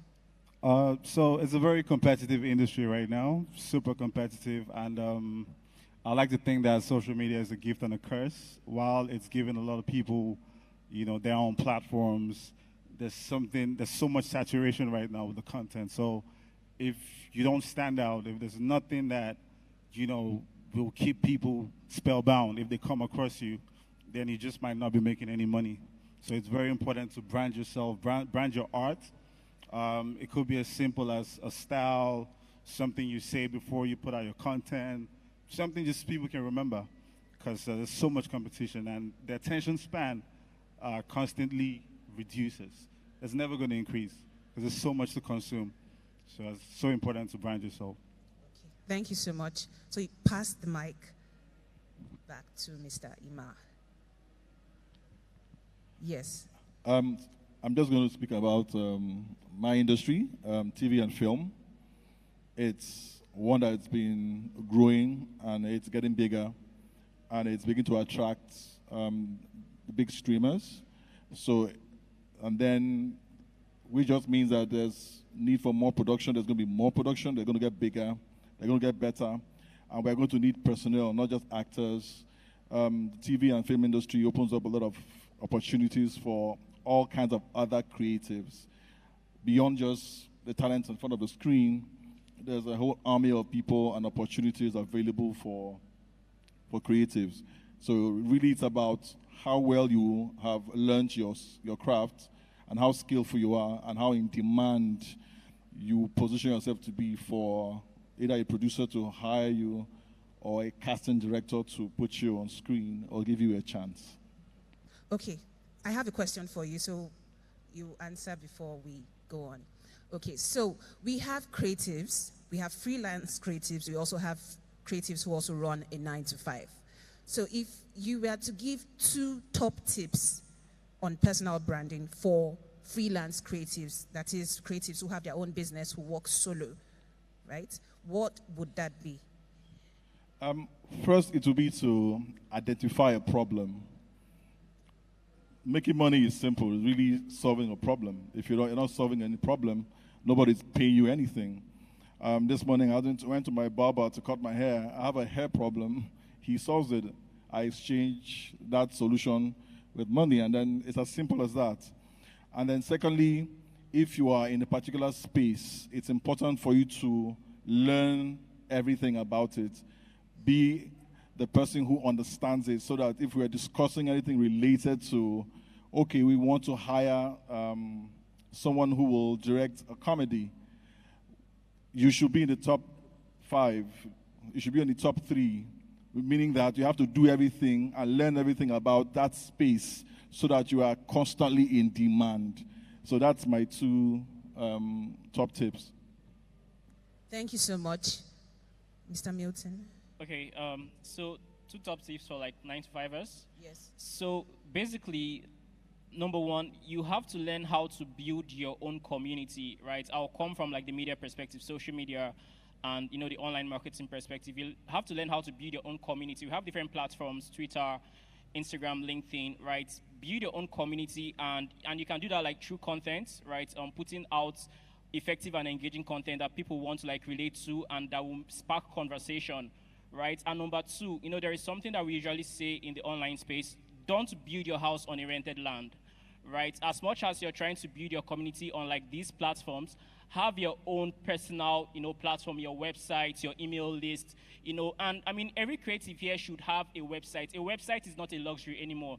It's a necessity for your own personal brand. So don't build your house on a rented platform. Have your own website, have your own email list where you send people, emails every week or monthly. Artists like Adekunle Gold, he has his email list, right, where he sends emails to like people. So you need to learn how to like do these things. I mean, in summary, do not build your house on a rented land. Rented land. Yeah. Okay, one more question for you. Yes, please. Okay. What if we have creatives who don't have money for a website? Okay, so if you don't have money for a website, there are basically lots of free tools out there on the internet. We have tools like Wix, where you can build a website on your own, right? Just go to YouTube, how to build a website with Wix, and you'll be able to like do that on your own. The thing is that it's not what you have, or it's not what you don't have that is the problem. It's what you have, but you don't know how to use. You have your laptop, you have your phone. Make it useful. Okay. Okay. Mr. Timmy? I think for me, you need to learn how to navigate spaces, because it's one thing being a creative in a creative space, and it's another thing having a 9-to-5. People do things differently in different worlds. So just know how to navigate, how to apply yourself when the need arises, and just play your part and step up to, problems. Like he said, solve problems, you get paid. That's what it is. Razy, what do you have to say? I mean, just one major tip, you want to take advantage of the platforms that you have, especially even your 9 to 5. So I'll never sweat people who have a 9 to 5 and are so dedicated. But if you have a dream and you have a passion and you have a goal as a creative, do not let the 9 to 5 take all of that away, because it is so easy to get carried away. True. And before you know it, you've spent years working on other people's dreams, which is not entirely a bad thing. But if you're going to pursue your stuff, don't get carried away. Take advantage of the platforms that you have to pursue your own dreams as well. Okay, thank you very much. Okay, right now we need to introduce our last but not the least, our panelist, Style Infidel. He is in the house. Please put your hands together for him as he takes the stage. Put your hands together, encourage him. Okay, welcome. Okay, so the next question is this. It's tied to the question you answered, okay? I have a lot of creatives who come to meet me, and then they're like, oh, I don't have money for a website. I don't know how to go about building my brand online. I don't have money for studio sessions to take pictures, to post online, to get popular, and all of that. Okay, so we're all going to answer this one question again. For Ima, I know you work on lots of huge projects, media projects, and you've gotten the chance to choose one or two creatives in the media or in the film space, right? What advice would you give to creatives who do not have money, say actors or creatives in general who do not have money to build a website, have studio sessions and all of that? How else can they build a personal brand online and, you know, get the deals and get business coming in? Well, I think basically what's available right now. I mean, you mentioned don't build your house on someone else's land. I think by that you mean existing social media spaces. So the danger of that is that one might crash or something goes wrong, and then all of your assets, you know, creative assets are stuck on a platform. But then again, you start where you are. Facebook is free. Instagram is free. TikTok is free. Facebook is free. YouTube is free. And then you have smartphones. There are people here who have smartphones more expensive than, let me not even go there. But you have the tools with you already. Start where you are. Create the content on the material, on the device you have already. And then secondly, collaborate. You might not have all the resources. As someone you know, there's a friend you have, come together, collaborate, pool resources, and then jointly create this thing. And all of you can share credit at that level. That way you minimize, and then you're able to, you know, build something together. And then when you get to a point where you all decide that, you know what, it's time to go our separate ways, you already have a portfolio, and then you have a reference to fall back on this. Okay, here's my track record. Albeit you have built it with people, with a community or with a tribe, now you can all individually now scale at your own pace. Thank you very much. Very well said. Style Infidel, over to you. With very little budget as the icon in the fashion industry. If you were to advise a creative in the fashion industry or a creatives in general, how do you advise they build their personal brand so that they can get noticed and then make more money? Okay, thank you for that question. Good afternoon, everyone. I mean, when we started, it wasn't we had social media, but it wasn't particularly effective. We only probably had Facebook where we could share our work, and it was just for, how do I put it, for awareness that, oh, you do this. But now you have Instagram, you have Twitter, you have TikTok. I mean, you have a whole lot of platforms. Like what he said, collaborate. You need to learn to start collaborating with people. Whether you're from my own generation or the new generation of stylists or fashion creatives that we have now, you have to be able to bridge in the gap between yours and theirs, because times are changing, things are changing. Yes, and then from the little you have, I think one of the things I learned late was putting little funds here and there. Aside collaboration, just try as much as possible to say, okay, you know what, this year, I want to work on my website. How much would it cost me to build a website? And then you just keep saving whatever little you have. Just keep saving whatever little you have, because now people are really tired of, oh, yes, collaboration works. That's if you find the right minds with you. But people are really tired of, oh, let's collaborate. Everybody wants to earn a living at the end of the day. So even if you can't meet them fully, meet them halfway. And you can only meet them halfway if you have something to give. Thank you very much. Very well said. Timmy will be next. We spoke about this. I Yes. mean, yeah, like I said. He covered everything. Do you have any other thing to add? There's not much to Crazy. say. So real quick, I think another thing will be create value. Okay. If you don't have cash, you should have services that you can render. So I'll give an example. If you're a photographer and you need to buy a camera as what, about 500K, you can offer to, barter comes in handy. You can say, oh, TMXO, please let me cover your birthday gig for free. And I'll usually charge, 300, and I'll do it. And then when I want to buy that stuff, when it's time for me, you can also come through for me. As a sound engineer, for example, who also raps, there's a guy called Alpha Algini. Some people might know him. He might not have all the money to pay for features, but he can mix 2-3 tracks for MI and Wanda Cole, and then they can in turn do a verse for him without charging him $1 million. So you need to also add value. Just have value that you add. And also, I want to add there, I think it was Don Jazzy who recently put out a post on how he's able to recruit people to join his label. What does he do? He just goes on social media and then he searches Scouts. for, yeah? Yes, Okay. scouts on social media. Yes, Yeah. yes. I mean, Great so you take. need to put your stuff out, but more importantly, if you don't have all the money, I think barter comes in handy. Just look for what you can do for people in exchange for the service that you want until you can platform. afford to pay. Okay, okay. So the next question is about imposter syndrome and creatives, which is a really huge one. I see you are smiling already. Some people are very shy. Some creatives are really, really shy. I don't want to put up stuff on social media. I don't want to put my work out there. I don't think it's good enough. I don't think I am there yet. And then you keep telling yourself the same thing year after year, time after time. What do you have to say about that? The truth is, even the greatest artists that we respect all suffer from imposter syndrome. The greats, like if you hear the stories, if you watch interviews, it was never easy when they wanted to start. Nobody would believe in you because you're not popping yet. They'll be like, what are you doing? Until it starts to actually happen. So if you're great at what you do, go ahead and start it. Find people who believe in you. It could be just one person. Do you understand? Find your Damon Dash. Find your Quincy Jones and just run with it. And you never can tell. It will happen. Okay, Timmy? I think imposter syndrome never ends. And what I want to say is, as a creative, I'm sure the moment you woke up that day, you didn't know you were going to have an idea. So it's really beyond you. Ideas are not personal. So if you're, privileged enough to interpret the idea, then put it out.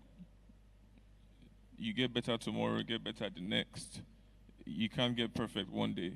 And I'm sure you see results like the more you do stuff. So just put it out. It's not personal. Okay. Just, yeah.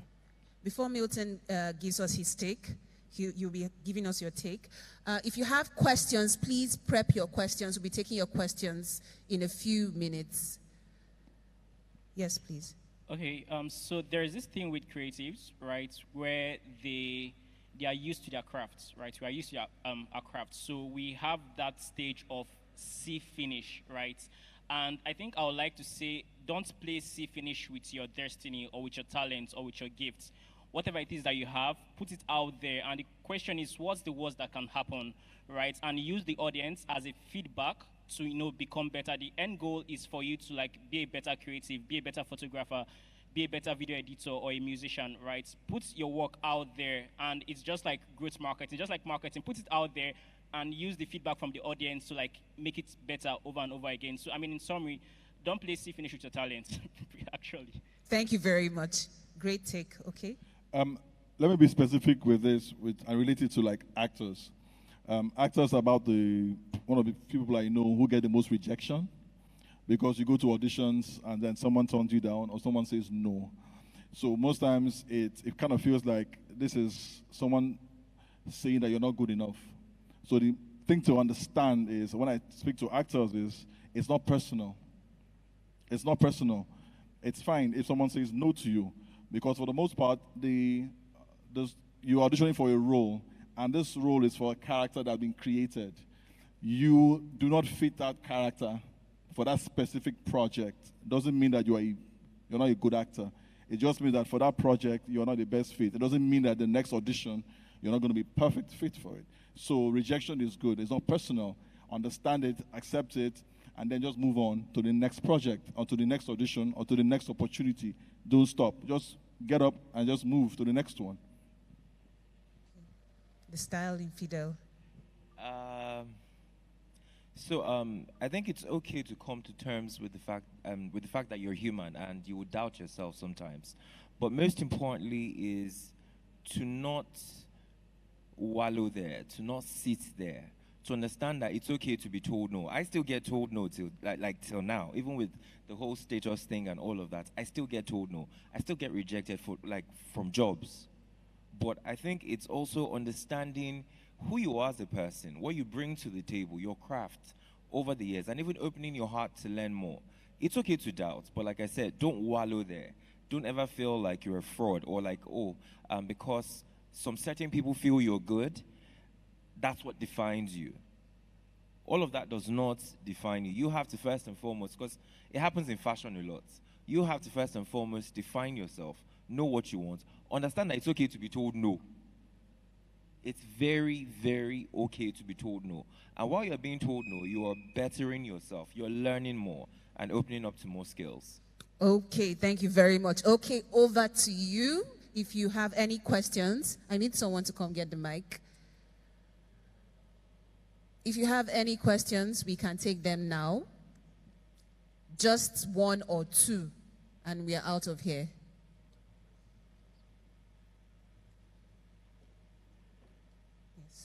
Yes.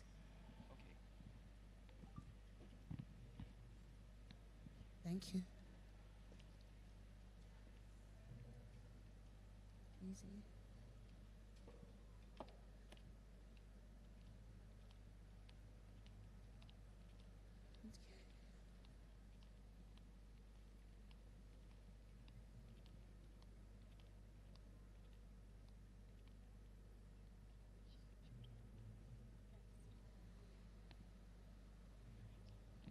Good afternoon, everybody. Good afternoon. So my question is for creatives that have idea rush. That's what I'll call it. Like in a day, 10 different ideas come to your head. The next day, you've not even started working on the last ones you got, and then your head is filled with so many ideas, and you're like, oh my God, where do I start from? What do I do? Oh my God. And then, yes, I've asked this question before, and people have told me, okay, start with one and run with it. But there's this thing about you losing interest along the way. Like, you start one, oh my God, it's fantastic, you have the energy, and you're going, and halfway, and you're like, oh, it's not as perfect as I imagined it, and then you just stop halfway, and you're like, you know what, this next one is even better, and then you jump on it, and then you look back, and you have 500 incomplete projects, and you are just sitting down, and you're like, oh my God, what am I doing? How do you, deal with that? That's a very familiar territory, right? So I think firstly, ideas, it's not the ideas that make money. When you receive an idea, it's up there in the world. Like, there's so many people who have that same idea as you. But where you become a custodian is where you implement and execute that idea. But what I would say is this. I think you should write all your ideas down or record them or journal them. If you don't get to do it, it will serve as a reference where when someone does it, it validates you that, yeah, I'm not crazy. Also, ideas are seeds. There's stuff you do now that you didn't think of yesterday. You've had them from maybe childhood. My oldest company that I own has been around for 12 years. And that idea started from scribbling at the back of my notes in secondary school, which takes me to my next point. You need to find people to partner with. Sometimes some people are really excellent with ideas, but implementation is a problem, and some people are really good executioners, and idea is the problem. So why that my oldest idea succeeded was because I found like minds in friends who were able to run the business of the. I didn't know much about business at the time, unlike now, and we've gone really far. So write your ideas down. You might not be the one to execute it, but it validates you when someone does. Nothing new about ideas. Find partners who execute stuff and flourish. Thank you. So just to add to what he said, the thing about ideas is that they are very, very fickle, right? Ideas will come and go. What's the important thing is your discipline. How well can you see this through? What do you do after the excitement is gone, right? That's what matters.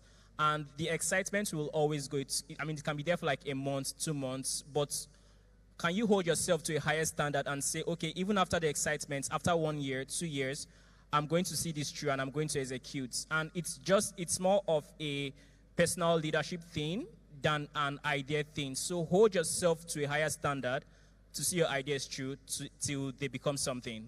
Yeah. To add to that, what you have just described is pretty much everybody's story. Because as she was saying that, I was also, that's also my story. Idea, rush at you almost per minute.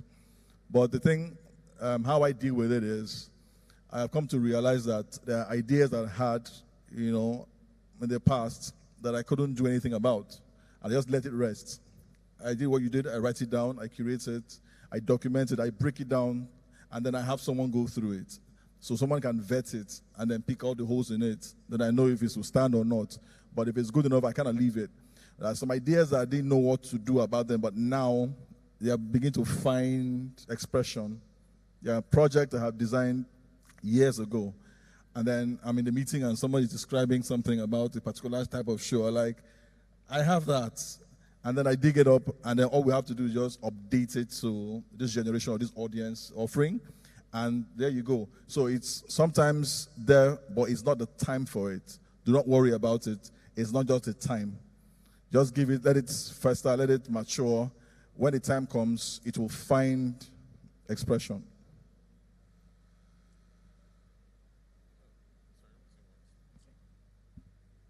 Also, one last thing.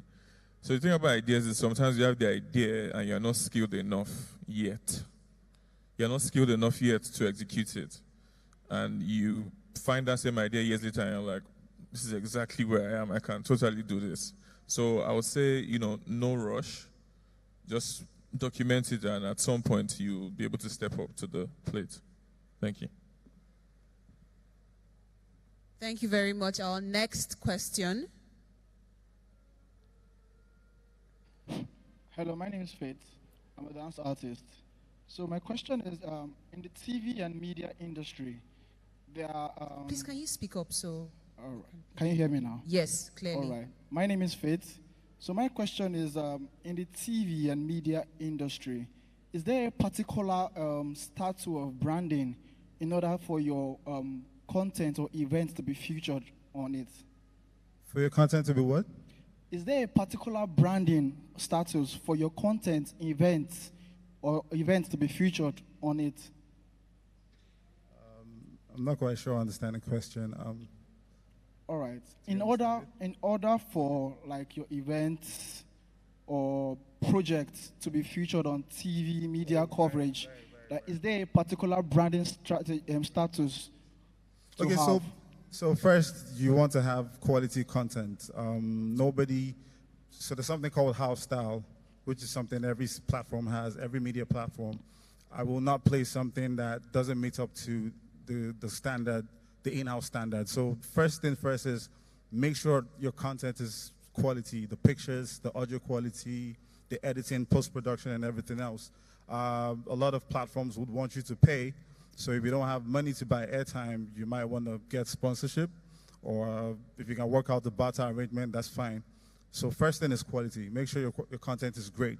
So that way you could even come to me as a media CEO or something, and you tell me, oh, I don't have money to buy airtime, but if I watch it and it's fantastic and I see something people would enjoy, definitely I might give you a chance. So great content, make sure it's something people enjoy and people love. That's a great start.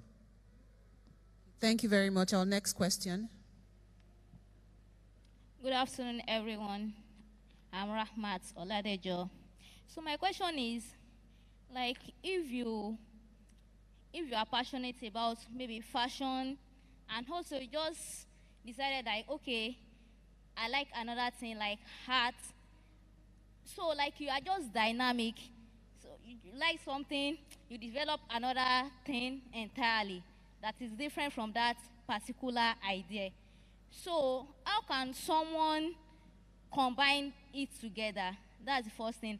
And also, there are a lot of opportunities, maybe online, and you know, at times, maybe how to, for instance, there are some opportunities that, okay, you reach out to people, but at the same time, just think that, okay, maybe this person wants to use me. I don't think if you get it right, maybe you want to collaborate or do something, but at the same time, you see that maybe that person is higher than your own level. So they now want to use the advantage of you.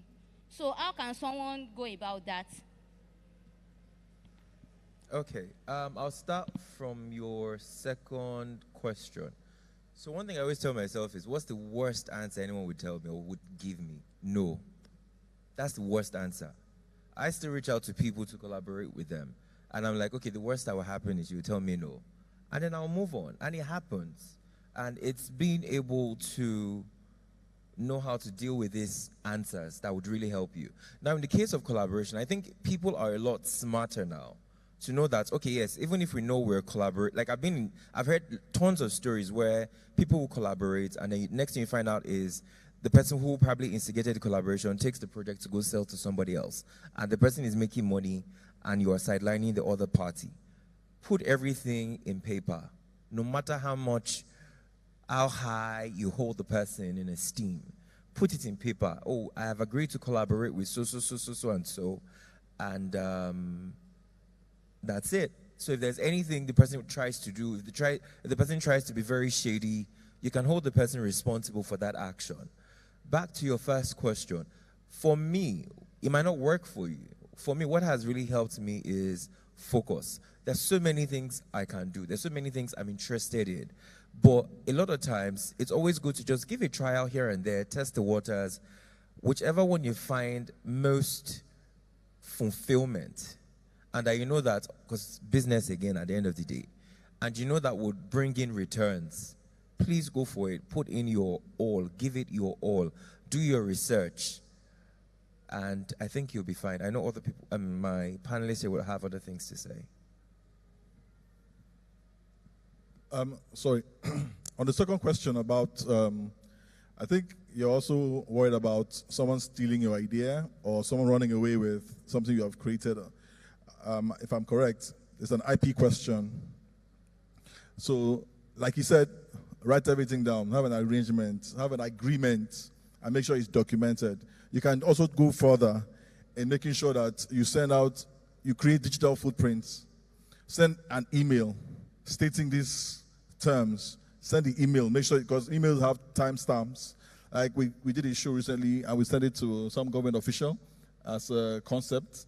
And then this guy left government and then the commissioner who was there built out the show and is advertising it. And then we'll be like, uncle, that's our show.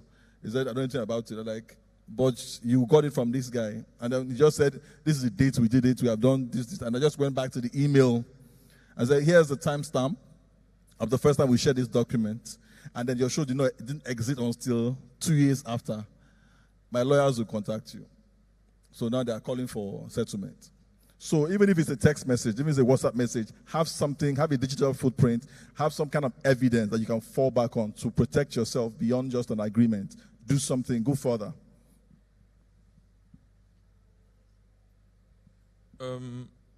Yeah, also, I think when you work with people, you need to speak up. Like, say exactly what you want. So expectations are very clear. Do you understand? Because the bigger person might assume that, yeah, this person is a small fish. I can just do whatever I want. I'm helping them. But no, when you're very clear, the highest that will happen is they just won't take on the project. But then again, you know who not to work with, and everybody's just very clear from the start. I think that helps. Okay, so real quick on the final tip, I think that since a lot of people seem to, have the ideas rush problem, I'd say that it's okay not to be the one to execute all your ideas. As creatives, a lot of times we're very spontaneous. We'll come up with fantastic ideas. You don't have to execute all of them. You can look for people who can actually execute them. People get paid for that as well. But then again, you might want to get some kind of pattern that can protect you. But still, if you don't have the resources right now, you can't wait for 5 years. Find people, find platforms that are ready, sell your ideas and make money off your ideas. You don't have to be the one to execute every single one if you're very spontaneous with it. Okay, just one more question for you. Okay, so for every creative who is now ready to start putting out content online to build their brand, just give us a very brief recap of how they can build it without pressure, because most times they are now pressured to look like the other person or sound like the other person or produce content like the other person that they feel has more traction and more following. What do they look out for in order to create their content to pull in their own audience?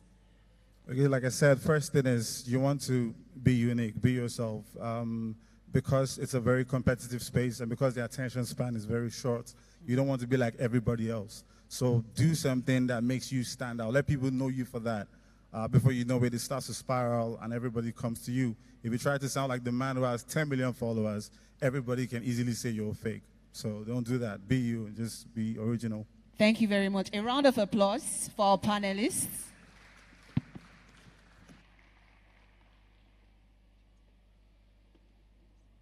So it's time for a group photo. Well done. A round of applause one more time.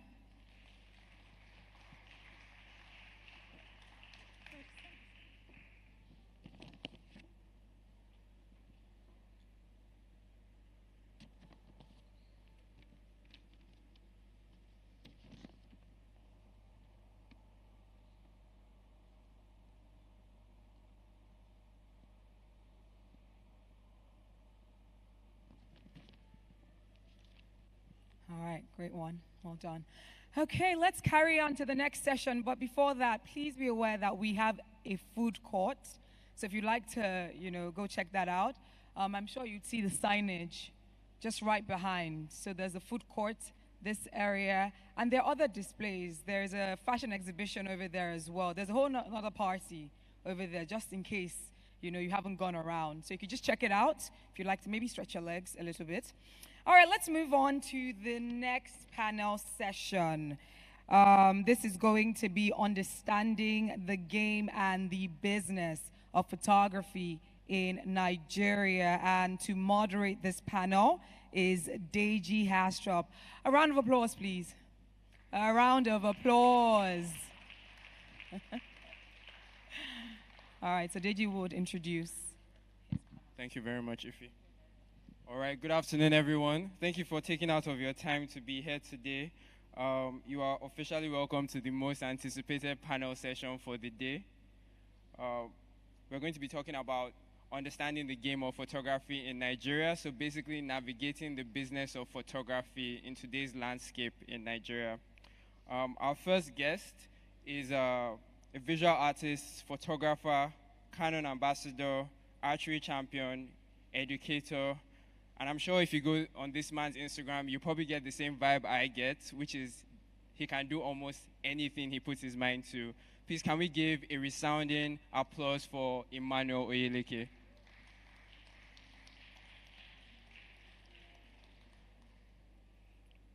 All right. Thank you. Most welcome. Okay. So you know those Instagram reels where, somebody carries like a bowl of water and they pour it inside a container and they're like, beauty, and then the cup of water is like me? Or for this next person, is the bucket of water or the bowl of water is talent, and that person is Lex Ash. This man is multi-talented. He's an amazing portrait and fashion photographer, a talented musician, and honestly, if you get the chance to, as soon as you're done with this panel session, you want to stream his new single, Sweet Me, on all digital platforms. Please, can we have an applause for Lexash?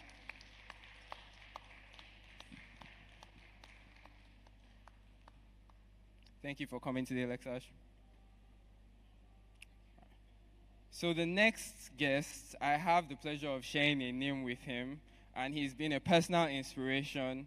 You know, most people know him as a creative director, fashion photographer, digital artist, but yes, he's always been an inspiration to me as a photographer myself. When it comes to color and composition, he's my oga.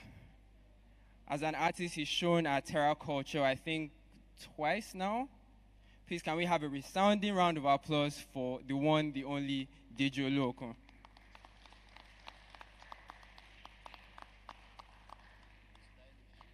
All right. Thank you very much, gentlemen. So once again, for those that are just joining us, we're going to be talking about understanding the game of the business of photography in Nigeria. So we're going to be looking at the direction photography is going in today's landscape in Nigeria. So the first question we're going to be asking our panelists is, we start off as, as photographers, we start off as hobbyists. Then maybe we move on to freelance, maybe when we get delivered to quit our full-time jobs and decide we want to take it seriously. But you guys have set yourselves up as photography businesses. Can you please tell us, or rather tell the audience, what the key moves have been that have allowed you move from freelance to a full-on photography business? So maybe we start from Emmanuel or Lexash.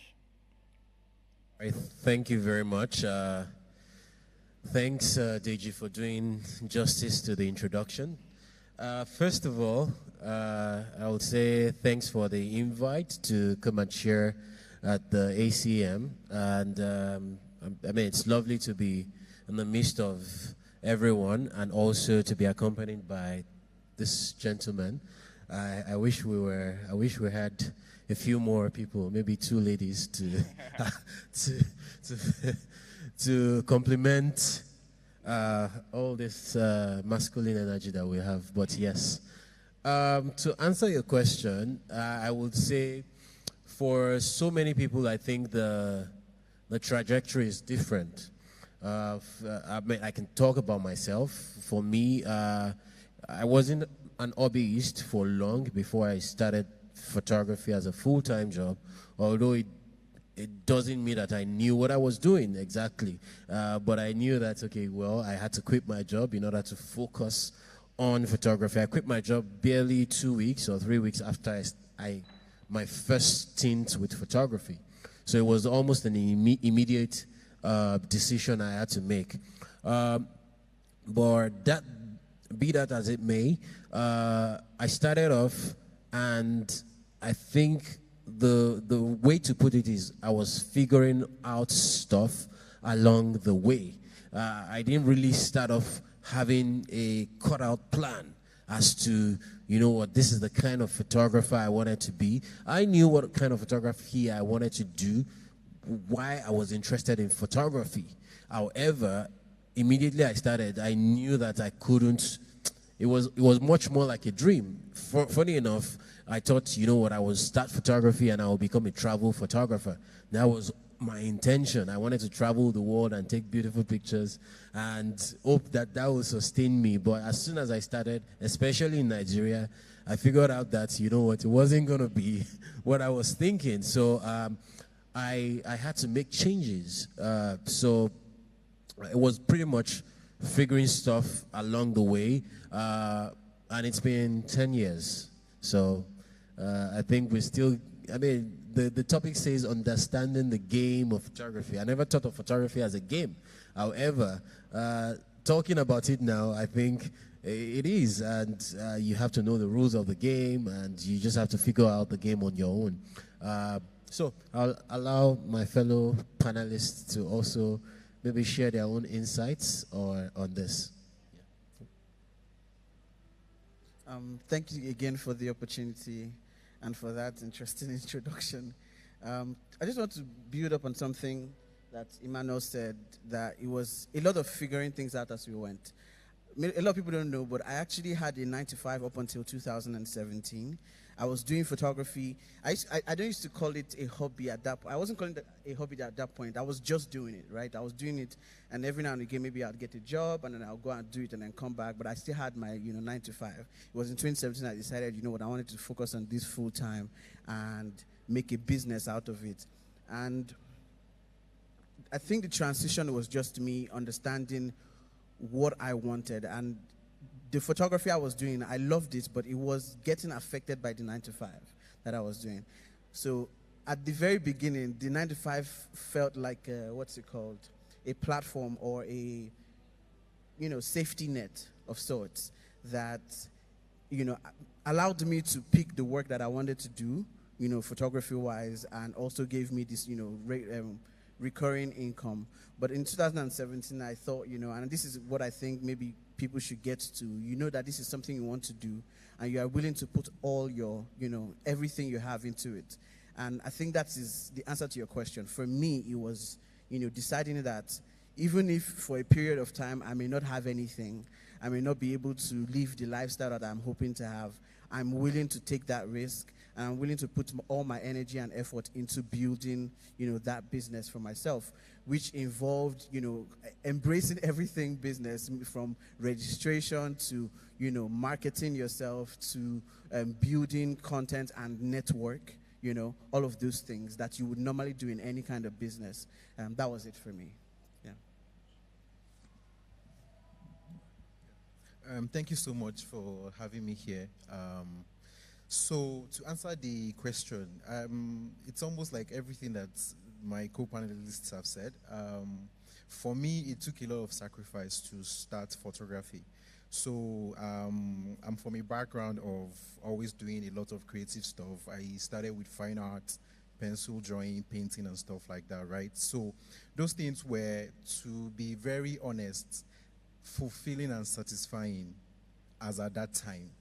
I picked up photography because I ventured into graphic design, and I realized that I wanted to actually create photos or images that I can use for my original designs. So picked up photography while I was doing, obviously, my 9 to 5 as well. I think it's more of like a common story amongst photographers. Picked up photography, had to sacrifice the time to probably do your personal stuff or to rest, to do photography by the side of my 9 to 5 job, right? So I would say that it takes a lot of determination. So sacrifice, determination, and you really, really, really have to learn.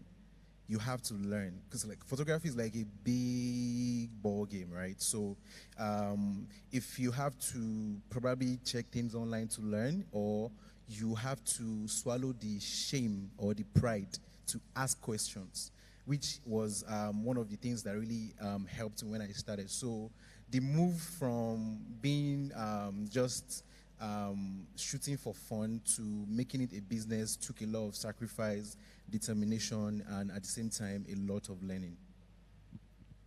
Thank you very much, gentlemen. And would I be right to say that a common theme among the stories that you shared is there isn't really a key move or key moves, it's more having the determination and desire to figure it out along the way. All right, thank you very much. So building on that, all three of you, at some point in time, you've had the opportunity to teach classes, master classes, workshops. What's a great misconception or something often overlooked when photographers are growing their brands? Okay, I think I'll just start that off. But pardon me, is Mr. Oputa not supposed to be on this panel? Yes, we're meant to. Yes, we do have one more guest. All right, so I think Mr. Oputa is in the room. So if you will, I think you can come up. I would like to also... yes, awesome. Yes. Please, thank you very much. Give him a round of applause as he comes up. Thank you very much, Emmanuel. You're welcome. You're welcome. Okay, guys. Sorry, just give me 1 second. So, engineer Chris Oputa is the managing director CEO of Covey Limited. And if you're not familiar with Covey Limited, you might know Studio 24, Nigeria's foremost photography and multimedia company with locations in Lekki, Ikeja, Ikoyi, and Surulere, just to name a few.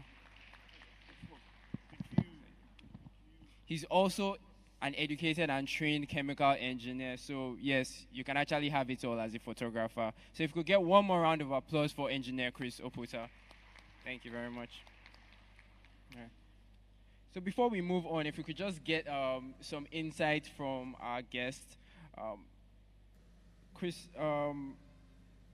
what was the key move or moves you made when transitioning from maybe a hobbyist or a freelancer to a full-on photography entrepreneur? Maybe when you were about to start Studio 24, what was the motivating force?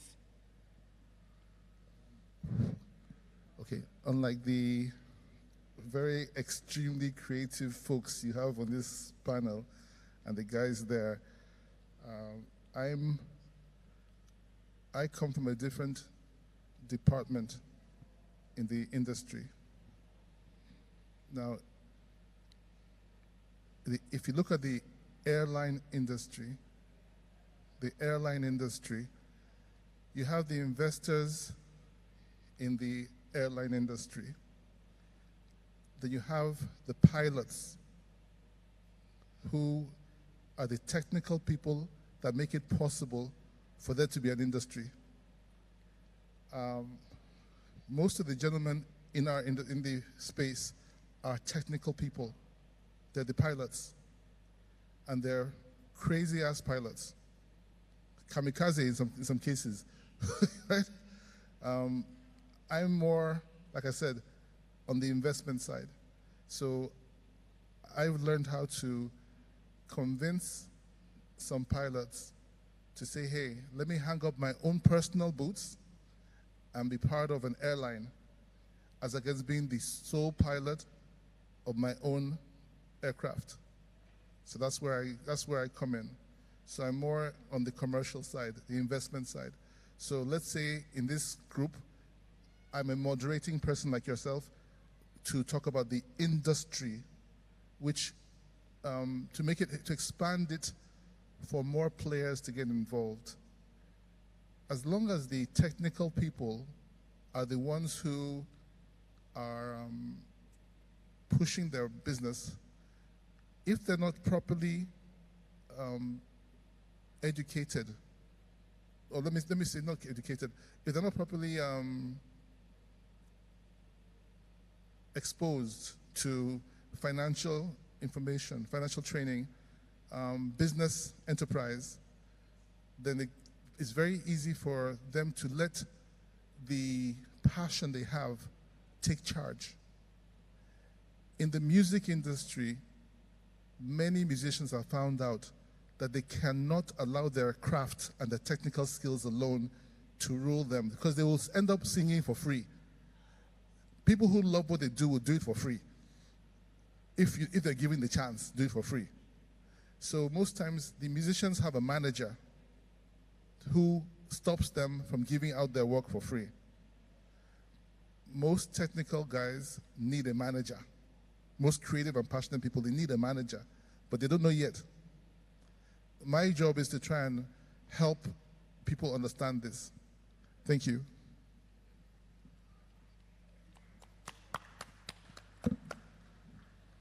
Thank you very much for a diverse angle, a different angle, looking at the industry.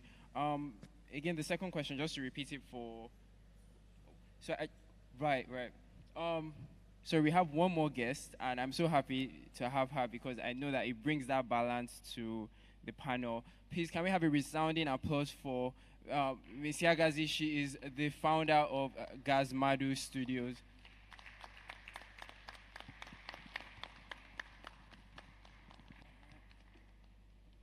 Thank you very much.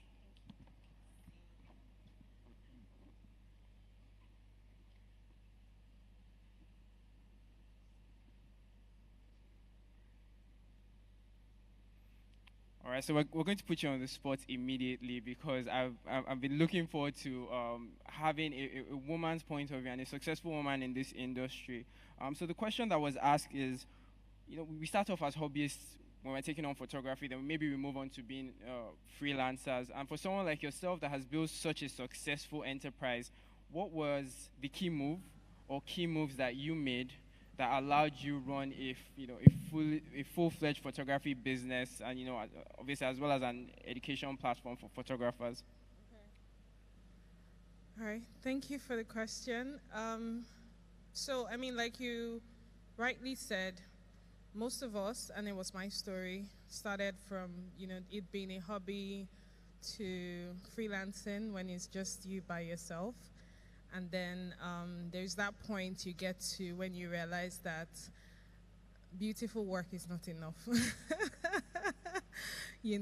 And you start to, and I think everybody would get to that point, because life just evolves, right?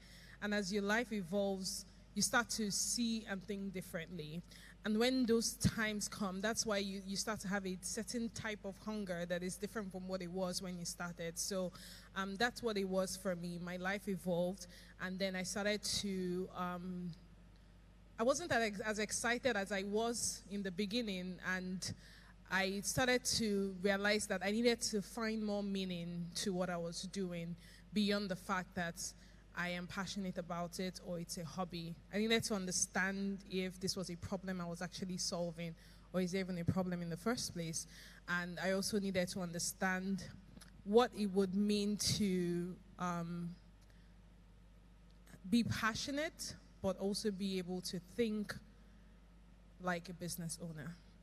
So getting to that point made me realize what the gaps were, what didn't I know, what was I struggling with? What did I need help with? And also being honest with myself to tell myself that, you know what, you're good. Some people know you, but be honest to yourself, you're struggling, and there are areas you're struggling. And you can't just leave it that way. You need to, if you're struggling, it means that there's something you don't know that you need to know about, right? And, that pushed me to, of course, gain the needed knowledge on the different areas, and also start to invest in the business aspect of what I do as the key important part of how sustainable or how this was going to, and understanding that business is 51%. And my skill was that. So seeing it from that perspective made me realize that I can't say, I'm growing the skill, I'm not growing the business. So as I'm investing and intentional about how can I be a better photographer, I should be intentional about how can I be a better business person. So as that evolved, it evolved into knowing myself, finding myself, and realizing what kind of business do I want to build? How do I want to build it? And also seeing how am I different from every other person? How is my journey different? And how can I focus on that journey? And that also stemmed into me being passionate about, other photographers, and also, also helping people as much as I can. Yeah. Thank you very much for your insight. So the second question, we're all assembled. What's a great misconception or something often overlooked when photographers are growing their brands? But for engineer, the question I would want to ask you, since you're coming from a slightly different angle, is what do you feel like you saw that others didn't see and start up, something similar to Studio 24? What did they overlook?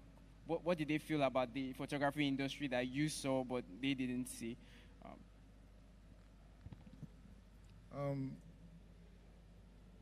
I'll tell you again, similar to what I've said before.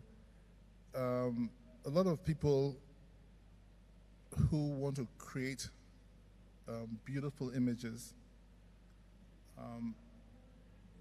a lot of photographers create those images mostly of a lot of women who can't really afford to pay for the service that they're offering.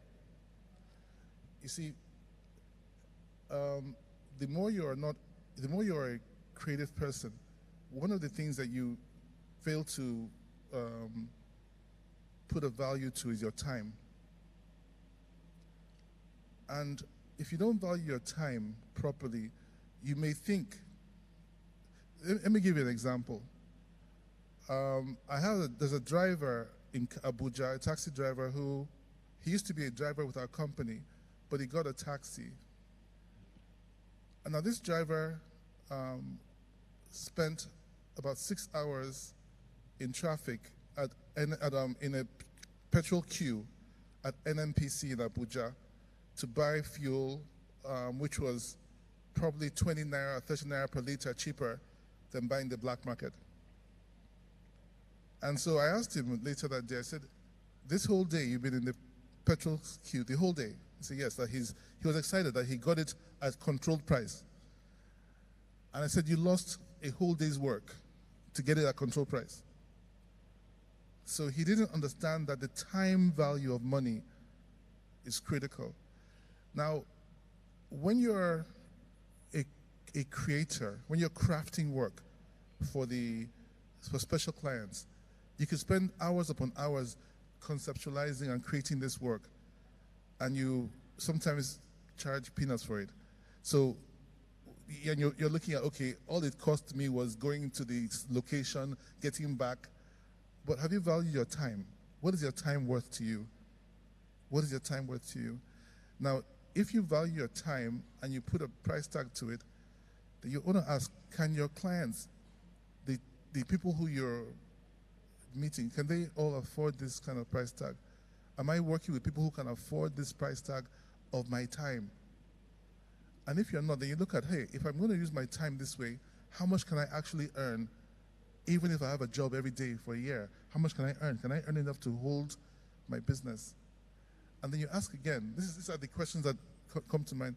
Then you ask again, how do I create a business from this photography that earns money every day, whether or not I'm well, whether or not my mom isn't sick in somewhere else I have to go and attend to? How can I create a business that can function and create value daily? So the difficult challenge I've seen amongst photographers across the world, it's not Nigeria, it's a global problem, and it creates a global opportunity for business people.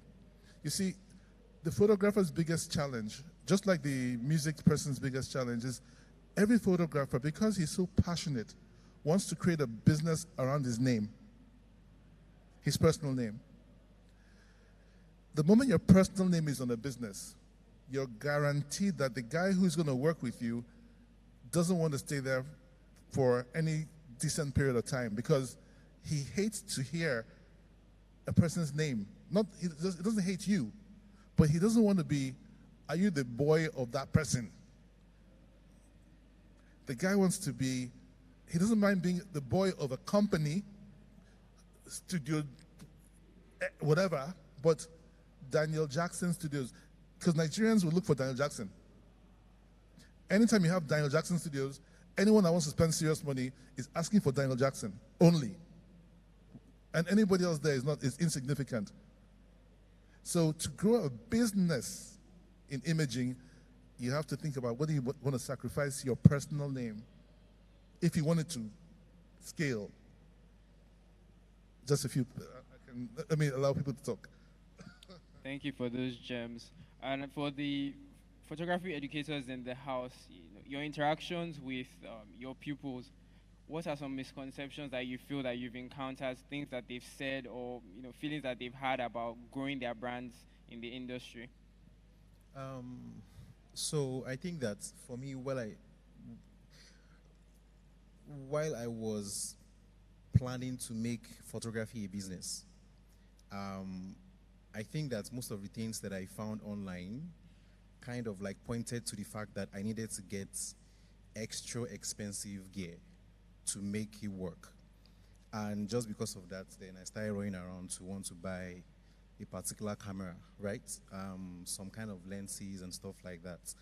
But obviously, I wanted to move from a 9 to 5, so the money did not choke like that, right? So I got the things that were available for me, and it came shocking to me that those things that I got as at that time when I started, roughly 4 years ago, are still as relevant as the other things that they've released now.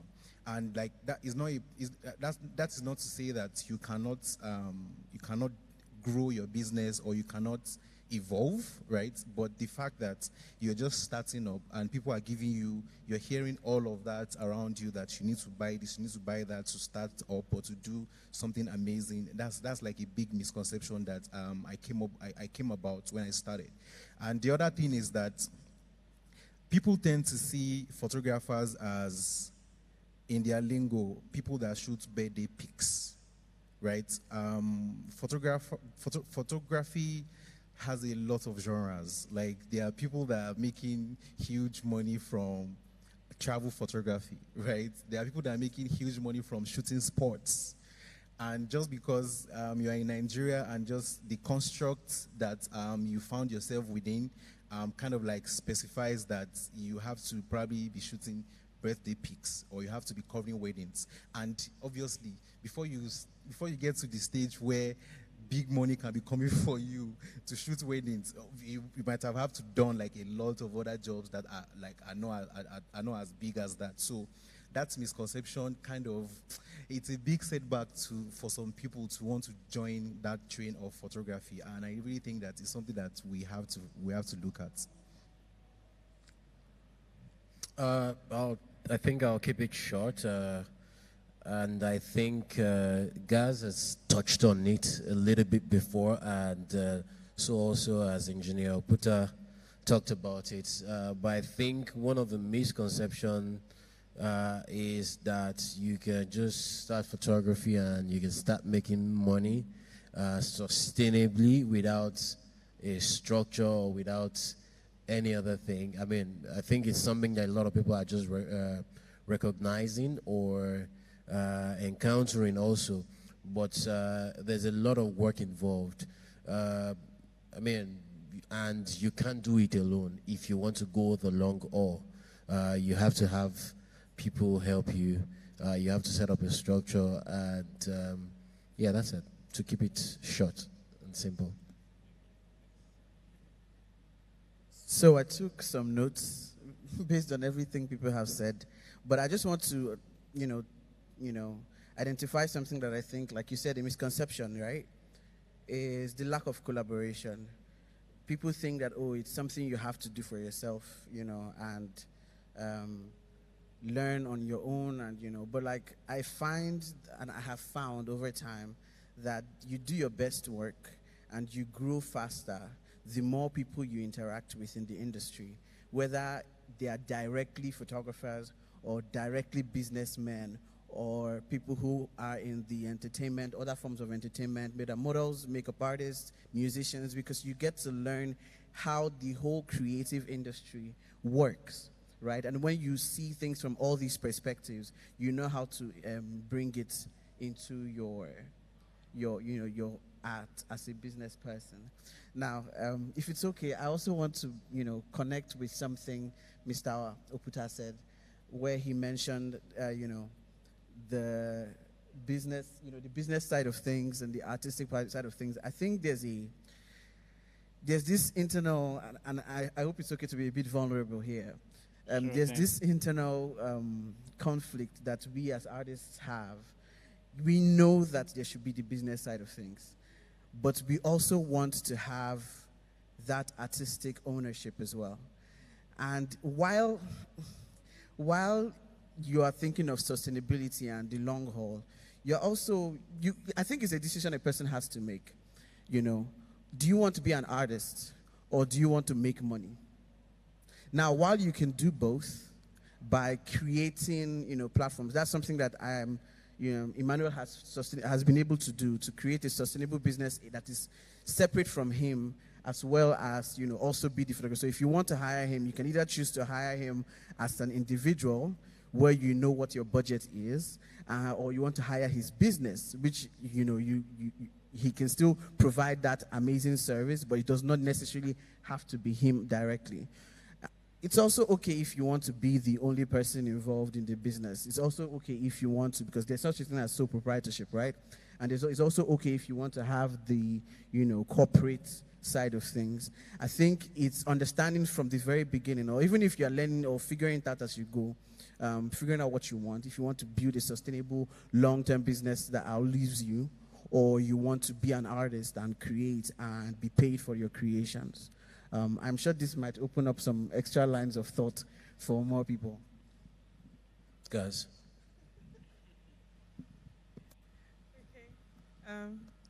So just to add to what, Lex Ash said, and I love the perspective on that, because I think it's so important that we understand that there's no one way that everything has to be done. So important. It's like everybody doesn't need to build a sustainable business that's going to last forever and ever and ever. Everybody doesn't have to build a business that a lot of people are going to work. It's okay for you to say, okay, I just want sole proprietorship. I just want to be by myself, right? I want to do this for fun for the next 2 to 3 years. But the key is, what do you want? Know what you want. Do you get? Because knowing what you want now makes you know, okay, how am I going to approach this? Right? And be confident in what you want. Stand on what you want. In standing for what you want, you're now saying, because this is what I want, this is what I need for what I want, right? I don't envision myself building a big, chain of, like in Janelle Puta, like a Studio 24. I don't envision that. This is what I envision. And it's okay for you to be that. Now, the misconception, I would say, based on a lot of interaction that I've had, is it's also kind of connected to this. Everybody's starting photography and think you have to stand by yourself. Like, see, it's not everybody that is supposed to be a business. Like, it's the truth. It's really the truth. Now, some of us actually enjoy this business side of things. Some people, it is a nightmare. Like, it is an absolute nightmare. So don't feel like because it's a nightmare for you, you have to struggle. And no, it's not compulsory, right? The fact that you have a camera, you can photograph, you can do all of that, doesn't mean you have to go and open something photography. Right? There are agencies now that manage different artists. And if you just want to focus on creating beautiful work as an artist, then go under the management of an agency so that they can handle the business side of things for you while you just focus on creating. And that way you have peace of mind, you have joy and all of those things. And really important, because business is not for the faint-hearted. And then also, you can also work with other photographers. Who says you can't come together? Because we are so bent on building silos, and we're not building institutions. And institutions are stronger. It is institution that is going to solve most of the problems that we have, because people have to come together so that they are stronger as a body before they can say, oh no, we don't want this, we don't want this, we don't want this. So don't struggle too much with your, you're struggling. Let that go. Go and work. Give yourself that time, and it's okay for you to do that. It's okay for you to be paid well and be at peace. And it's not every banker that owns a bank. Not every doctor that owns a hospital. And I think it's about time we start to think that way. Thank you so much for that. I think you might want to hold on to the mic, because the next question is, I really want your insight on this. So photography in Nigeria comes across as a male-dominated industry. Is that coincidental, or are there really enough opportunities for women to thrive within the industry? Yes, it is a male-dominated industry. It doesn't come across. It's currently still is a male-dominated industry. But there are opportunities in any industry for women to thrive. There are opportunities everywhere. And it's just that, because this has been, what we have seen, people have grown up seeing is seeing males doing this thing. It has almost been as though, the females can't do it, right? So the more we have more female photographers who are showing up, and then the more you see a lot more female photographers are rising. So it has a lot to do with representation, right? But again, there's also the part that, sometimes in different stages, the realities of a male it's probably not the same as a woman. You know, there are stages where women, we go through different things, that our struggles just become a bit different. So because of that, it's a bit, in the culture that we are in right now, the culture is almost designed for the male photographers to thrive a lot more, right, than the females. It's almost like every industry, females have to work extra hard. Like we have to do almost 2 to 3 times, you know, what a man would just do, you know, once. That's the reality of what it is right now. But it's going to change over time. But we must acknowledge that that's what it is right now. Yeah. So as you were building your brand, and I really don't mean to put you on the spot, but like I said, you have a very unique perspective, and I want to make sure that the audience is able to tap into that. When you were building your brand, you know, either as an individual photographer or building out the studio, can you cite an instance that you felt like you were at an unfair disadvantage because you were a woman?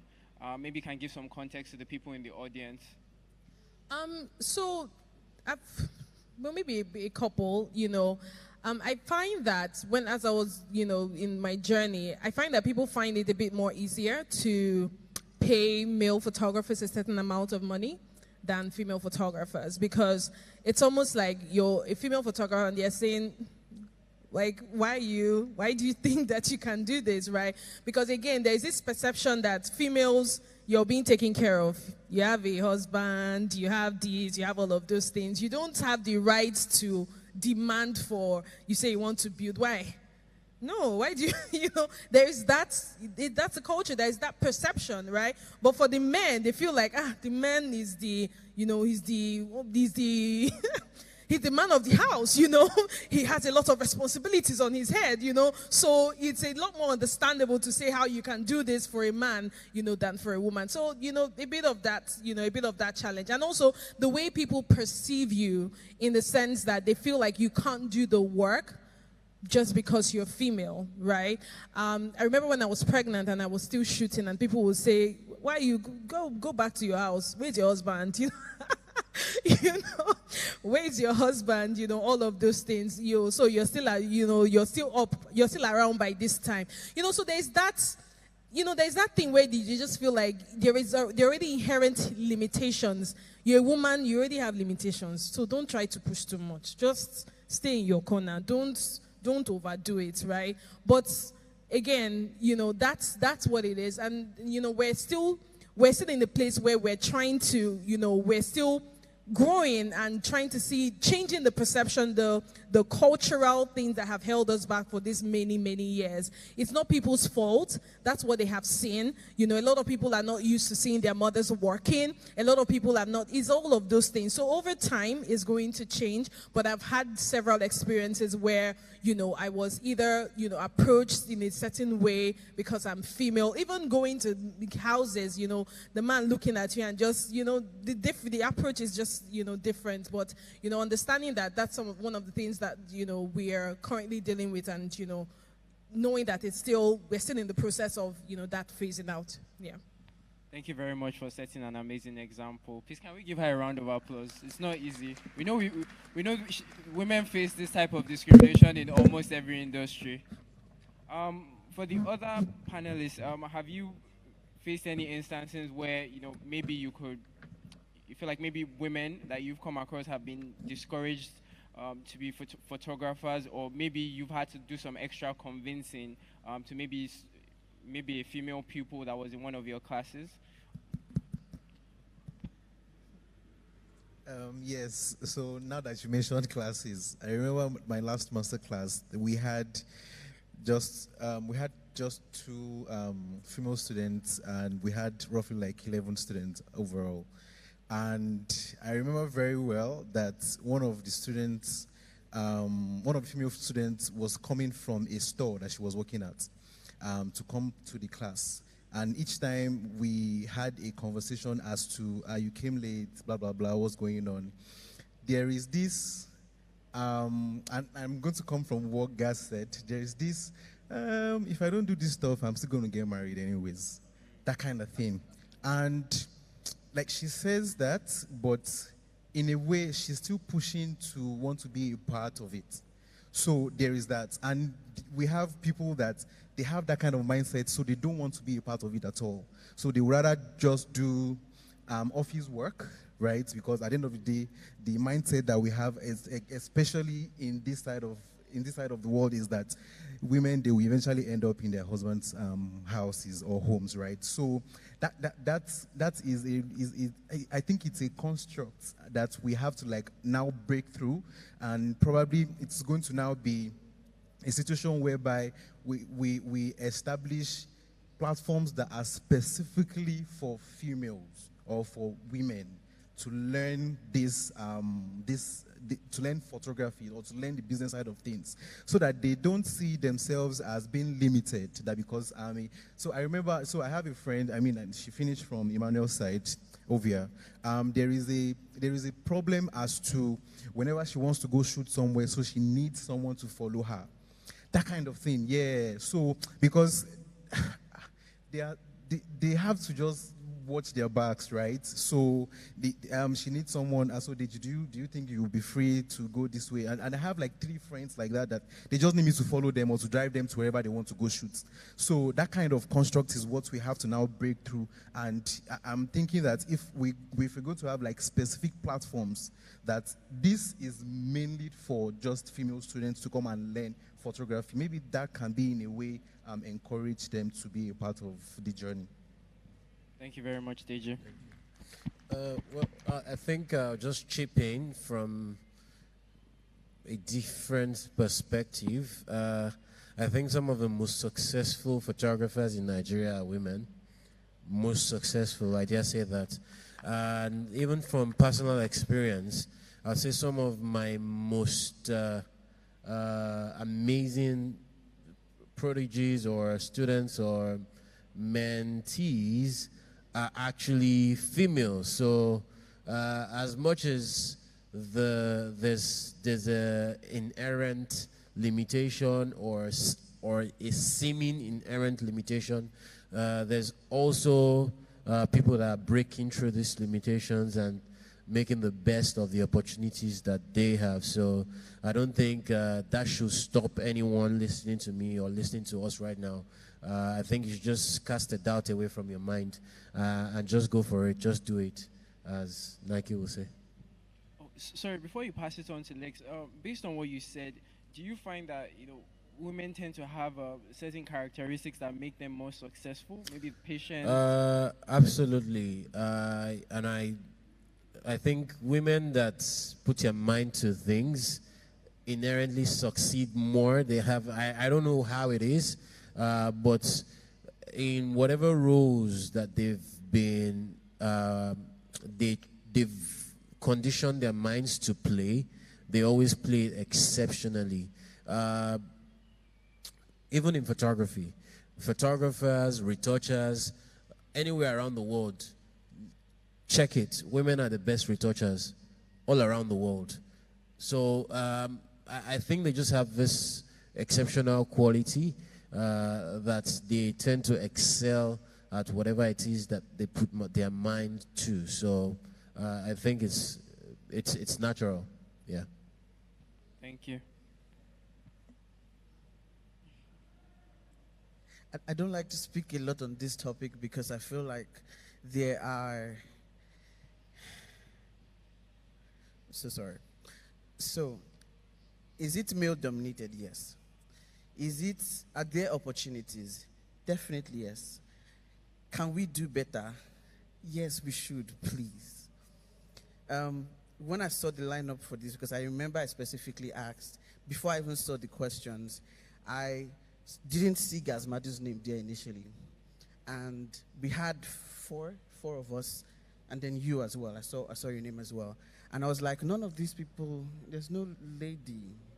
And I had a problem with that. I was going to call, but I had other things, so I could not do it. But I'm really glad to see Gazmadu on stage, and I feel like we could do way, way better. I personally have mentored, and like, if 80% of the people I've mentored in photography are ladies. And they are doing incredibly well. Amazing, amazing photographers. And to a huge extent, I personally do my best to, if I have opportunities that I cannot take, I push it to them straight away. Because if you ask me, the only way that this conversation we can do from here is creating more opportunities and creating more women-oriented spaces. If I'm doing a class, I personally, I don't know if I have any classes planned in the future, I don't know. But if I am going to do, I'm going to specifically do my best to say, okay, a section of this, is dedicated to women. Like when I say a section, I mean, if I'm accepting 10 people, I would rather 7 ladies, 3 men. I know it sounds like, oh, you're being unfair, but it's the only way to get more people to be involved, because women will tend to gravitate towards places that they feel more comfortable and feel more confident, and that is where there's more of them. And if we don't create those spaces intentionally, it's going to continually be difficult and continually be a male-dominated space. Think about it. Most of our clients, if we're being honest, are women in the photography industry. True that. Which 90%. If you're even getting a job to shoot a guy, chances are it's the wife that is telling him to get his pictures taken. For those of us in fashion, most of the models we shoot, ladies. Many of the makeup artists we work with, ladies. But then guys are the only, I don't know if you get what I mean. If we don't create those spaces, we have to be intentional about it. That's all I have to say. Thank you. I don't know if Engineer Puta has something to say about this topic, maybe from a different angle. Thank you, guys. 2 things. First of all, I share exactly what you said. Our customers are mainly women. So in the photography space, it's a woman's business. Our company has, from day one, from the very first day we opened till this morning, it's been run by women. It's totally run by women. Every single manager of our business, from the day we started till today, every single manager of every outlet is a woman. Every regional manager for each of our regions, they're all women. So it's a woman's. I just sit here as the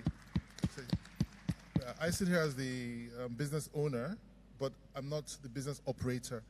There are women operating that business. So when you say, if you talk about a woman-run business, Studio 24 is a woman-run business. Kodak is not run by a woman right now, but Studio 24 is a woman-run business. One of the things you'll find is that, you see, the woman is the underdog in Nigeria. In Nigeria, I don't mean this in a wrong way, but essentially, the woman feels also like the underdog, especially in photography. So like as Madu said, the woman feels she has to do twice as much just to even be accepted. And so it's a bit like in those days when you talk about in schools where a woman wants to be one of the guys to play, she has to really play twice as hard. That's exactly what happens in photography as well. So you find that leads to a person that's more dedicated, paying more attention, like Emmanuel said, and they just push the plate further, and naturally they become better at what they do.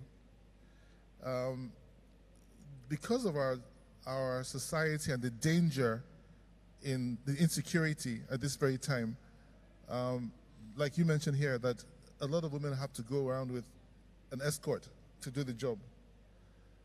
A safe space would be when the jobs are not always external. When people come to your business, then it's a safer space to be in. So a lot more women will be better placed in a studio environment as against a freelance environment. Okay, I think this gives my perspective. Thank you very much, sir. And piggybacking off what Lex had mentioned, you said that having a class where it's maybe 7 women and 3 men might come across as unfair. I can argue that it's unfair that you have to go to those lengths to have this, a fair society. So with initiatives like that, I think we're really going to be able to push the envelope and push the industry in the right direction. Thank you so much, everyone.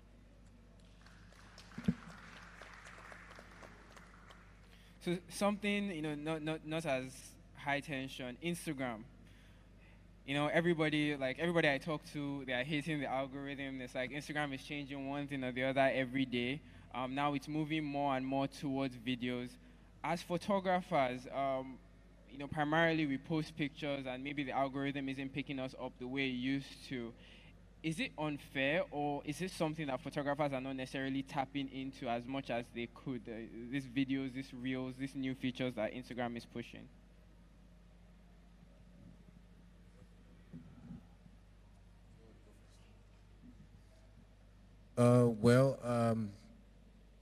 I think every business owner will do whatever is best for their business. And if it rocks their boat, then good for them. But I think the way I see this is a bit different. Change is constant.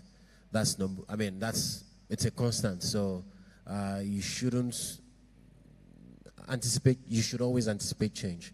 But the way I like to deal with the issue, especially because it's something that affects everyone, is I try to, whatever the change is now, I try to enjoy it as much as possible. It's not a chore for me. If they're doing whatever it is that they're doing, it's whatever fulfills me that I will do ultimately. I'm not motivated or moved by their algorithms. It's whatever suits me and I feel like doing, whatever fulfills me is what I would ultimately do. Even if they say today, you know what, we don't want pictures again, and there's no space to upload pictures, then I'll still do whatever pleases me, and hopefully, yeah, that's it. But one thing I would always say is, don't put your total trust and reliance on Instagram, even as a photographer, as a professional. So this is the time for you to, if you don't have a website before, just make sure you have a portfolio, make sure you have a website that you can always fall back to. Even Instagram should serve or act as a funnel to get people from Instagram to visit more of your website. So that's what I would say about that. I don't know, Lex. So I think the conversation for me will start from, like, what do we use Instagram for? Yes, it's a tool to get business, but also it's also a portfolio, right? Like, I think Emmanuel has basically said all there is to say. If you can adapt, do adapt. If you can't adapt, expand the access to you, if that makes any sense. Use whatever apps you need to. And yeah, for me, Instagram has always been portfolio. Yes, the likes and follows are good and nice, you know. And yes, I do get work from Instagram, but I would just, nothing much has changed for me. Yes, I create reels every now and again just to show my behind the scenes. It's just make it, if anything, has made it a little easier because you can just do everything on your phone, you know, and, you know, it's straightforward. But if you have the access to also expand to YouTube, expand to Twitter, expand to other platforms that you can use to share music, because it's just about, for me, getting your work out there for more people to see it. And whatever you feel like works for you to do that, do so. But yeah, I wouldn't say that, you know, Instagram in a way that it affects me very, very negatively. No, not for me. Well, before DJ answers, a question I want to ask is, do you feel that you're able to say this, and this also goes for Emmanuel, and this might be something any of the other panelists might want to consider. Do you feel like you are comfortable enough to say this because basically your name precedes you at this point? Like, people are literally looking for you. It's not a matter of, like, because I've heard in the past, you know, Instagram is like a new search space. It's like after Google, maybe you go to YouTube. After YouTube is Instagram. I think largely we can say that for ourselves. But something just crossed my mind also. If Instagram is a tool and you have to pay to use a tool, then pay for it. The same way, yeah, if you have to pay to get exposure, then by all means do it. If it means that every month you have to factor in a budget of, oh, you know what, so that I can do this, achieve this particular exposure on Instagram, I have to set aside, even if it's $50, $100, every month do this, then factor it into your own business. Just the same way when you have to pay for Lightroom, you have to pay for Photoshop, you have to pay for Dropbox, sometimes you have to pay for WeTransfer in order for you to do your work, then consider Instagram also as a tool and just pay for it, because essentially that's what they are pushing for. Yeah. My apologies. Sorry, I'll get pass it back to you. Yes. So yes, pay for it. I agree with you. Then also, the one thing that I know that no matter what the algorithm has changed to, and this is, opening it up to people who don't necessarily have the funds to pay or do not have the name, as you call it, to, So the one thing that I know that still works, no matter the case, is consistency, and showcasing good work. If you are consistent in putting stuff out, people will find you. You said that it is a searching space. If you search for photographers in Lagos, whether you have 1 million followers or 1 follower or 10 followers, as long as there's photographer in your name or your handle or your hashtags, it's going to find you. You understand what I mean? It's now for people to see the work that you have done, to see, I don't know if you get what I'm saying. That's pretty much what I want to add to it. Consistency is key. Yeah, so I agreed to what Emmanuel and Lex have both said. So for me, what I've always seen Instagram as is option B.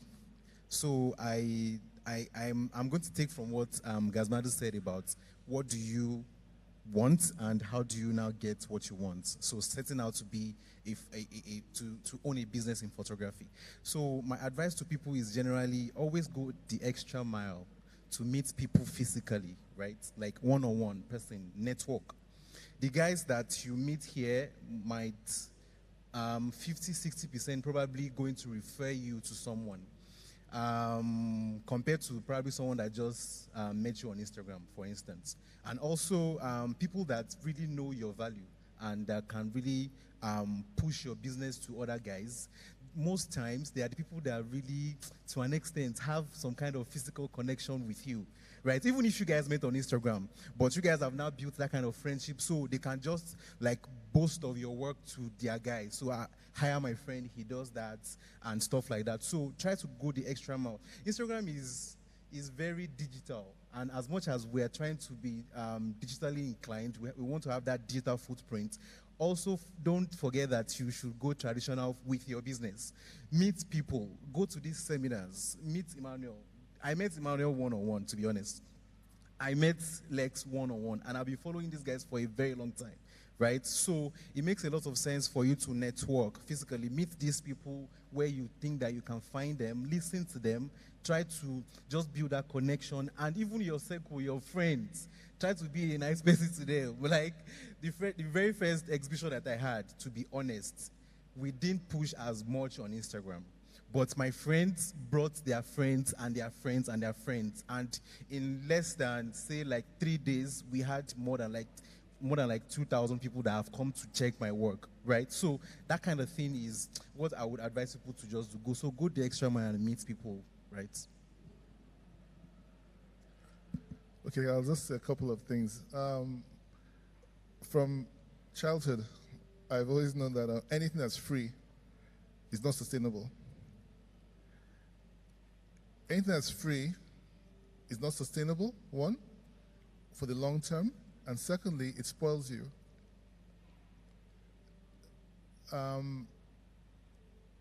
We recently, this is just about 2 weeks ago, had to take the decision to start training the next generation of our photographers with film. We're training them with film. And as we train them with film, we will ask that they pay for that film. Because you see, when we started business, it was with film. And because it was with film and you're paying for the film, nobody was careless with the set. Nobody let anything in the set go. Everything was set up for that shot. But why we got to this decision was that we found some people shooting 100 exposures for, I mean, I said, what on earth? Because of that, they just become that lazy and that no one is checking the settings properly. Everyone's just, I can always swap it. And the more expensive the real estate is, and the more expensive, you no longer have that kind of time and luxury. So now, what will that do? It will create a whole more careful, more professional group of people come forward. Coming back to Instagram, not only Instagram, most of those platforms, all of these folks are going to introduce costs. They must introduce costs. So people who, if they're storing for you, you're paying for it. At that point in time, people who are just doing it for fun and everything won't be able to keep up with that kind of volume. And then those who are committed to their craft will pay the price, like you mentioned, and carry forward. These are my thoughts. Thank you, sir. Well, I don't think I need to add anything because I think it's been, sufficiently, dealt with. I think the only thing I would just say is there are several marketing channels as far as, work is concerned. And it's important to just see Instagram as just a marketing channel. There are several others. And if you see it as that, you understand that, well, you can't put all your eggs in one basket, right? So it's now, what are the other marketing channels? There is email marketing, there is LinkedIn, there is, there is networking, there is having your website, there is, putting out your work on, several platforms. There are so many different ways that you can market. So if Instagram is not working, I mean, WhatsApp is a social media, yeah. It's also a channel, right? Everything is a channel. So it's like we get so short-sighted because seems like everybody is on Instagram, but really, is everybody really on Instagram? No, depending on the kind of business that you're also doing and the kind of people you want to attract, maybe you need to be on LinkedIn, maybe you need to be on Twitter. Like maybe you need to be on Twitter. You just need to be sure where you need to be. And, like Engineer Puta has really said, anything free is not sustainable. And I think that word just needs to sink into our brain just for a minute. Especially if we create it. We love free like anything else. So with that understanding, you will know that it's free, it's their platform. So they will decide what they want to do with their platform in a way that it will benefit them. So it's not your responsibility to be complaining about whether the algorithm is going left, right, or it's not your platform. The people that own the platform are doing what is best for their business. So if you're not okay with it, you either play with what works for them, or you start looking at other channels and looking at how to build your own platform and, now start to generate that. What's very key is Instagram is just one marketing channel and there are several others. Thank you very much, guys. I'll add one small thing there. Okay. And I'm not trying to promote the past, but you see, I went to a program in some country, and the guy asked a question. He said, "Can I see your favorite picture from your BlackBerry?" I said, "Sorry?" He said, "Where's your favorite BlackBerry picture?" I said, "They're all lost. I can't remember my PIN, my BB PIN. I wrote it down somewhere, but I don't know where it is." And he said, "Okay, what about work that was done 8 years ago? Some of it is available, some is not." The bottom line is, and this is for all creative folks who've begun to live by the survivability of other companies. Google is a company. Yahoo is a company. Every single one of these folks, they're just companies. Blockbuster Movies was, indestructible, so to speak. Many of them were indestructible. But these companies may not be there in 5 or 10 years. The cloud itself isn't owned by a government. The cloud itself, as we know it, can go down. It can be pulled. So all of you guys who have your own clients, because if you're all professionals and you have your clients, it's about time to start to educate your clients about keeping their best images on print. The best images, those that they really know are images that they cannot do without for the next generation, should be on print. I don't care where you print them. It's not about marketing only our company, but it would be a very good idea to let your customers know. Ask them a question. Where are your favorite pictures 15 years ago or 20 years ago, if they're that age? Where are those images? Do they have them available? Can they find them? Can they, because if it's on a floppy disk drive you've left somewhere, that's now a flash drive, and then it's corrupted, and you had a hard drive that's corrupted, you had a system that is lost, you have a guy who stole your phone, all kinds of things that happen.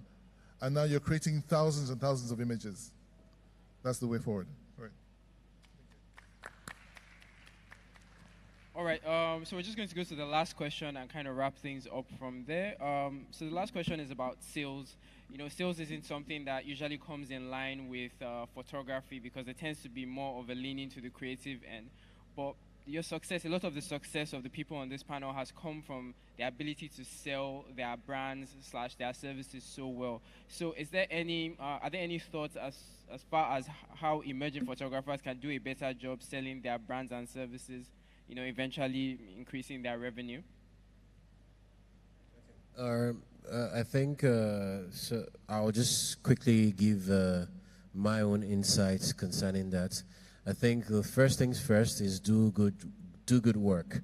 Then follow it up with extra, I mean, all these things we've mentioned also considered like avenues or channels to sales, networking, promoting your work where it's supposed to be, collaboration, especially with people outside of your immediate industry too. These are just a few things I'll say so that other panelists can also have things to talk about. I'll just add consistency to it. Just continue doing work and putting it out there. That's it. Thank you. I think that also try to find a little bit of space, or probably find enough space to include personal projects.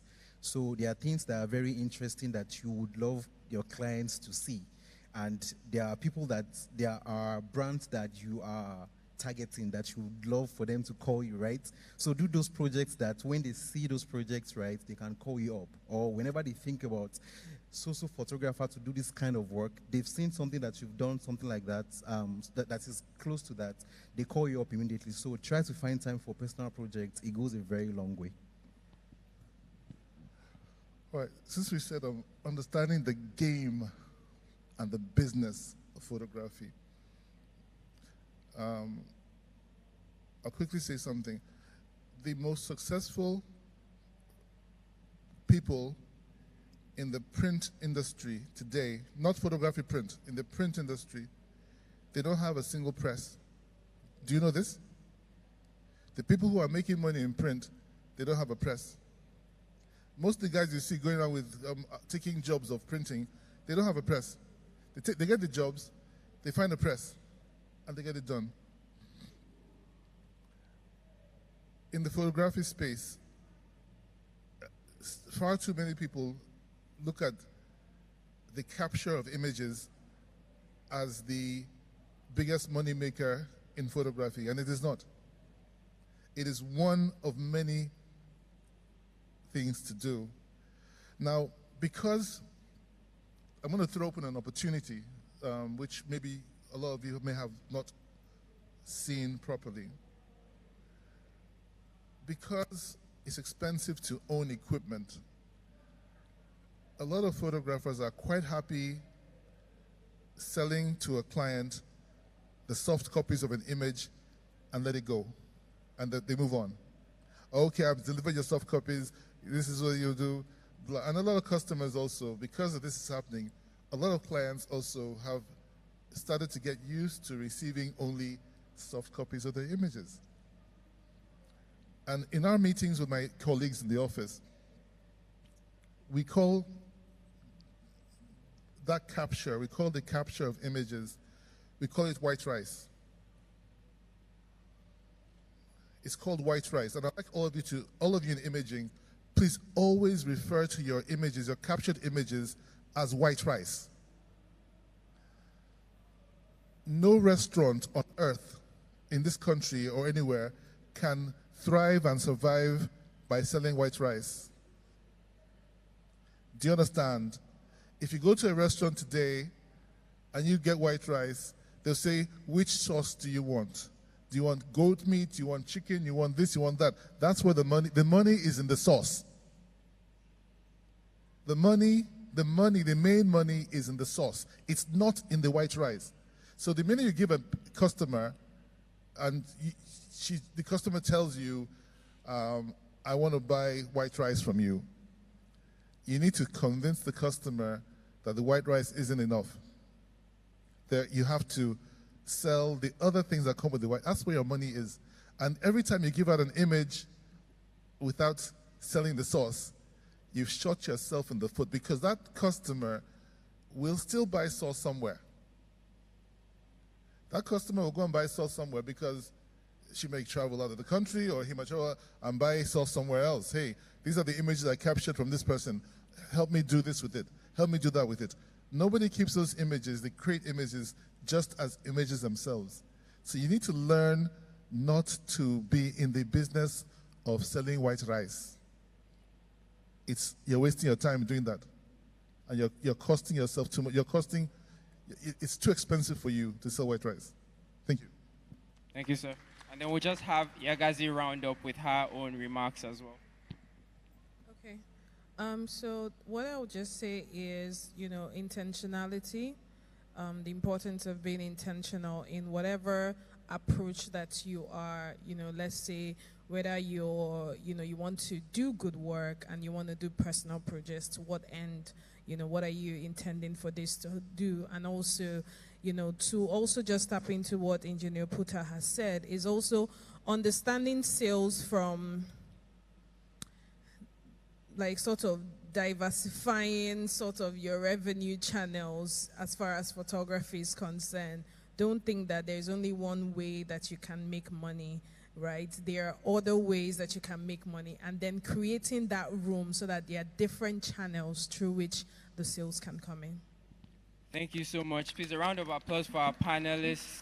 Thank you very much for attending this session. And thank you guys for being here today. Yeah, it seems like they have another session right now. Okay, I think we have a group picture first.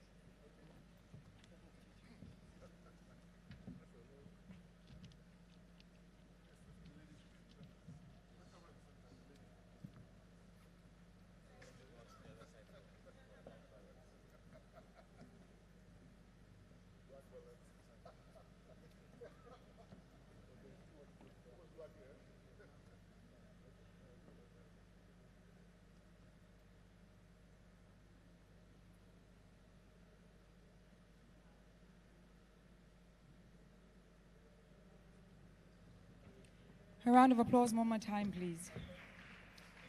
Well done. Great session. Okay, before proceeding to this next session, I'll just do a quick run through of everything that we've done from 9 a.m. this morning. We had the Dance Boss, Stage Boss by Cafe. Afterwards, we did the BOP Conference 2022. We saw the series of panel sessions, quite enlightening, and then we went to Navigating the Gateway to Brand Funding, and then the Fashion Masterclass by Rosé Bona, and then we went through to Branding and Money, which was the fashion panel about personal branding and money, and of course this that we just experienced right now, Understanding the Game and the Business of Photography in Nigeria. Now we are moving to the business panel by 789 Consulting, which will be focusing on the relevance of women empowerment for businesses and their sustainable economic success in the creative industry. Now, this is also by no means just limited to women as an audience. It's supposed to be for everyone, both men and women, because we all play collaborative roles in making this a reality. So I will be calling on the moderator for this session, Kirsten Helligenstetter. A round of applause, please. A round of applause.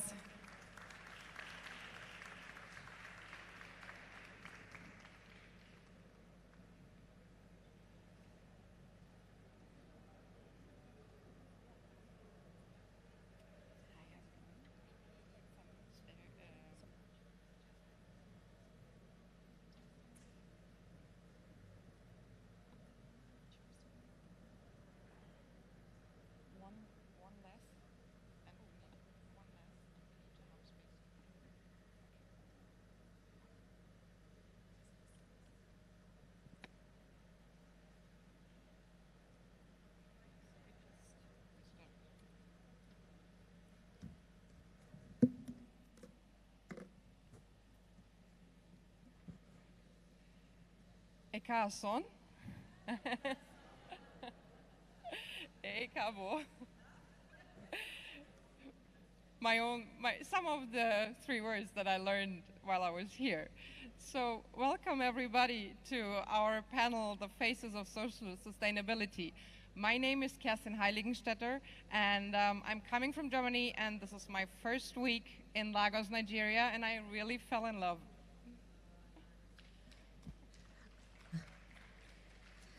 Hi, my name is Nicole Ackermann. I'm a business partner with Kirsten, with our consulting company in social sustainability, and I'm also co-founder of the Africa Creative Market. So thanks for being here. So you see us standing here alone so far, because we have some changes in our panel list. So our dear guest from Germany, Steffi Czerny, unfortunately had to fly out this afternoon due to a canceled flight tomorrow, and today was the only option to get her a flight. And so she's awfully sorry and says her warmest regards. And we had a wonderful week with her, seeing the National Museum, so she was really, really happy about this. And we will come back with her. And one of our panelists is stuck in traffic, but nevertheless, we will just start over because we have a wonderful guest from New York joining us. She's waiting online, and we'll just start over, I would say. And so, perhaps some words to us. As I said, my name is Kirsten Heiligenstetter, managing partner and co-founder of 789 Consulting. With 789 Consulting, we serve as a partner for businesses, corporations, to identify and realize business potential, business impact, while focusing on the social side of sustainability. And before that, I was working for a German car brand, Mercedes-Benz, driving several innovation projects, and I initiated an initiative, a holistic marketing and sales initiative, and under my leadership that has been developed into 70 countries worldwide. And thank you.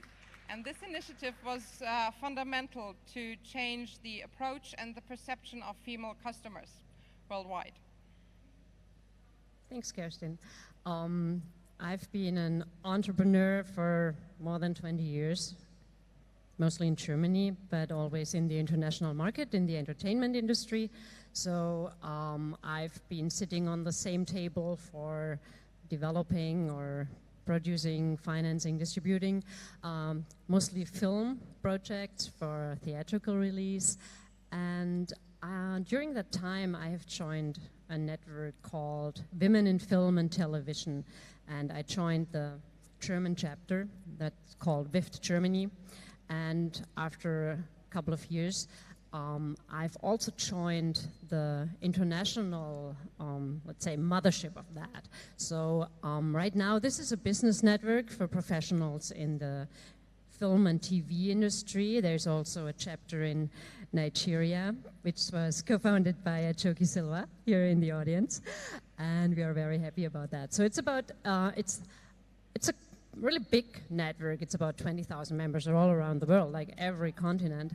So at the moment, I'm the chair of the German chapter, and I'm also on the board of the international one. And we just had at the ACM here, we had our biennial WIFTI summit, where we had collected, and we have delegations here from Brazil and UK just coming in. Hi, welcome ladies. And a couple of other countries like Greece and the United States. Yeah, so I know about the power of women empowerment and networking, so that's what we're doing. So, and today, at the occasion of the ACM, we want to discuss with an international group of female role models the importance of women's empowerment and their economic success, and how do we jointly achieve the UN Sustainable Development Goals. And I kindly call on stage now our panelists.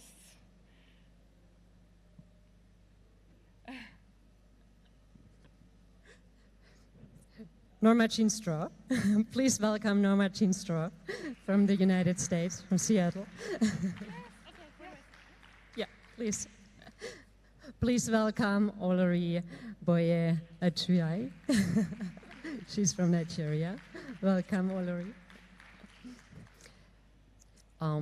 We have Inya somewhere in this room. Hello. Oh, you're okay. She'll be with us in a moment. Founder of the ACM, always on duty. So please, let's welcome Naomi Mbokolo. She is coming in from New York. She is joining us on Zoom. So welcome, Naomi.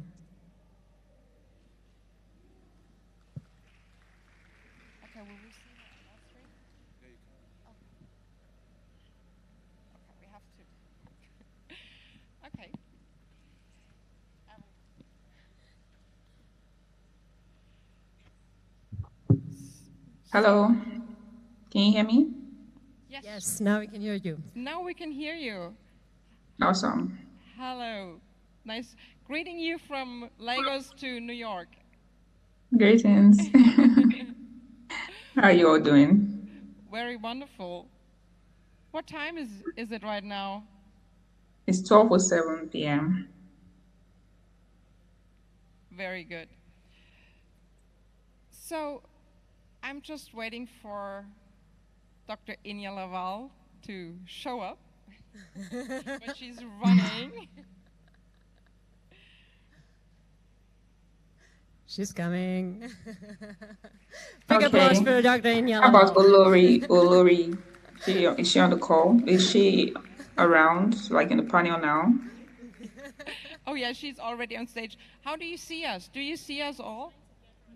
I cannot see you all.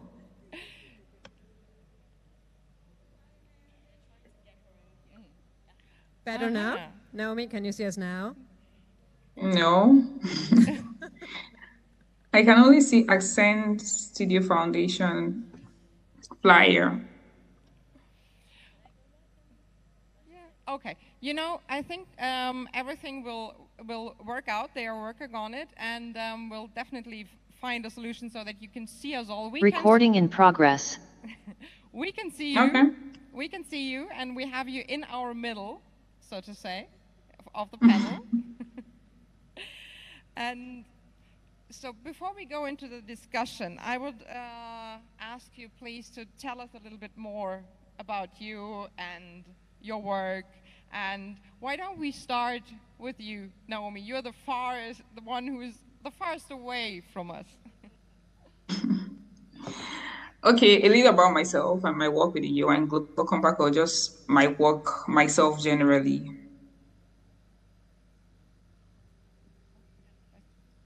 Oh, yeah. Tell us about what you do, and about your position and the work that you do for the UN Global Compact Network Nigeria.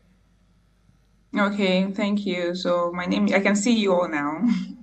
So I'm Naomi Nwokolo. I serve as Executive Director of the UN Global Compact Network Nigeria, and I'm a lawyer by profession. So I have, in my previous life, even though I'm still there, I was a very active human rights lawyer. I run a law firm that caters to the needs of indigent women in Nigeria who do not have resources to access justice. So I've done cases around domestic violence and general litigation on the rights of women.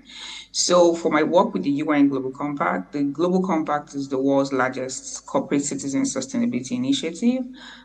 This year we celebrated 22 years of existence with a call to companies to align their operations with 10 universal principles in the area of human rights, labor, the environment, and anti-corruption, and very importantly, take actions on the Sustainable Development Goals, because we believe that the private sector and, in fact, all parts of society have a role to play if we can deliver on the goals.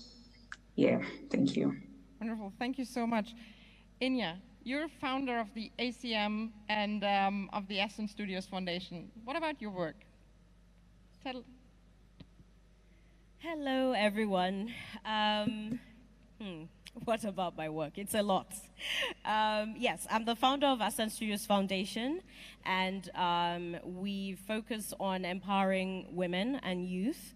And the idea is to get everyone to the point where they're economically sustainable with with their businesses or their livelihoods, just to also touch on the ongoings in the society and see how we can focus on the solutions in that sense. So that's one part of it.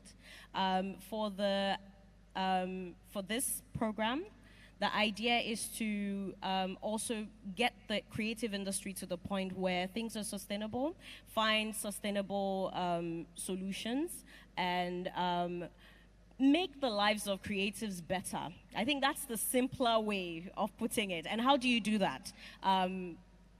Masterclasses that we've had, capacity building, access to network, access to funding, dig into what the issues are and bring tangible solutions to the issues. So I call myself a change maker, if I may. That's how I see myself. I see a problem and I think of solutions and I try to bring the solutions. Thank you. Great.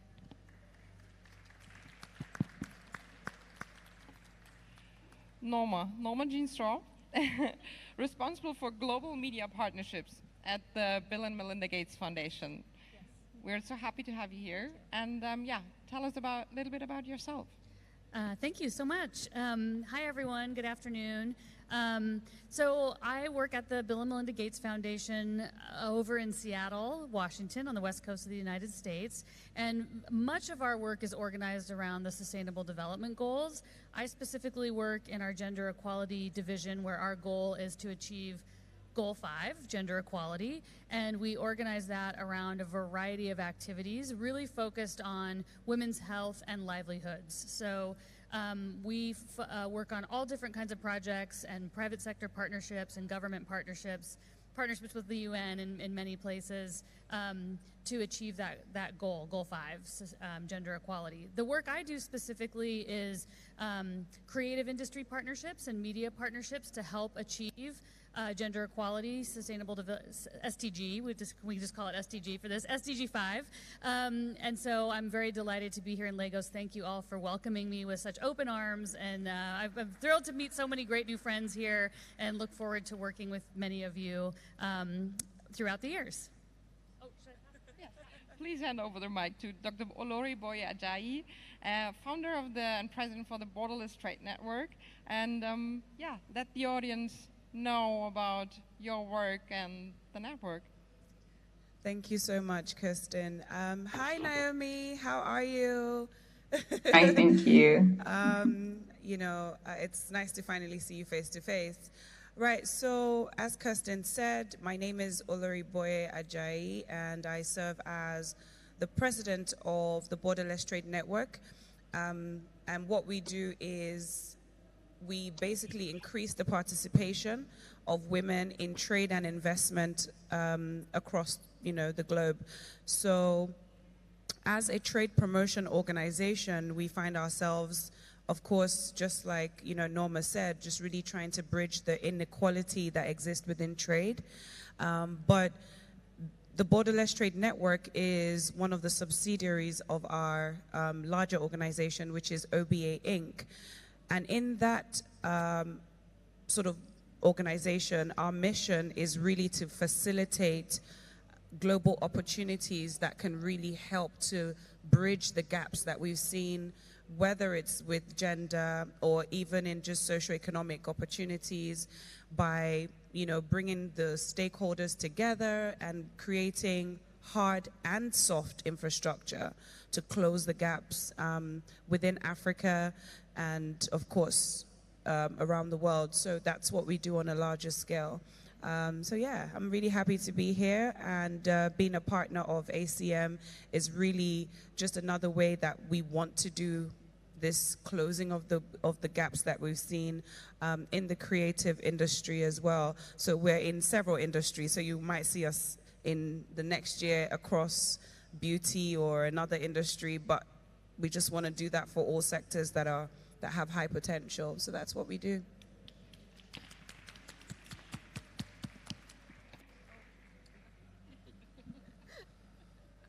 So we have very, very powerful and very committed women here on stage for gender equality, women empowerment. You have in common that you connect people, you help them move along. And so be it in trade, be it in policy making, or in education, or in training. So Inya, what would you say I have seen how intensely and committed you are training so many women across different industry sectors. What would you say is the economic impact for these women, for their individual businesses?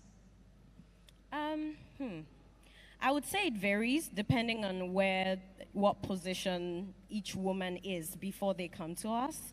But in terms of economic impact, you can see it. You can feel it. You can touch it. It's tangible. It's there.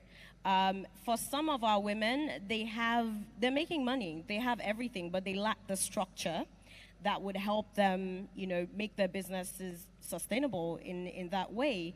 And what training does is that it breaks every single thing down for you, and it sort of clears the cobweb of whatever confusion you have as a business owner. As you know, a lot of people go into business through needs. Well, you want to make money, sustain your family, especially with women. But then eventually you get to the point where you're big, but in order to scale from there, you need to go back and do some assignment. You need to go back and do some research. You need to really understand the industry that you're in. What the programs do is to break the barriers, and clear out the way for people to understand, the process of running their businesses properly. We also partner with OBA on the Academy for Women Entrepreneurs especially, and she brings trade into what we do. So also it's important for us to find partners who are doing different things that can be add-ons for these women in that way, because there's several things we need to learn. Financial knowledge, finance education, road to market, for trade. It's so many things. We even bring life coaches, as well. So when it comes to economic empowerment, I don't think it's one straight line. It's not just about sitting down and giving the training. There's so many things that will lead to it being tangible in that sense. So yes, we see it, we feel it, and some people triple, some double, some gradually just grow in that sense. But like I said, it depends on where the business is, but we can obviously see growth. One thing I'll add to it, and one thing that is important as well, is that we're able to build a network of women after they're done with their training. We use WhatsApp for that mostly. It's very effective. And now you find that within a cohort, some are distributing and buying from themselves. Some have become life sisters in that way. And you have your strong support network where you can always go to and know that you would find one solution or the other. When you need emotional support, when you need support, when you need knowledge, when there's a gap, you know that there are other people who are filling that in. So in the sense of doing the empowerment programs, we take a 360 approach because we want to be able to touch on as many things as possible. Yeah. Thank you very much. So now, yes, please. Making real impact. Naomi, from your perspective, the Sustainable Development Goals are like a blueprint to achieve a better, more sustainable future for us all. So do you have a specific goal that's particularly relevant for Nigeria?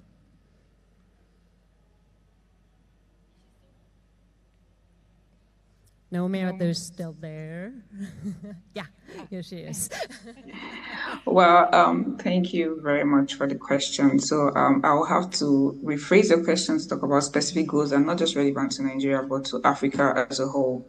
We live in very dire times, and this is not even the time to select the goals because it's a framework for what countries or states needs to do to achieve or create a better future or life for their citizens. So for us, I'll say there's a 1.3 billion people and a combined GDP of over $3.5 trillion.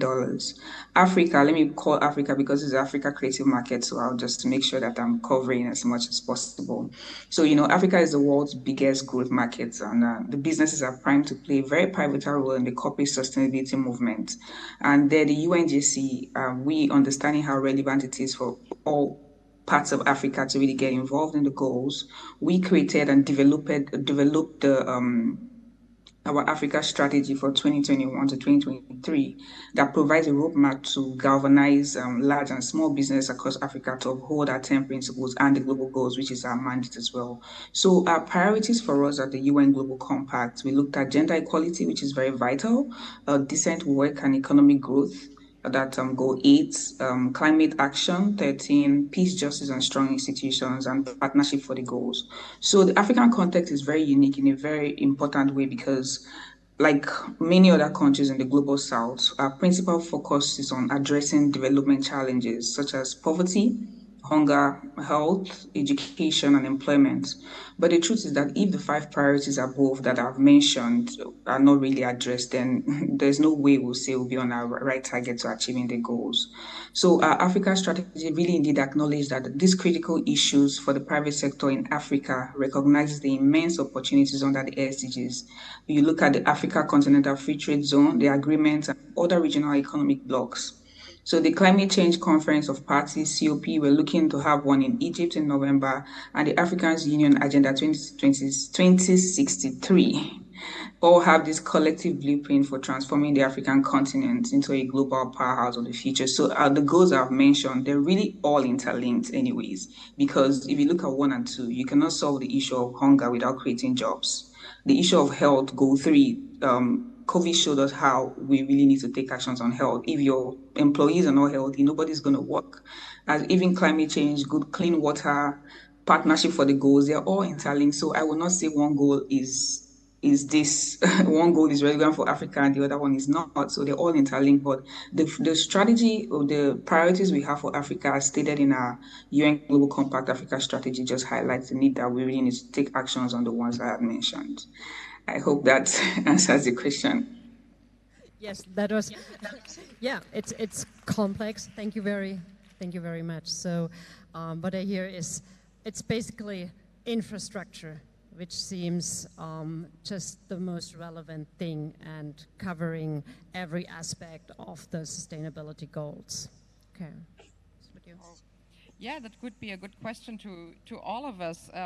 How do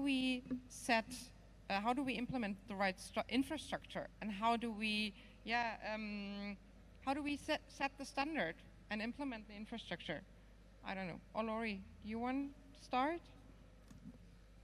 Okay, so when we talk about infrastructure, it's something that has to be done as a collective effort. So there's no one person that should provide infrastructure because it's going to benefit many more people than just the person who sets it. So I think that a collaborative effort between the government, private sector, and even the people who are to benefit from the infrastructure should be a discussion that is constantly happening. But one of the things that I found, when we talk about infrastructure is sometimes we state the problem, but we also want to state the solution without the people who should be part of that discussion. So whether that's women at the table or whether it's minority ethnic groups or whatever it is, they have to be a part of that infrastructure building process so that we realize the actual objective of having the infrastructure. But I mean, the other part of it also is how do we measure if this infrastructure is actually working? So we're in a post-pandemic recovery season globally. And what you find is everything is happening so fast. We need to ensure that the groups who need to be working together are doing so repeatedly, because it's almost like it's one problem after another. But, the season we're in just requires all of us to constantly show up. So what I've realized is the government sort of sets maybe a solution in place. It could be a scheme or a palliative to help women entrepreneurs or help youths or something, and they sort of hands off, But infrastructure, for it to really work, has to be measured, and then you have to review, did it meet the objective, and does it still do that in a post-pandemic and post-war, it's still in the war, kind of season. So that's my take on it. So, Norma. Well, plus one to all that. I was going to say, I think, locally driven solutions are absolutely key, especially to infrastructure. And I think that those of us who operate at a global level with global organizations, we have to get better at our own infrastructure that supports those local voices. That's not about our infrastructure and local communities and local leaders having to adapt to our infrastructure, but we have to create infrastructure from local to global as opposed to global to local. And so that's something that that I'm really passionate about and is, I think, really important and integral to our gender equality work, as well as our women's economic empowerment work. So always looking for ideas and more people to collaborate with that on that. I do want to say a bit more about, you touched on it a little bit, but about the role of women in decision making. And of course we need a great diversity of people in decision making, but making sure that women have access to resources and are able to make decisions about those resources is something that we find is vital to achieving the Sustainable Development Goals across the board, so kind of all the goals.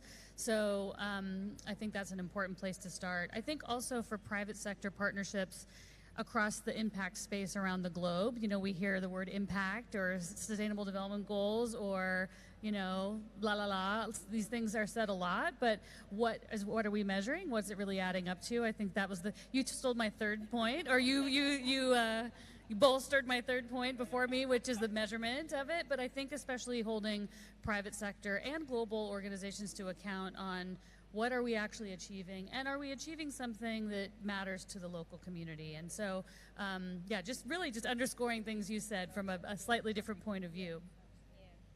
And you stole my points. So I'm just going to add a little thing and say, when we think about infrastructure, people think about it as something big that should happen in the cities. No one really thinks about the communities. And for example, one of our all-women did a program at a shea butter producing community. That place is gold. You could put something there and you process the shea butter from start to finish and it's ready to go out. So when you talk about giving people access to, knowledge or infrastructure, as we're saying, I think that it's good to look at little pockets where we can put this, so that it's not that it's just in the main cities. We have to look at local solutions as well. We have to consult our locals and see what practices they're already, using or what they're doing already, and how you can enable that. And, in that way, talking about survey, asking people questions and understanding what the actual needs are. I think, Norma, when we discussed earlier, I was telling you how we went to a local community and there was a fully well-equipped medical center that no one was using. The equipments were gathering dust, and they were the best of the best. But then what we found was that someone went there and thought, oh, it would be good for you to have a hospital, and just dumped it there. And the locals had no need for it. They weren't interested, in that way. So again, from the points you stole, I would say it would be good to do, yes, monitoring and evaluation, but also to follow up. When you put something somewhere, in terms of infrastructure, you want to go back and do your research, get feedback, and see if it's working. If it needs some, a little push, if it needs to be touched in that way, you look into that. And that's what I'd say. They stole. Wonderful. Yeah, that's good.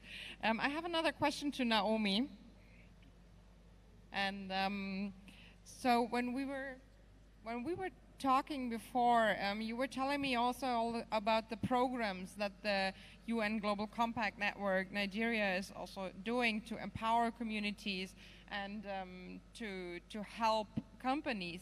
Can you share a little bit more about that? You were telling me about a youth program that you were doing. I think this is also the mentorship and capacity building was a big topic here at the ACM. So and I think this is also an important thing what you are doing with your work. Okay, thank you very much. So what we do at the Global Compact, all various networks in the world, we have about 72 local networks across the world. So I'll just speak to Nigeria.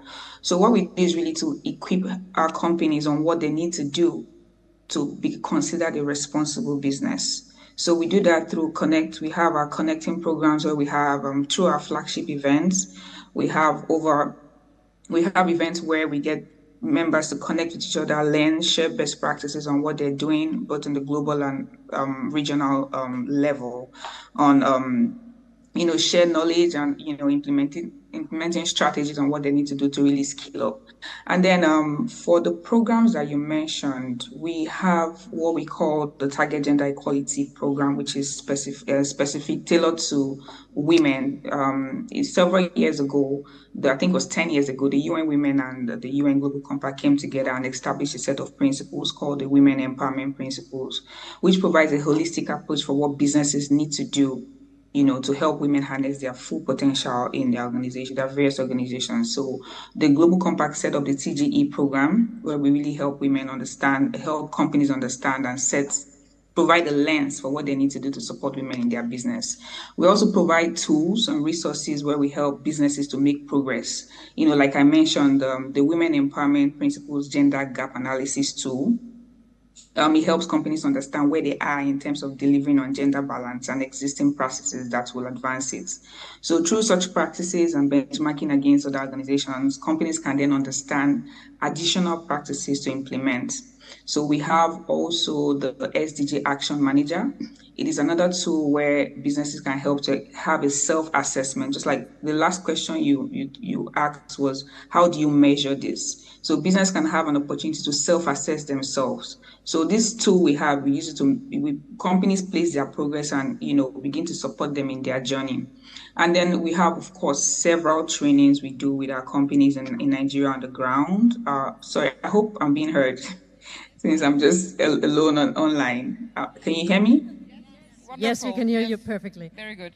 Okay, great. So for in terms of training, there is a Global Compact Academy, which is available to all participating companies of the UN Global Compact. So we engage them there, and there's a virtual how to access the sessions on demand, where you get to learn on various sustainability issues, on decent work in the supply chain, and climate ambition. All various tools are available for women on women entrepreneurship, breakthrough innovation for the goals. We have an academy for transformational governance. A lot has been said about the ES. So how do you scale up the G in ESG? We have all that trainings available on our academy to help businesses, and not just businesses, but all parts of society, really both non-for-profit and even government to learn a lot on the sustainability space. We also do accelerators program for a more integrated learning process. We have accelerators programs that range from 6 to 12 months, focusing on specific areas. They are based, of course, on thought leadership work, and we design them for companies to make tangible changes in the processes and activities in their business. So around 1,000 companies join and go through these programs together. They are both global and local programs that go through different awareness, raising ambitions, campaigns, training, and mentoring. So the SDG ambition is there that help businesses understand what goals to set, how to implement them, and how to, emanate that through different parts of the organization. Then for youth, we're very, very big on youth and the SDGs. So we have a young SDG innovators program, which is like a 10-month innovators and accelerators program where we identify young, talented employees of participating companies of the UN Global Compact. We take them through a series of training, identify SDG issues that are specific to their sector, and through the course of the training, they innovate solutions to solve them. There is also the climate ambition. There's several ways that the UN Global Compact empowers our businesses to make sure that they're really embedding international best practices in their business to ensure that they are responsible and are taking actions on the Sustainable Development Goals. If I want to mention all of them, I'm sure I'll be out of time. So I guess I'll just limit it to the ones I've mentioned. Thank you very much, Naomi. Wonderful. This is really impactful. Yes, absolutely. We are here at the Africa Creative Market, and I think every industry sector, may it be in film, it's very obvious, but also I think in music and fashion, in dance, it's always about the story, it's about the storytelling. So I would be interested to hear from, maybe you have examples of success stories, with all the trainings, with all the initiatives, with all that is going into what you do, and which is amazing. So I would love for you to share something that is more specific. In maybe you have Naomi, maybe you wanna start. Is there a success story you want to share? Someone who has participated in one of those initiatives, or has been trained, or whatever it might have been through your programs and all those things you're offering and the opportunities. Oh, yes, of course. So we have there are lots of success stories from our businesses. That's the reason why they're still here, because of the value proposition that we offer them. So in the financial services sector, I'd say we have a lot of most of our companies are from the financial services sector. So I'll have to give them credit for that. So like the Nigerian Exchange Group, Zenith Bank, Access Bank, Sterling Bank, these are the organizations that are really, really engaged in all the programs and the resources that we have available. The Bank of Industry, Fidelity Bank, Union Bank, FBN Holdings, they're really doing great when it comes to supporting women-owned and women-led businesses. They support the development of the agricultural sector, and importantly, supporting the creative industries and markets. If there's any bank that, if you want to look at the banking industry, and if you want to look at the sectors that are really big on women entrepreneurship support, even in the agricultural sector, you would find the financial services sector are really taking actions on that, especially participants of the UN Global Compact. Also, not to mention the oil and gas companies and all the other oil servicing companies, they have an outsized effect on the environment. Some of the leading companies that consciously develop projects to accelerate sustainability in their sector. We have Seplat, Oando PLC, Lado, the Nigerian Liquefied Natural Gas, and others. Some have gone ahead to adopt goal 4, which is quality education of the SDGs, and they do that in various states in Nigeria to ensure that they really make sure that most young children make sure that they are really sent to school. Also, Oando PLC, of course, has worked with us closely on developing an SME governance project, an SME governance code, where businesses are supposed to embed this code, that the code is also aligned to the 10 principles of the UN Global Compact. So there's several companies that are doing a lot. There's Flour Mills of Nigeria, there's Dangote Group, there's of course Unilever, UAC Foods, Julius Berger, there's Transport Services Limited, Secure ID. A lot of these companies are doing a lot of work in the sustainability space. Even those that are into thought leadership, like Neo Resources, Natural Eco Capital, Solar Integrated. I would definitely run out of names if I have to mention or make mention of these companies in particular. But there's a lot of success stories as regards sustainability. We've really grown. Like if you look at what we have done in the last 10 years, a lot of these businesses from various sectors were just on CSR. They just focused on, okay, this year we're going to donate 2.5 or 3 million naira for CSR. But now, because of the work of the UN Global Compact, we're saying businesses should embed this responsible business practices as part of their operations. What are you doing in terms of human rights? How are you taking actions on supporting your employee, their labor rights, providing decent work, even down to the supply chain? How are you protecting your environment that your businesses thrive on? And what is the issue of corruption? Are you making sure that corruption does not exist anywhere in your business? So through these trainings that we do, businesses have come out to say it is working and they are willing to continue to engage more. So there's several success stories, and I can refer you to our website and other articles or referrals that we have from our businesses on what they have been doing. Thank you very much, Naomi. Thanks for sharing. Norma, would you like to? Well, can you hear me? Yes. Okay. So I have to mostly talk about here our program that is entirely focused on accountability and success stories related to the SDGs, which is our Goalkeepers program, which is led by my wonderful friend and colleague who's from Abuja, based in New York right now, Blessing Omakwu, who some of you may know or have heard of. She's leading this wonderful program that we've had for about 5 years that takes place the main part of the program takes place in September, tied to UN General Assembly Week later in September. But we release a report the week before, so you'll be coming out in mid-September, and it will highlight and showcase issues related to the Sustainable Development Goals in terms of where there's problem areas, but also where there's big successes. So one of the areas, for example, related to women's economic empowerment that we've been really happy with some progress on in recent years is women's access to financial resources, and particularly digital financial resources and digital banking and access to credit. That's something we still have a lot of work to do around the world, but that's a particular area that we've seen some success in. And so that project, Goalkeepers, keep a lookout for it. You'll see it. There's quite a few Nigerians who are members of our Goalkeepers community and who attend the event every year, and we highlight a lot of great successes there. So I'm just going to say, keep a lookout for that in the next couple weeks.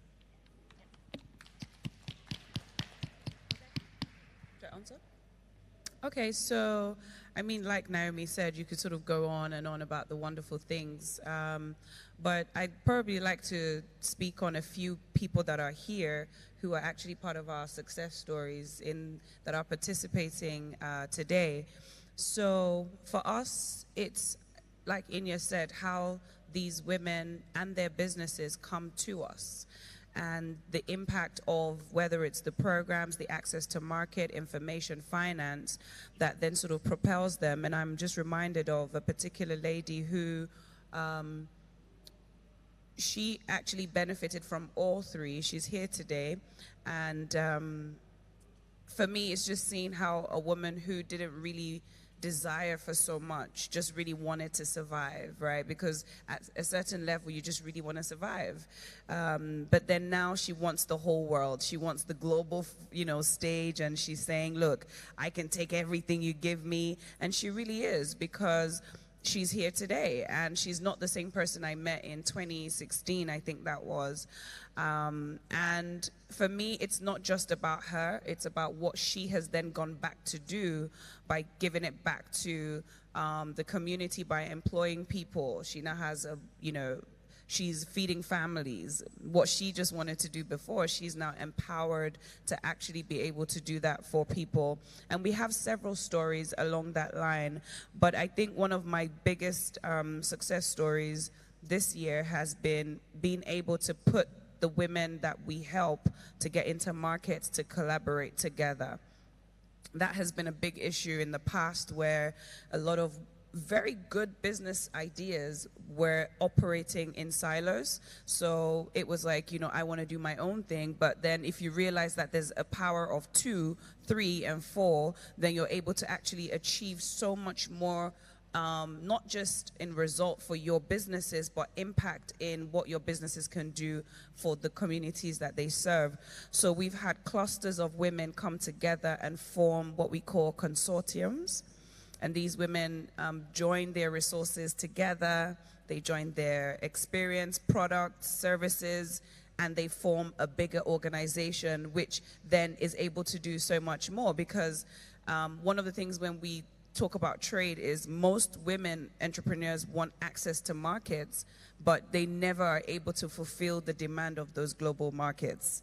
But if you come together and form 2, 3, 4s, you are actually in a better position to meet the demand of the global market. So for us, just that very practical solution of how do we meet the shifting demands of global trade as women entrepreneurs in this side of Africa is really critical, and we figured the consortiums were a good solution.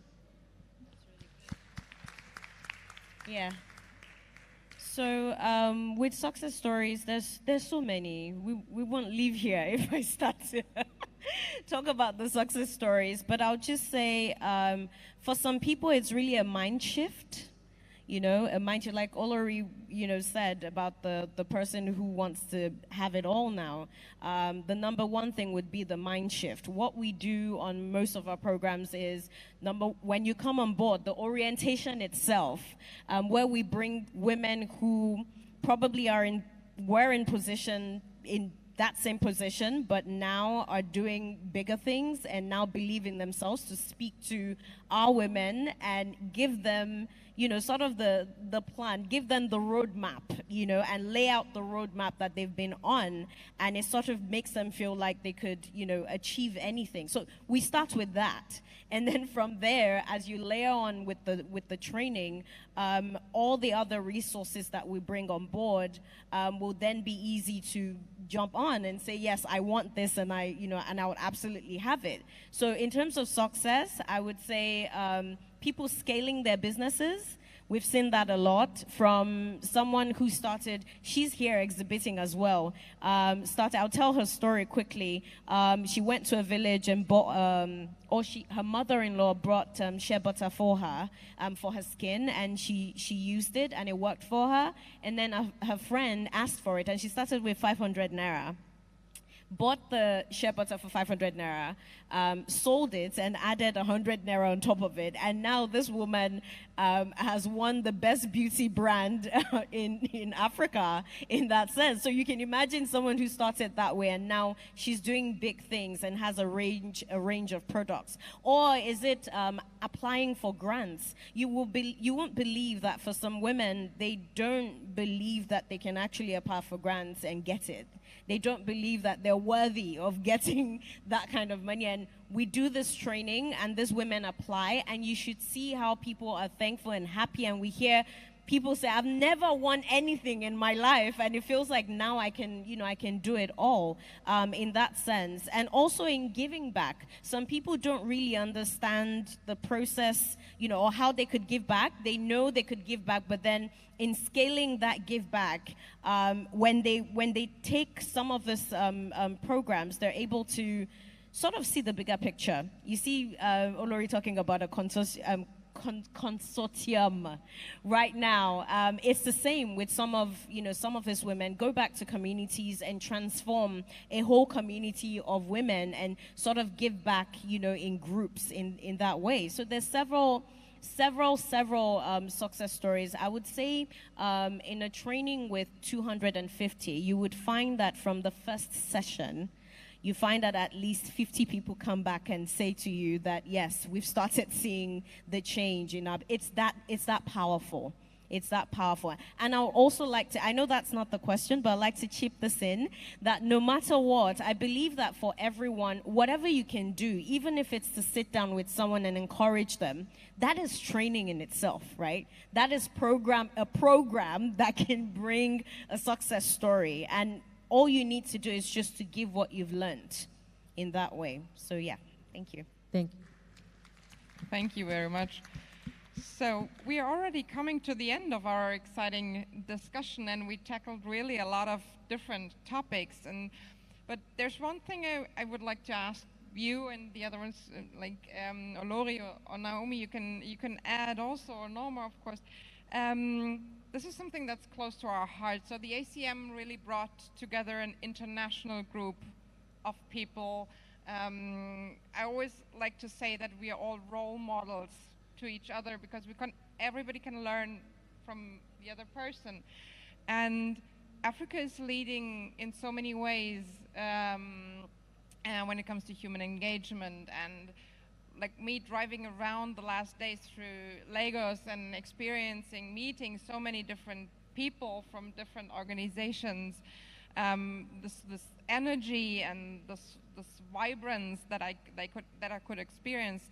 So what does the rest of the world can learn from Africa, from Nigeria, and how? What should they learn?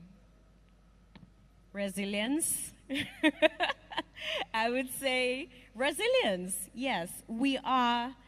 I know I'm being passionate right now, but we are the best when it comes to being talented and, you know, being a go-getter and being resilient through it all. It's very difficult to do business in Nigeria. It's very difficult to do anything in Nigeria.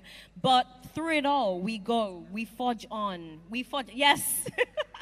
We forge on. As they say, we move, isn't it? And through it all, we move, we forge on. I would say resilience. And also, we're very kind people, regardless of what people see or say about us. You know, one thing the international guests have said is, you know, they've talked about our aura and how nice everyone is, how gifting, you know, everyone is. And you find that with a lot of people. Whether it's communities coming together, whether it's, you know, several people coming together, I think we're a special set of people. And I think, yeah, people can learn resilience from us, and people can also learn, people can learn to be hopeful, because I believe that we're a group of hopeful people. We're a nation of hopeful people. We believe in our country, regardless of whatever we face. Right now, we still feel we're the best. You see any Nigerian anywhere, they will tell you, I'm Nigerian, and they'll proudly say it, you know, in that way. So yes, I think, yeah, those are two things that they can learn from us. Thank you so much.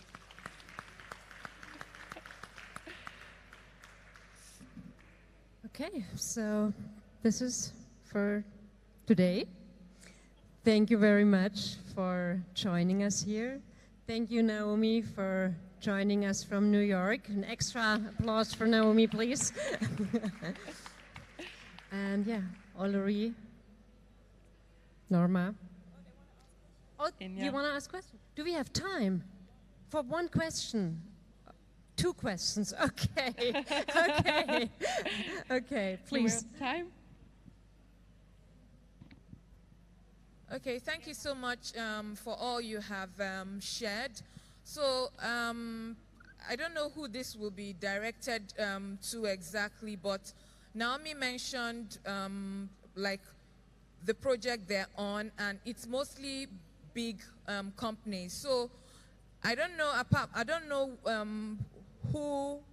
whose companies, you know, like here, or platforms that people that are up and coming, or they don't even really know so much, but they want to know more about this, how to get their business, you know, sustainable. And then they're also working on some of the SDG goals. Like they want this equality stuff. They are concerned about the environment, the earth, but they don't know who, you know, to go. Inya mentioned, you know, like about grants. Some of us would like to access grants, but maybe we don't really know how to go about it. So if, I mean, their websites or any of you, we can meet for specifics. We'll be happy to hear that. Thank you. Can I say something? Yeah, I think it's very important to find organizations and insert yourself in some of them. I think that would help. That's one advice I would give.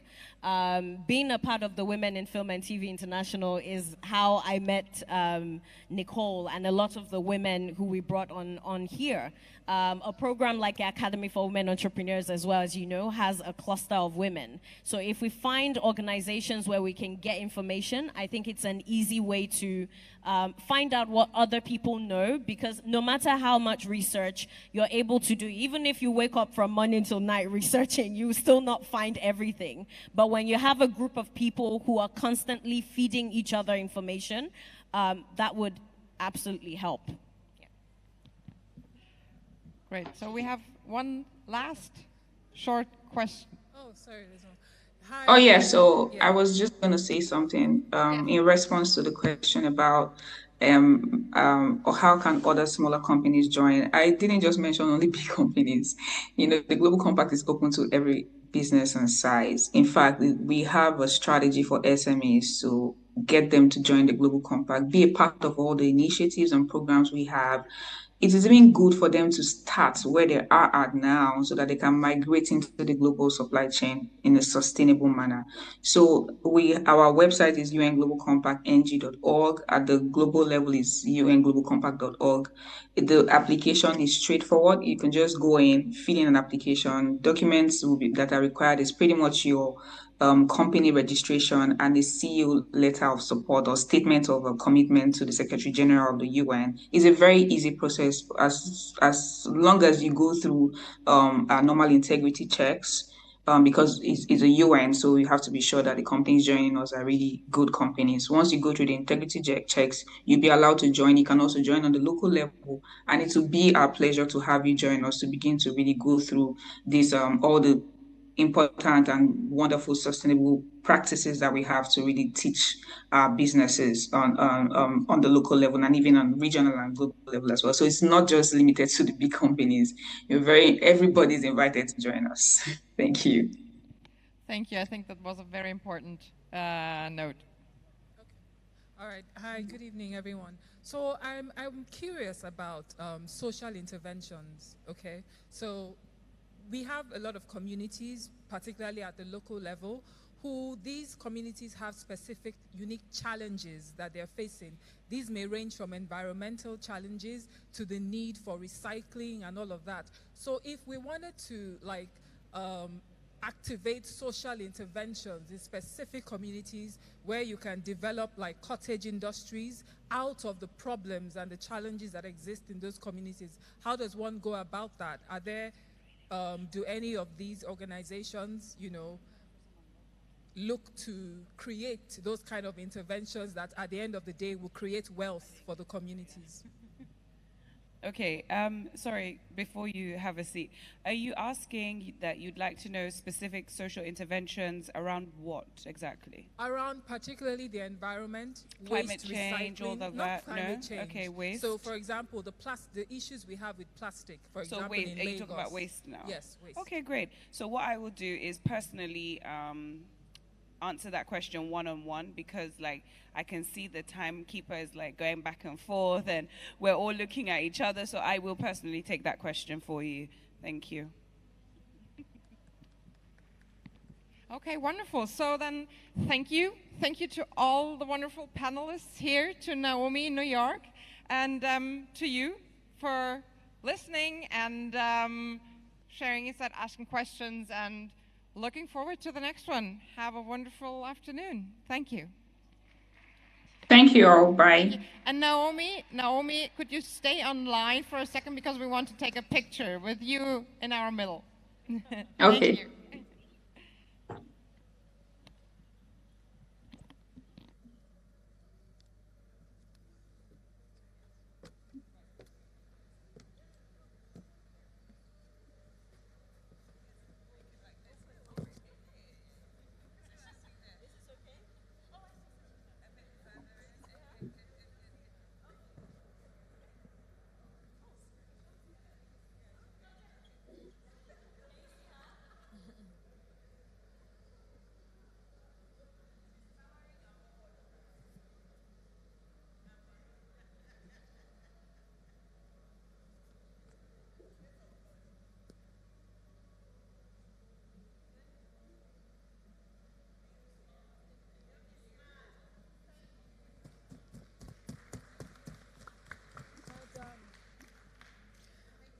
right, let's move to the next panel session. But before that, I have to say a big well done to everyone, because a lot of people have been here since morning, since 8 a.m. You know, I know that it might be tiring, it might be stressful, but just understanding that this is an investment that you're making for your creative journey, you know, as a creative in this industry, understanding that there's a whole lot to leverage upon when it comes to the Africa creative market, knowing that you might meet the right people, knowing that there's a possibility for access to funding, knowing that you have a roadmap moving forward to better your creative journey. So a big well done to you. Now let's move on to the next panel, which is about building a sustainable fashion brand through niche marketing. And to moderate that session is Kofo.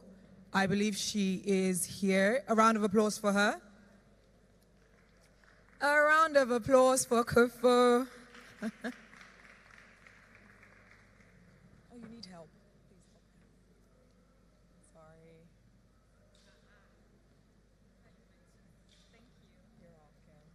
Thank you. Can I sit down here? Good evening, everyone. Good evening, everyone. I know this is going to be the last panel, so don't worry, you got this. My name is Lady Kofo, like she mentioned. I'm going to be the one moderating this panel session. It is tagged Building a Sustainable Fashion Brand Through Niche Marketing. I'm going to be joined by Victoria Michaels. Please let's give her a round of applause. She is a Ghanaian Nigerian modelpreneur, an actress, a philanthropist, and also a brand ambassador. Hopefully she's going to decide if it's Nigerian jollof or Ghanaian jollof. Please let's give her a round of applause. You look stunning. You can sit here. All right, thank you. Also joining this discussion is Adetoke Oluwo, who is a lifestyle and social media influencer, content creator, and the creative director of Style Goes to Church. Please let's give her a round of applause. Okay, love it. Please let's give her a round of applause. I just love the combo. Woo! Can I go with your, is it too early to start like undressing? Give her a round of applause now. Yeah, that's fine. Okay, and the last but not the least person joining this conversation is Kola Oshalusi, who is an event and fashion photographer. Let's give a round of applause. I love this. I love this. I feel like everybody, we got the memo. What's going on? You know, both of us are wearing Ankara and they are like, have a touch of what? You know? Blessed are you amongst women. Okay. All right. So let's start with you. Please just give her the mic. All right. Okay. So let's talk about that word, or would I say the phrase, building a sustainable fashion brand through niche marketing.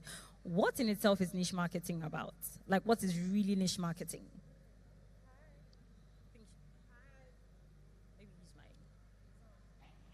Can you hear me? Yeah. Good evening. Hello, everybody. Thanks for waiting. And you look gorgeous. Thank you. Okay, my name is Adetoke Oluwo, and I actually started a brand with, or should I say with this education, niche marketing. So it's very, very, I'm very passionate about niche marketing.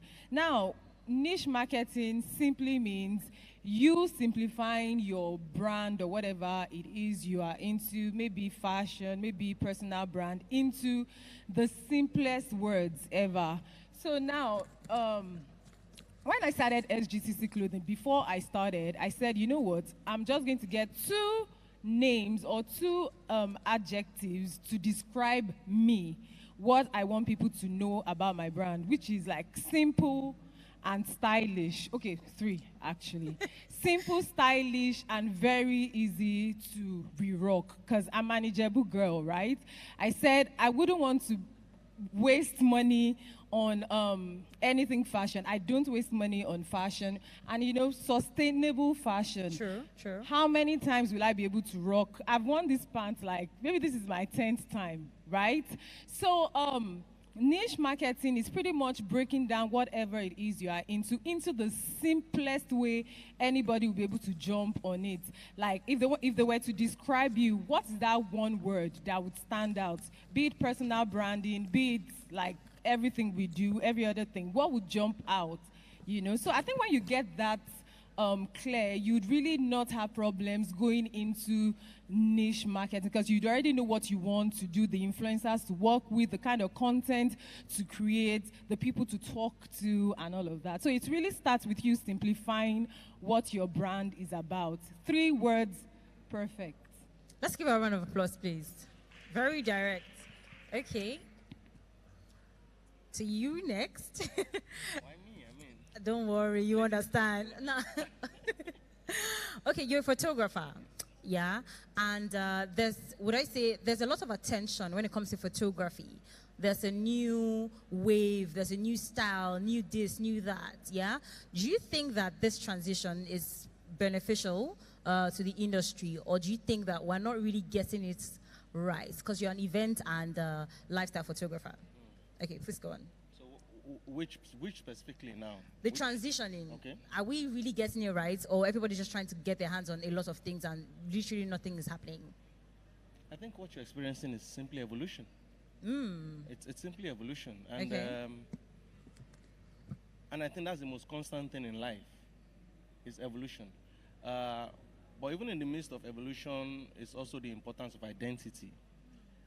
You understand? So when you're evolving, you should also make sure you define who you are and stay who you are. And I like the way she described, niche, which is define it, but make it simple. Simple enough that you don't have to explain it. Because that's the essence. If you have to explain what you're doing to people over and over again, then it's not simple, it's complicated. How many people do you want to get across to? So, first is it's purely evolution that you're experiencing. Second is don't just follow trend. Create an identity. It's the identity you create that makes you niche. It's the identity you create that becomes the niche way to which people experience you. And that's it. It's that simple. Very profound. Please just give me a round of applause. I don't know if you heard what I heard, but let me say what I heard. It's the identity you create that creates a niche for you. Please just give me a round of applause again. No, that was deep. Okay. Don't worry, I'm not going to start with the Nigerian Ghanaian jollof conversation. Okay, now let's talk about you're trying to create a niche for yourself, yeah? People like to put pressure on themselves, especially creatives, like I should get it at first trial. Let's talk about that process of trying and not getting it. How long should it take you to discover your niche and work with it? Good evening, ladies and gentlemen. My name is Victoria Michaels. I'm happy to be here and to be having this conversation. It's something our industry needs. So I would use myself as an example. So in 2019, I used to be an active model, by the way, but now they call me a modelpreneur. That is a model who is also an entrepreneur.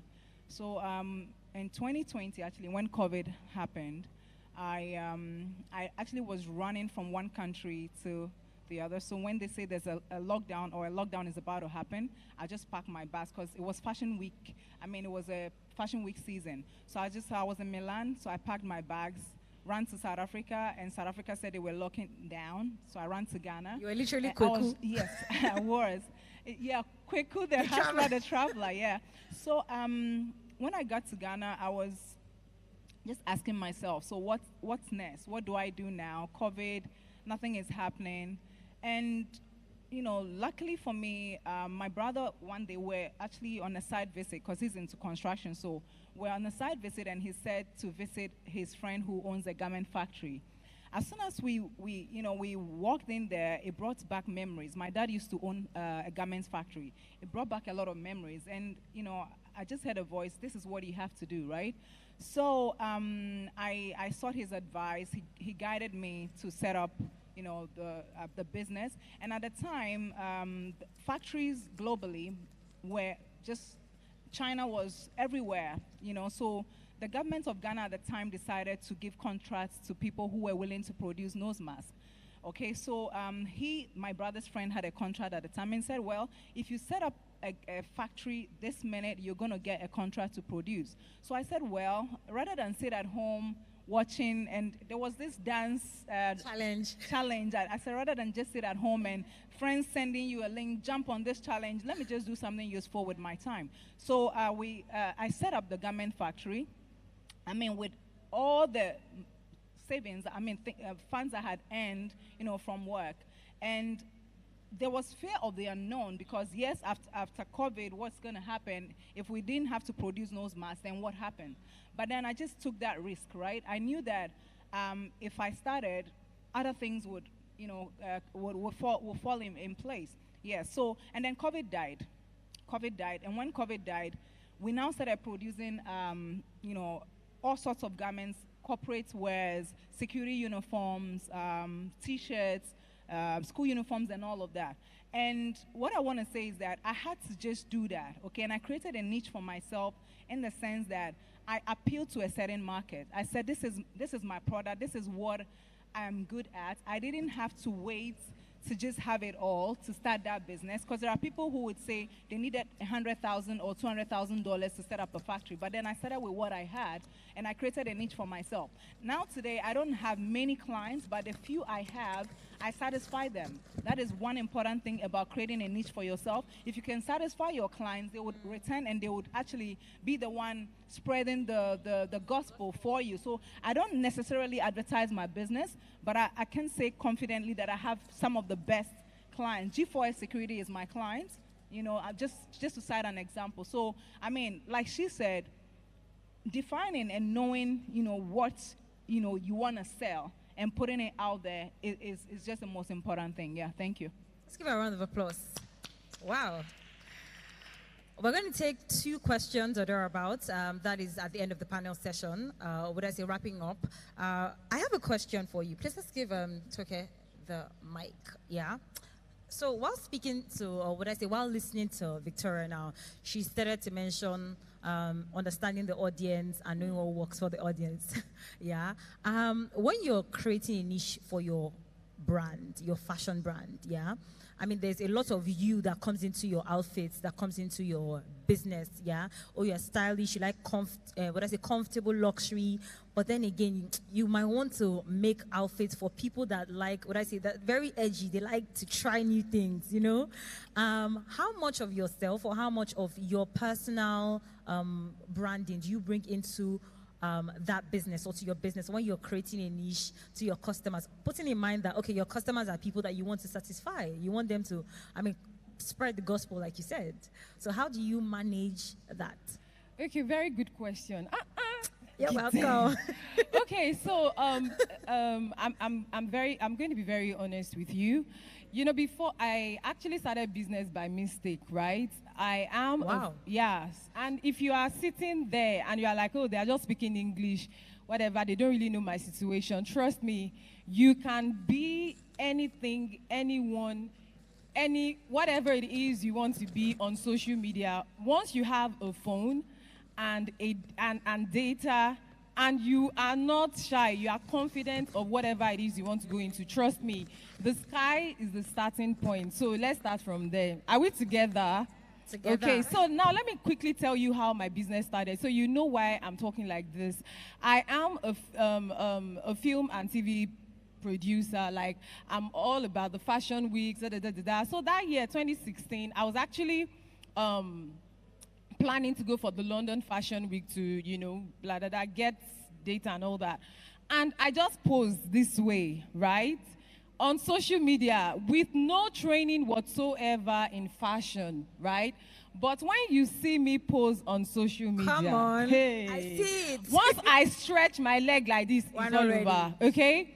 And somebody reached out to me from London and said, oh, I love what you're wearing, because 2016 was like Rihanna wearing Ankara, Beyonce wearing Ankara. So everybody wanted to wear Ankara. Now, I'm going somewhere. Always look out for opportunities. That is the first point. Second point, go all out, right? So that somebody reached out to me from a stockist in London, whatever. Oh, I really love what you're wearing. Simple, mini dress, nothing spectacular, right? She said, oh, can I get 1,000 pounds worth of what you're wearing? I said, you say, are you... No training whatsoever. That dress was a gift from my mom because I was traveling and she said, you know what, let me just, Ankara now, our moms. So you can, because from there I was like going to different countries to record fashion. That was how my business started. And this was October. By November, we started officially. By December, we're already shipping everywhere. Always look out for opportunities, one. Secondly, do your research. That was what I did. Like, I was like, okay, this person really loved this. This is simple. I love simple things. And the third thing, it doesn't have to be about you. This is working for me because I love colors, right? And if you go through my page, SGTC Clothing, soft marketing, okay, you would see colors because I already researched colors pull people in. Do you understand? I'm sure everybody noticed me here like a billboard. It's strategic. I'm wearing my brand. I'm my walking billboard, okay? So, your personal branding may not work for your business if the niche is not, what's the English now? Compatible. Exactly. If your personal, there are some people that are very quiet, but their brand is like loud out there. You don't have to be dancing on social media, okay? Your brand, separate your brand and your personal brand. Am I communicating? Perfectly. So for me, my personal brand actually complements my business. And this is why it is I'm selling everything, like everything is interwoven. So what you need to do for yours, you need to know what you want to do first. You need to be clear. Instagram or social media, whatever, it's not one market fits all. It's very niche specific. And let me quickly add this, right? What really made us money, what really made us have that social media currency, it was me being, this is my secret, so don't tell anybody. Are you taking notes? This is, are we together? Thank you. It was me being strategic. Let me tell you one secret, guys. Humans they are moved by what they see. What they see, if they see that you are looking like a successful person, you will not have any problem selling whatever it is you are into. So you have to package. Do you know what that means? That means you need to look like someone they can trust with money. You need to sound like someone they can trust with money. And your integrity must be hitting the roof. So because of my experience with TV, I already knew in fashion, I had to look the part. Even when I would go for events, they would not give me invites. But I would dress so beautifully that all the photographers, they are here. Many of them are here. They've been greeting me. I wouldn't have IVs, but I would dress so elegantly that everybody would be like, oh, come, hello, this way, this way. And you know what it is? Once they start posting your pictures on social media, what happens? Tell me. Blow. Exactly. So that was what really sold us. And then people started saying, oh, I love what you're wearing. I love what you're wearing. And then, of course, we are here having a master class. So, yeah, in conclusion, I know I really said a lot. Be confident. You are the best. Okay? And you don't need money to start. I didn't start with money. I still do not have, in quotes, a formal training in fashion. But now I get paid to talk about fashion. Now I teach people that have all the experience in the world how to make money on social media. So it starts and ends with your confidence, and you must look the part, you must sound the part, and it comes with you researching. And with your phone, you can enter any country. Are we together? Okay, now you can give me a round of applause. Thank you. Wow. I think I need to repackage my packaging. Okay, let's have that. Are you guys getting your questions ready? 3 questions, if we have. If we don't, we're going to wrap up the session very, very soon. Okay, let's have him, the photographer. Okay, Toke said something about packaging, you know how you wear makeup, everything, your outfit, get, and then you take that one picture, and there are 30,000 in my DMs. Let's talk about photography and cinematography when it comes to personal brand building. Cinematography when it comes to personal brand building. You know how you see a lot of people and you see them in real life, like, Is this everything? But then again, it's packaging, like Toge said. Let's talk about that. Are people really paying conscious attention to photography and cinematography when it comes to personal brand building? Thank you very much. So precisely what she said. I've known Toke since Tete, before she blew. Oh yeah, give us juice, Joe. At the point of her, give before us blowing, juice. I know her. So don't, we'll keep it a secret. But like she said, we're visually inclined beings or animals. You need to understand that. Number two is this. Everything we think, the way we respond, is based on perception. You don't truly know me. But then when I walk around looking like $1 million like this. You are $1 million. Like, I mean, trillion, I mean. Like $1 trillion. You're like, man, that guy. You know, you don't really know me. But then you heard I'm one of the conveners of this project. You have a perception about me. That's the reality. Fortunately or unfortunately. So that's why I see some people kill themselves thinking they are not doing well. Because you see some people doing well on Instagram. Everybody is all right on Instagram. Everybody is all right. I've never seen somebody say I'm poor on Instagram. We are all rich. We are all eating the best of everything. Riding the best car, posing around the best car. So it's perception. So if we're visually inclined being, the only visually structured system I know is still and motion visual content. So everybody needs it. Listen to what she said. She put up a good picture. First, she didn't just put up a picture. She put up a good picture, number one. Number two, the person saw the picture and requested, can you give me 1,000 of that picture I saw? Doesn't even know if she's a fraudster. So the reality is, life is about perception, number one. Number two is you need to be deliberate, like she said. You need to be intentional, very intentional. Me, I don't have secrets, but my looks are intentional. For those who have known me up until mid last year, I'm a white shirt, black pants or blue pants person, any day, anytime. So if you're looking for the photographer who wears white shirt, black pants, that's me. Or then if he decides to go around your event wearing a jacket, then having his straps like that, that's me. And then I'm wearing this. And then you will identify me. I'm actually being deliberate about it. Someone asked me before I stepped out that, how many of these things do you have? Is it up to 50? I'm like, no, we're almost at 50. And we are going beyond 50. I have someone who actually makes my cap. Everybody wears a hat. But nobody wears a hat with KO. If you search the writing, you see my initials, KO. And then other things. It's deliberate. Now, you might not know me, but seeing me this way, the next time you see somebody wearing this, the first person that comes to your mind is, that could be me. And then you now try to verify. What I've done is I've forced your mind to create a picture. You have a perception. You look out for it. So it's important when you're building a niche brand, people have to have an understanding of what they should look out for.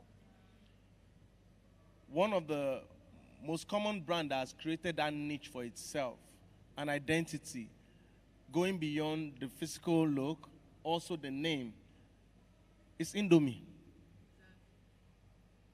Go buy me Indomie doesn't, I mean, to any child, they get there even if it is the other brand. Yeah. Once they say buy me Indomie, they know what you're talking about. Yeah. People have forgotten it's called noodles. Yeah. But when you tell them Indomie, they know what it is. And that's how to build it. You have to be intentional about it. And if you look through their campaign, they've never called their noodles. They've never called their noodles noodles. They always call it Indomie. And they make it more pronounced, and then they make the noodles subtle. And it's deliberate marketing. So for me is, for you to build that brand, you need to be very, very deliberate. I have a very simple few things happened to me, and I was sharing with someone on my team recently. Why perception is very, very, very, very important. Very important, especially for those of us who are creatives. I was out of town, and I had this project. A client reached out to me that they got this project. We went back and forth about the pay. I felt it was worth it for me to quickly buy a return ticket and jump back here. And before boarding the flight, I'm like, please, I need a confirmation. I can't buy a ticket and then you pull. And they're like, no. We're almost in the final stage, just the two of you, but we can tell you that everybody loves what you do. And then I got into the country and I'm like, dude, I'm in town. Let's go. When are we? And like, there's a little problem. What's the problem? Now, the final team that was to approve went on social media. Everybody knows, till now I'm struggling. I'm not a social media person. But then they said they checked this person's page and they felt the person is better. Now, this is somebody I know. This is somebody who's maybe like one of my proteges at some point. They said they felt he is better. So they're saying they would rather go with him than me. Now, the reality is this. The marketing director argued my case that, see, this guy has worked on projects. In fact, the reason why you're communicating was the team looked at that project and said they've never had anyone work on a project like this. That's why we're searching for him. But the point is, at the last minute, they found someone who created a perception and who was deliberate about it. They sent me the link. I looked at them like, this was my protege. I can do this now. You understand what I'm saying? It's not even about I can do this. I literally partly trained this person. Wow. But, I didn't want to argue. I'm excited if I've got a product out of my belly, if that's what I'll call it, who is being considered to be better. What else do I pray for? I pray to train people who will be way better than I am. Because if they're not, then I failed. You understand? But the reality is this. A perception was created by this guy. And they flowed with this perception and made a decision that was worth plenty money for me. It will have to worth plenty money for me to decide to fly back in the middle of my holiday. And that's the point. So visually, if you're not deliberate, you don't have a niche. And to say is investment in videos, photos, to create a perception important, ask her. She will tell you. Let's give her a round of applause. Very, very insightful. Very, very insightful. Very profound. Do we have our questions ready? We're about to wrap up. Okay, we have one question. Any other person? Any other person? Going? No, not gone yet. Okay, we're going to take, please hold on for a minute. We're going to take that one. But let me ask you, Victoria. You said we should ask you, so we're asking you now. You said something about being deliberate, yeah? Okay, so for example, I have been deliberate, I've built a particular niche, yeah? I've understood, okay, this is my market. And what if one day I want to upscale, or I want to try something different, I want to do something more? Know how you have like first season, you want to have like a second season, yeah? Putting in mind that you have your own customer, you have your client base, yeah? How can I be able to introduce new stuff, new style, new design to this already created niche and not miss it? Okay, I would say that it boils down to understanding your niche, your market, okay? If you understand them, then you know what their expectations are. The competition is keen, okay? Everyone, when they sleep and wake up, there is a new idea, okay? So you must be alert, okay? Understand who your clients are, who your potential, what they look out for on the daily, and then you can now say, okay, let me try this, let me give this a shot. And there's a strategy that works for me. I send my clients emails to say, okay, this is an idea, feedback. This is something, yes, okay, so one is feedback, and another is something, we try our hands on, and we just send samples to them via email. What do you think? Or we do like short clips, right? we have models who just sort of model our clothing, our pieces, so we share with them. And some of them, if they're interested, then you know that it's something that would appeal to them. Okay, so that is a strategy, that have worked for us. I would like to digress a bit because I'm a model, okay, and I have transitioned into an entrepreneur, and most creatives do not know how to do that. So, for example, an actress, okay, I acknowledge one here. She's an inspiration. I've been watching her since. Yeah, so it's good to see you. Yeah, so an actress or a model, okay, who decides to now become an entrepreneur, it's difficult because there's a certain lifestyle they're used to, okay, the glam, I sit down, I get made up, things are just being done for you. Now it's time to face reality. You need to put together a proposal, a business plan, and all of that. You don't know how to go about it.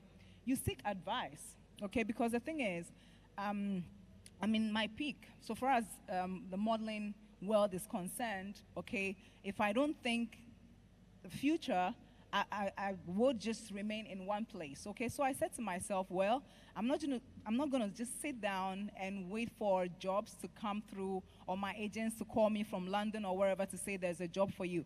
I would create something for myself, okay? So I set up the Garment Factory. I have a boutique PR advertising agency, and I have like great clients. And I have a construction company. I partner with my brother to do that. And how did I start all of this? Because I now developed a certain interest in business. I use my network, okay? Your network is your net worth, right? You need to be able to connect to people who know what they are doing. You seek their advice. You don't necessarily have to go to them for money. The wisdom, the advice they give you is something that can, direct you and put you on the right path. So I started, my business several years ago, even before I went abroad to model, and now I can confidently say that I'm a serial entrepreneur. So I think that we should have more of this conversation. Let the people in the creative space know they can have multiple sources of income, but it starts with you knowing what you want to do, seeking advice, asking people who already know so they can, set you on the right path. Thank you. Wow. A round of applause, please. Thank you. Okay, we're going to entertain questions from the audience. We just have one question. Do we have another question? Oh, we do not. Okay.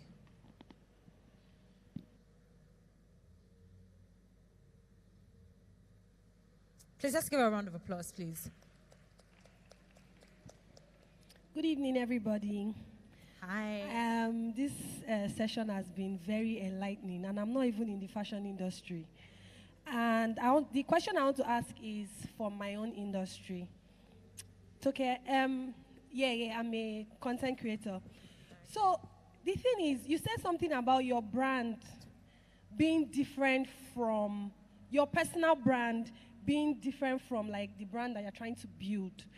And I'm currently facing the same issue because the brand I'm building is different from my personal brand. Like, we are two different people. And it's so hard to, like, if I'm maybe talking to somebody, I'm telling this person that, I do this. The person is like, you?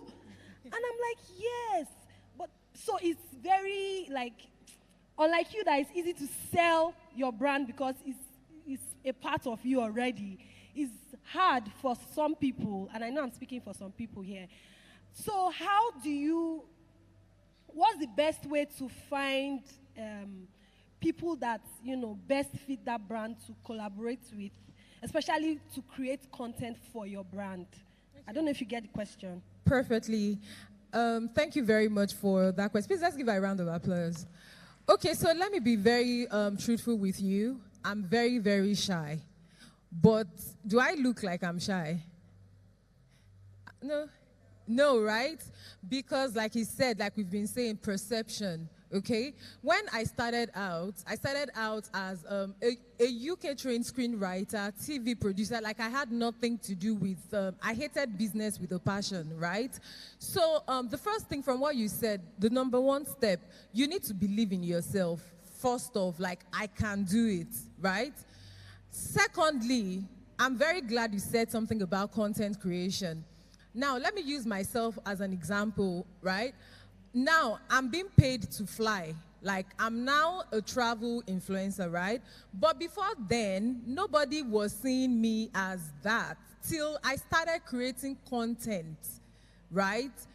Are you following me? So for you to make people see what you do and then start maybe respecting you or paying you, they should leave respect, they should pay you. But you get what I'm trying to say? You have to, number one, right?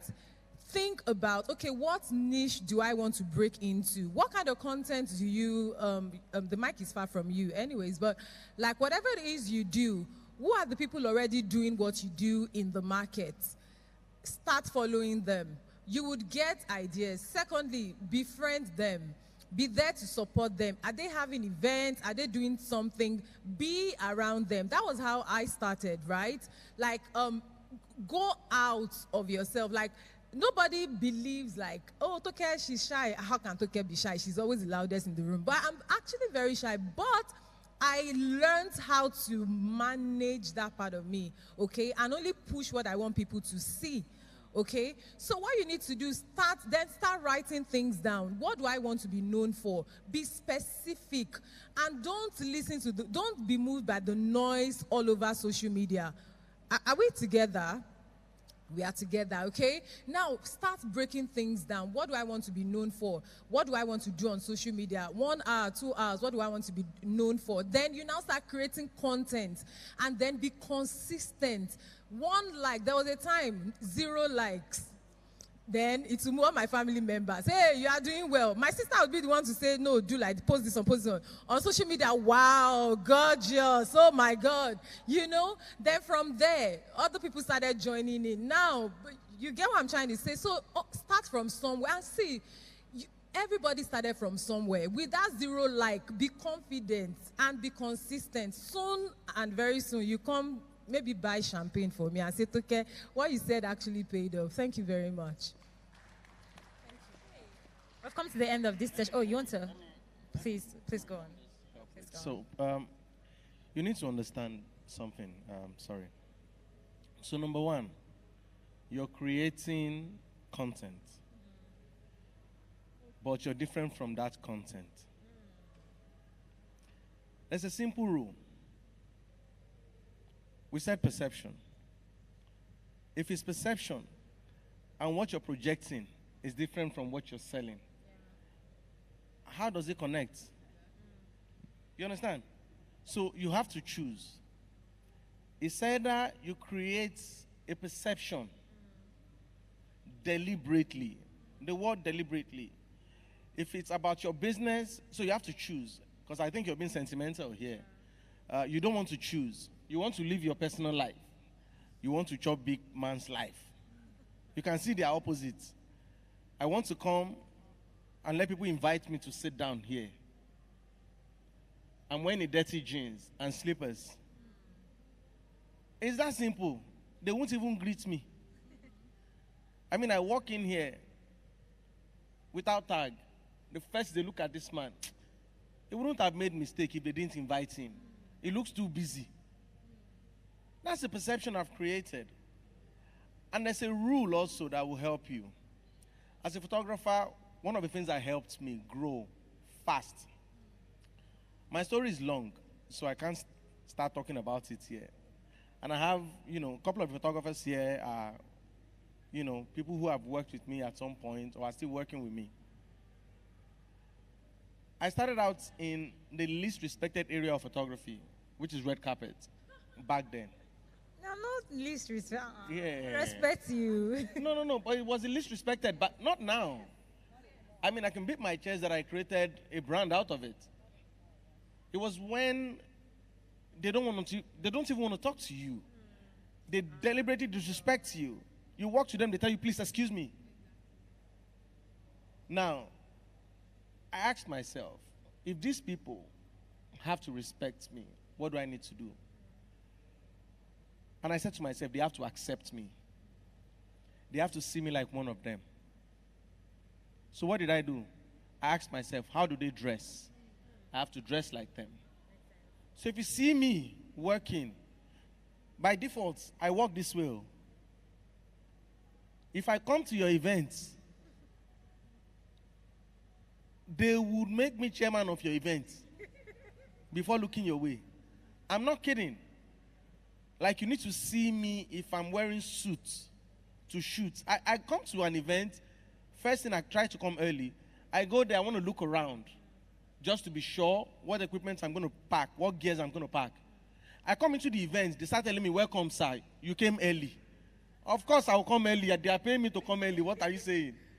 But that's the perception. So when they see me with cameras, they're like, welcome, sir. Oh, you are the photographer. I say, no, I'm the host. But you see, the reality is this. The moment you start dressing like the way you want to be addressed, people will begin to respect you.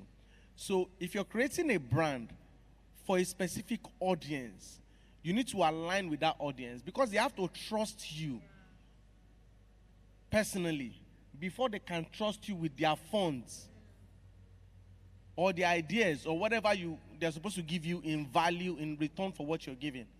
So please, be deliberate. Oh, yes, please. Yes, please. Okay, so I'm not a content creator or anything like that, but I like to be neutral here. And again, using myself as an example.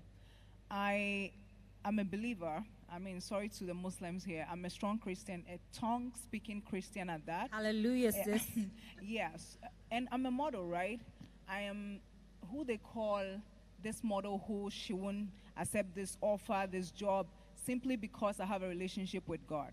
There are things I keep off the gram, okay, because you're sort of battling with two identities, right? So you could build what you want to build for, your work on social media, but hold on to your values, okay? The things that keeps you going, hold on to it, keep it off social media, because there are people who wouldn't understand that this is who you are and this is who you also are. I've been able to go out there and say to them, listen, I'm a child of God. If you do not book me, there is an opportunity that God has for me out there that will fetch me more money. So just be you, create that image that you want people to see for your work. And the others you could just, nurture and walk the path that that God has chosen for you, okay? Yeah. All right. Okay, we have no question. I have a question. Nigerian jollof or Ghanaian jollof? Now, I just want to know. Both, because I'm 50% Nigerian. No, I'm 50% Nigerian. Which is more spicy? They're both good. Politician. Yes. Politician. Please, let's give her a round of applause. And everyone here, thank you so much. We've come to the end of this panel session. I'm sure we had a great time.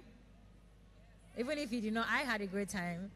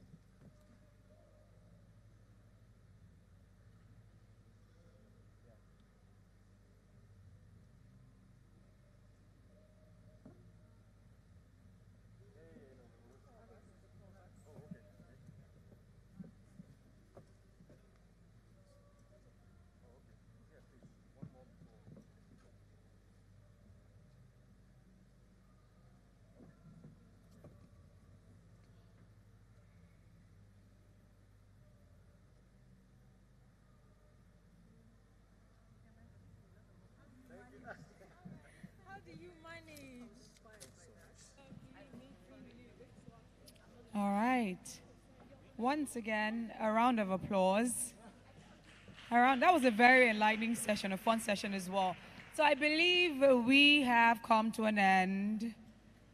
The sessions have been extremely enlightening since 8 a.m. So well done once again for just making a duty and a note to be here. The exhibition is still definitely open. Like I mentioned, if you look at the signs, the directions, just right behind you, it will lead you to the exhibition hall, which is also a food court. So please be sure to check it out. Tomorrow is Music Day, and I would say come as early as possible because it is definitely built to be a very intense, and I say intense in a very fun, enlightening way as well, and you get to network. You get to learn a whole lot and you get to have fun. And I believe there's going to be a fun wrap-up process tomorrow with a lot of music and a lot of dancing. So if you're interested, which I believe you are, then make it a duty. My name is Ifunanya. I am a broadcaster, and it's been a pleasure being your host today. Thank you very much.